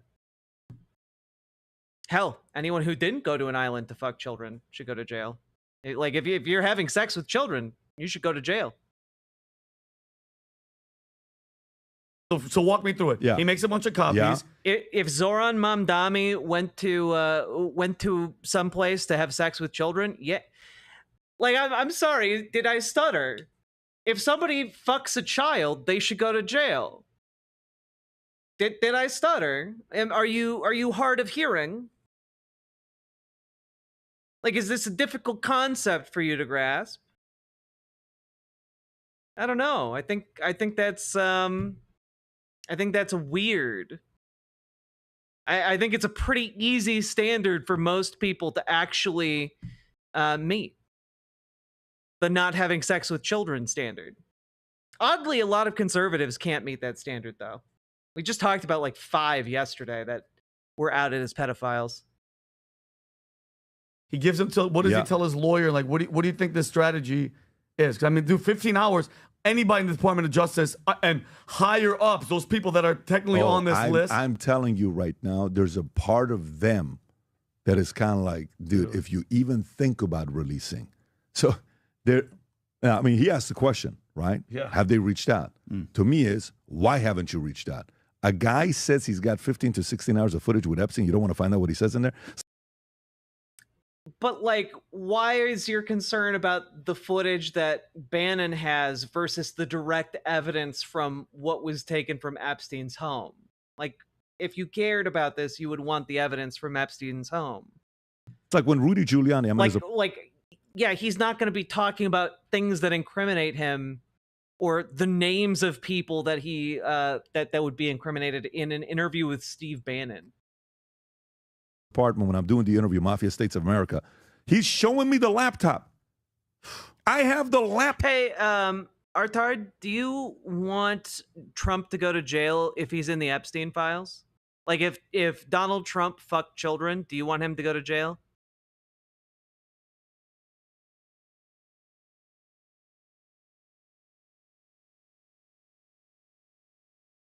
I'm just wondering, like, are you one of those like fashy fucks who like is like just okay if the president rapes children? Yeah, I mean, well, that's not. So yes, if he did rape children, you would want him to go to jail. Cool, awesome. That is the main point of agreement I was looking for. You were able to clear the minimum hurdle to remain in chat. This is Hunter Biden's laptop. The FBI came here. I'm trying to give it to them. They don't want to take it. This is the laptop. This is the laptop. They don't want it. They're not interested in it. Take it. You want to see what's in it? No. When we're going through this. This was, I don't know what year this was, but 2019, 2020, when we're doing the 2020, something like that. We had the guy come on. John Paul, what was it? John Isaac Mark. Yeah. John Mack. From Delaware. He's the guy that was fixing the laptop. Can I ask you guys a quick question on Epstein? Maybe you could run a poll. This will be real quick. It's either one of 3 things. Maybe. Wait, are you unable to like understand that artard is not the same word as retarded? Like, are you unable to distinguish like words? Also, do you note how like not fussed I am? Congrats. I'm off. Number 1, either he's just a total creep pervert, granted. Number 2, financial criminal mastermind. Or number 3. Artard, you're cute. And a lot of people are making him out to be like Hannibal Lecter and Freddy Krueger and Darth Vader personified. Where do you have him? Scott. Are these things mutually exclusive? Nah, Solazar, YouTube chat is not the primary chat. But where do you think he is in these 3 categories? Because a lot of people think that he's the worst person I just look at all the chats. Ever live. He's a scumbag. Okay, but that's scumbag is number 1. I'm not speaking on behalf of Scott. Scott can, have his complete creep, pervert, financial criminal mastermind, or basically the devil personified. I mean, of those 3 categories. I mean, look, based on everything we know about what happened there, I mean, I think you start with complete, total creep, evil person. Mm-hmm. And obviously money was wrapped up in his worldview and his activities in some way, but you don't go from, being, what was he, a teacher? Yeah. To Math. being massively wealthy. Yeah. And engaging in the activities that they engaged in at that level of society without some kind of deep problem and evil problem. I think he's a scumbag. I think he's a creep.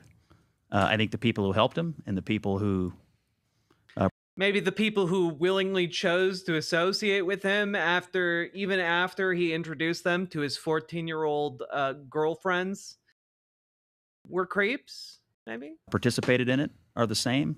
And my personal view is anybody who committed a crime needs to go to jail. And why they haven't? I mean, only one person's in jail. Maxwell. Yeah, and that's deeply fucking weird. And it would be also deeply fucking weird and hella suspicious to pardon the one person from this who is in jail. Her. And you don't want her to speak. She did speak. She talked to the attorney. Do you not trust Trump's guys? I do. I don't trust anybody. I want her to speak. She did talk to Trump. I don't trust anybody. That's why I implicitly trust the lady who was found guilty of perjury. So Where? Show me proof. Show me something. He went there. There was video of Show him me. talking Show to me her. her talking. I got nothing. No, so wait a minute. You're saying they didn't even interview her? I'm saying I would like to hear Bro, from myself. if the lawyer comes out and says, the lawyer on her side that is defending her comes out and said she answered every question, and then I'm she's sure walking she back spoke, into... Yeah. But I want to see the movie for myself. Oh, you want to see Don't the tell movie. me about the movie. I want to see the movie. That's all this is to these people. They don't actually have any shit to give. Like, they are just utterly without any kind of interest or moral compass. Strange.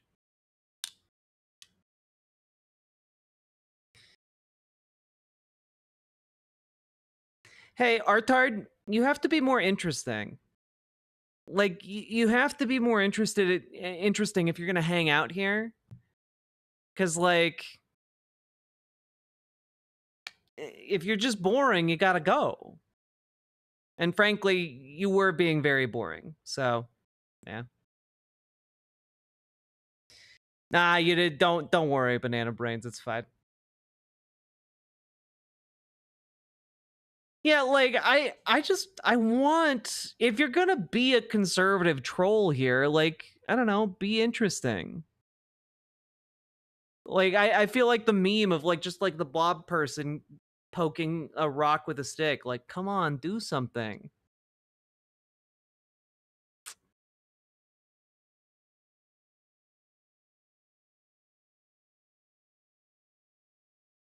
Oof. This month, the Mr. Federal Bureau of God, Investigation released the primary video. Stop the sounds. Jesus. Whew.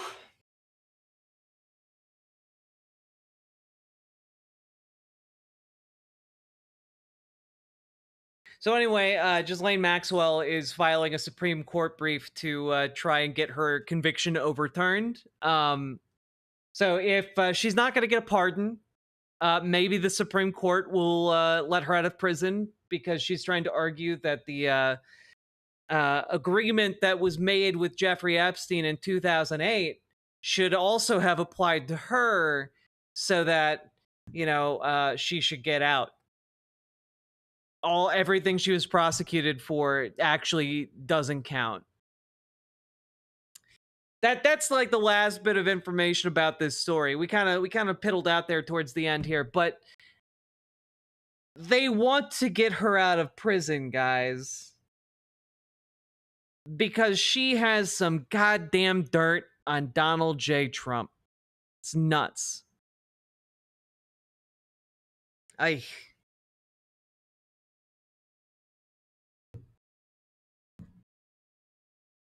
I can't believe it. They are going to try and put the one convicted pedophile groomer, like sex trafficker, they're going to try and get her out of prison to protect the president. They are literally willing to put a pedophile sex trafficker back on the streets of America if it means protecting their big, precious orange boy.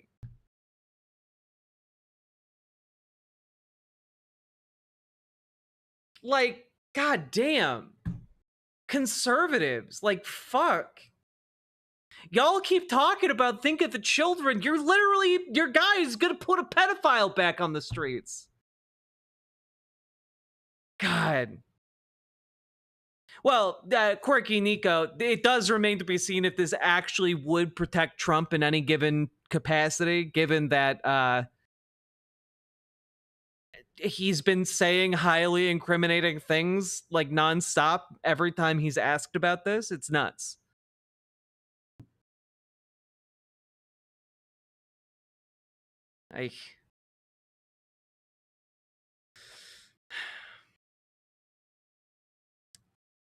Anyway, like, comment, and subscribe. It's always feels really weird to say that after such horrible segment. Hey, here are all the horrors of the world. Like, comment, and subscribe.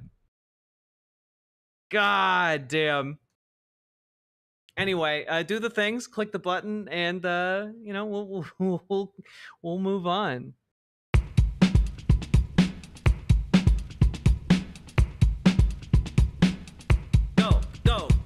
Click a button, click a button, click a button, click the goddamn button, click a button, click a button, click a button, click the goddamn button, click a button, click a button, click a button, click the goddamn button, click a button, click a button, click a button, click the goddamn button, click a button, click a button, click a button, click the goddamn button, click a button, click a button, click a button, click the goddamn button, click a button, click a button, click a button, click the goddamn button, click a button, click a button, click a button.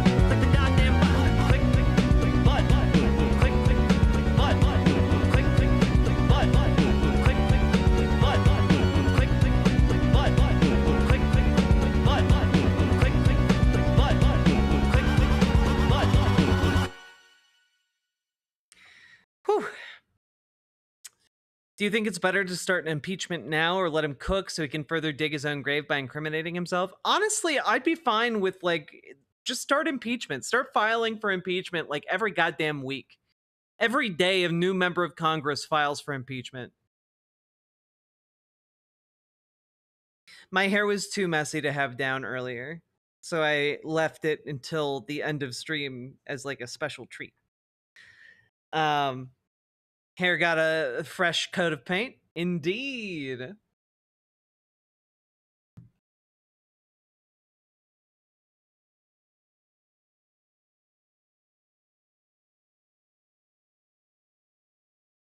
Drag out Epstein until 2028. Ah, man, I don't know. I only agree with that if this story continues to be in the news nonstop. You know? Like, if this continues to be in the news nonstop, day after day, then I'm okay with that. Otherwise, I want them to get Donald Trump out of office because every single person under him, the cult is non-transferable. It's just not. Like, MAGA does not exist without Donald Trump. Like, JD Vance couldn't try to be MAGA if he wanted to, you know? Like, dude is so risless, like, the smallest towns imaginable that he drives through are showing up with goddamn billboards of his big, stupid meme face blown up to gigantic proportions. It's crazy. Well, JD Vance is smarter, for sure, but he has less power because less people in the base actually give a shit about him. You know? Like, they don't... Like the GOP base is not particularly enthusiastic about JD Vance. Dude can't even order donuts like a normal person. You know? Like, you guys all remember that, right? He walked into a donut shop and acted like a goddamn alien.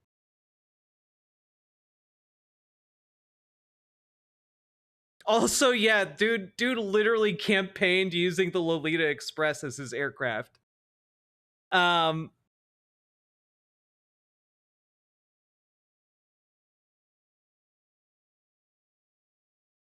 I go back and forth. JD also has the techno-fash behind him to pull some bullshit. Ugh, I'm so done living in interesting times. Yeah, generally, I am in favor of getting the fascist cult leader out. Largely because I think it demobilizes the MAGA base away from the authoritarian fascism that they embrace happily under Trump. And I think it's a harder sell for JD Vance to actually make that pitch. Because people, the conservative base does not believe in him. They view him as a loser.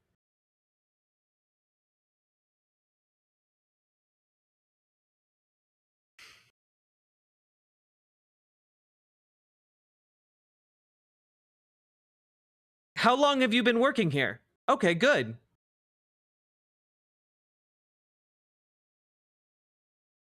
If Vance becomes president, hide your dolphins, hide your couch.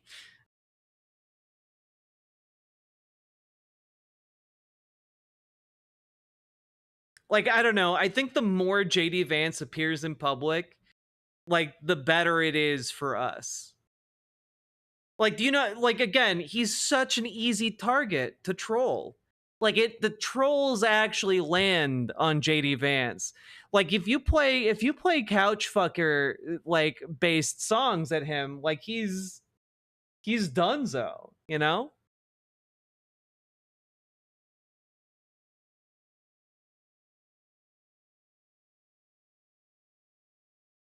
I refuse to allow JD Vance to be the first millennial elected president. Well, he would never be elected president. Literally, the only situation in which JD Vance becomes president would be him, like, inheriting it from, like, a deceased or, deposed Donald Trump.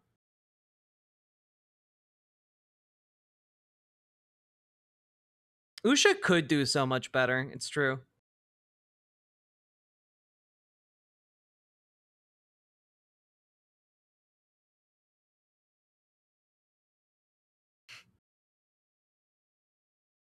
Just show up with, like, an inflatable couch at his rallies. Oh, God. All right, folks. I am sleepy as fuck. So I'm going to go to bed, and we will do a longer stream at a more reasonable hour tomorrow. And this Friday is going to be the last the last day you guys will be able to see this studio setup, and then we'll be in my temporary place until the studio is finished. And I think y'all are gonna like it. It's really cool. Yeah, we're in a new era, guys. It's true.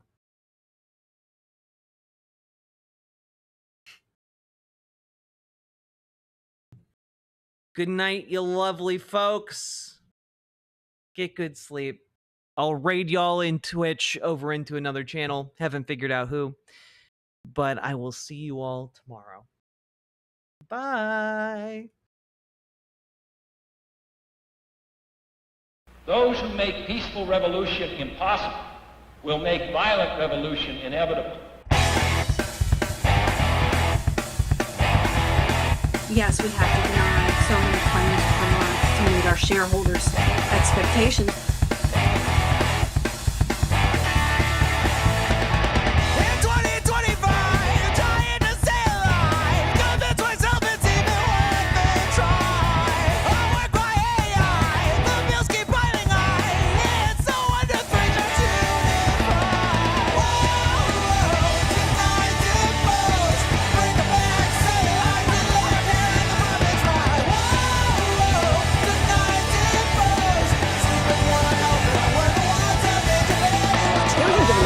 including children, have lost their health insurance. What's so frustrating is that politicians have spent decades saying they recognize the problem and they make promises to do something, and then almost nothing happens. You know what they say to themselves in the dark. It's only a crime if you don't wear a tie. We keep them all busy paying their fines. Hear the epiphany, light up the spark. You know what they say to themselves in the dark. It's only a crime if you don't Seniors wear a tie. are the fastest growing segment of the homeless population. this is a great thing because it inspires everybody, gets the motivation to look up to the 1% and say,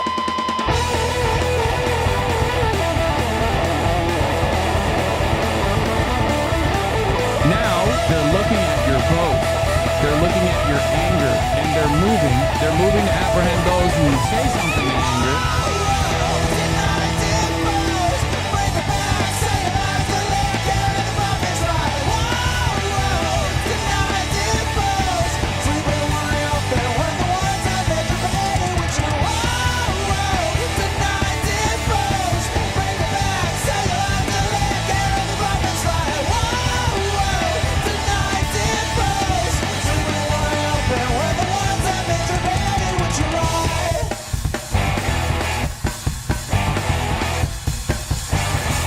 Increasingly by choice or by accident, this is the role our nation has taken, the role of those who make peaceful revolution impossible by refusing to give up the privileges and the pleasures that come from the immense profit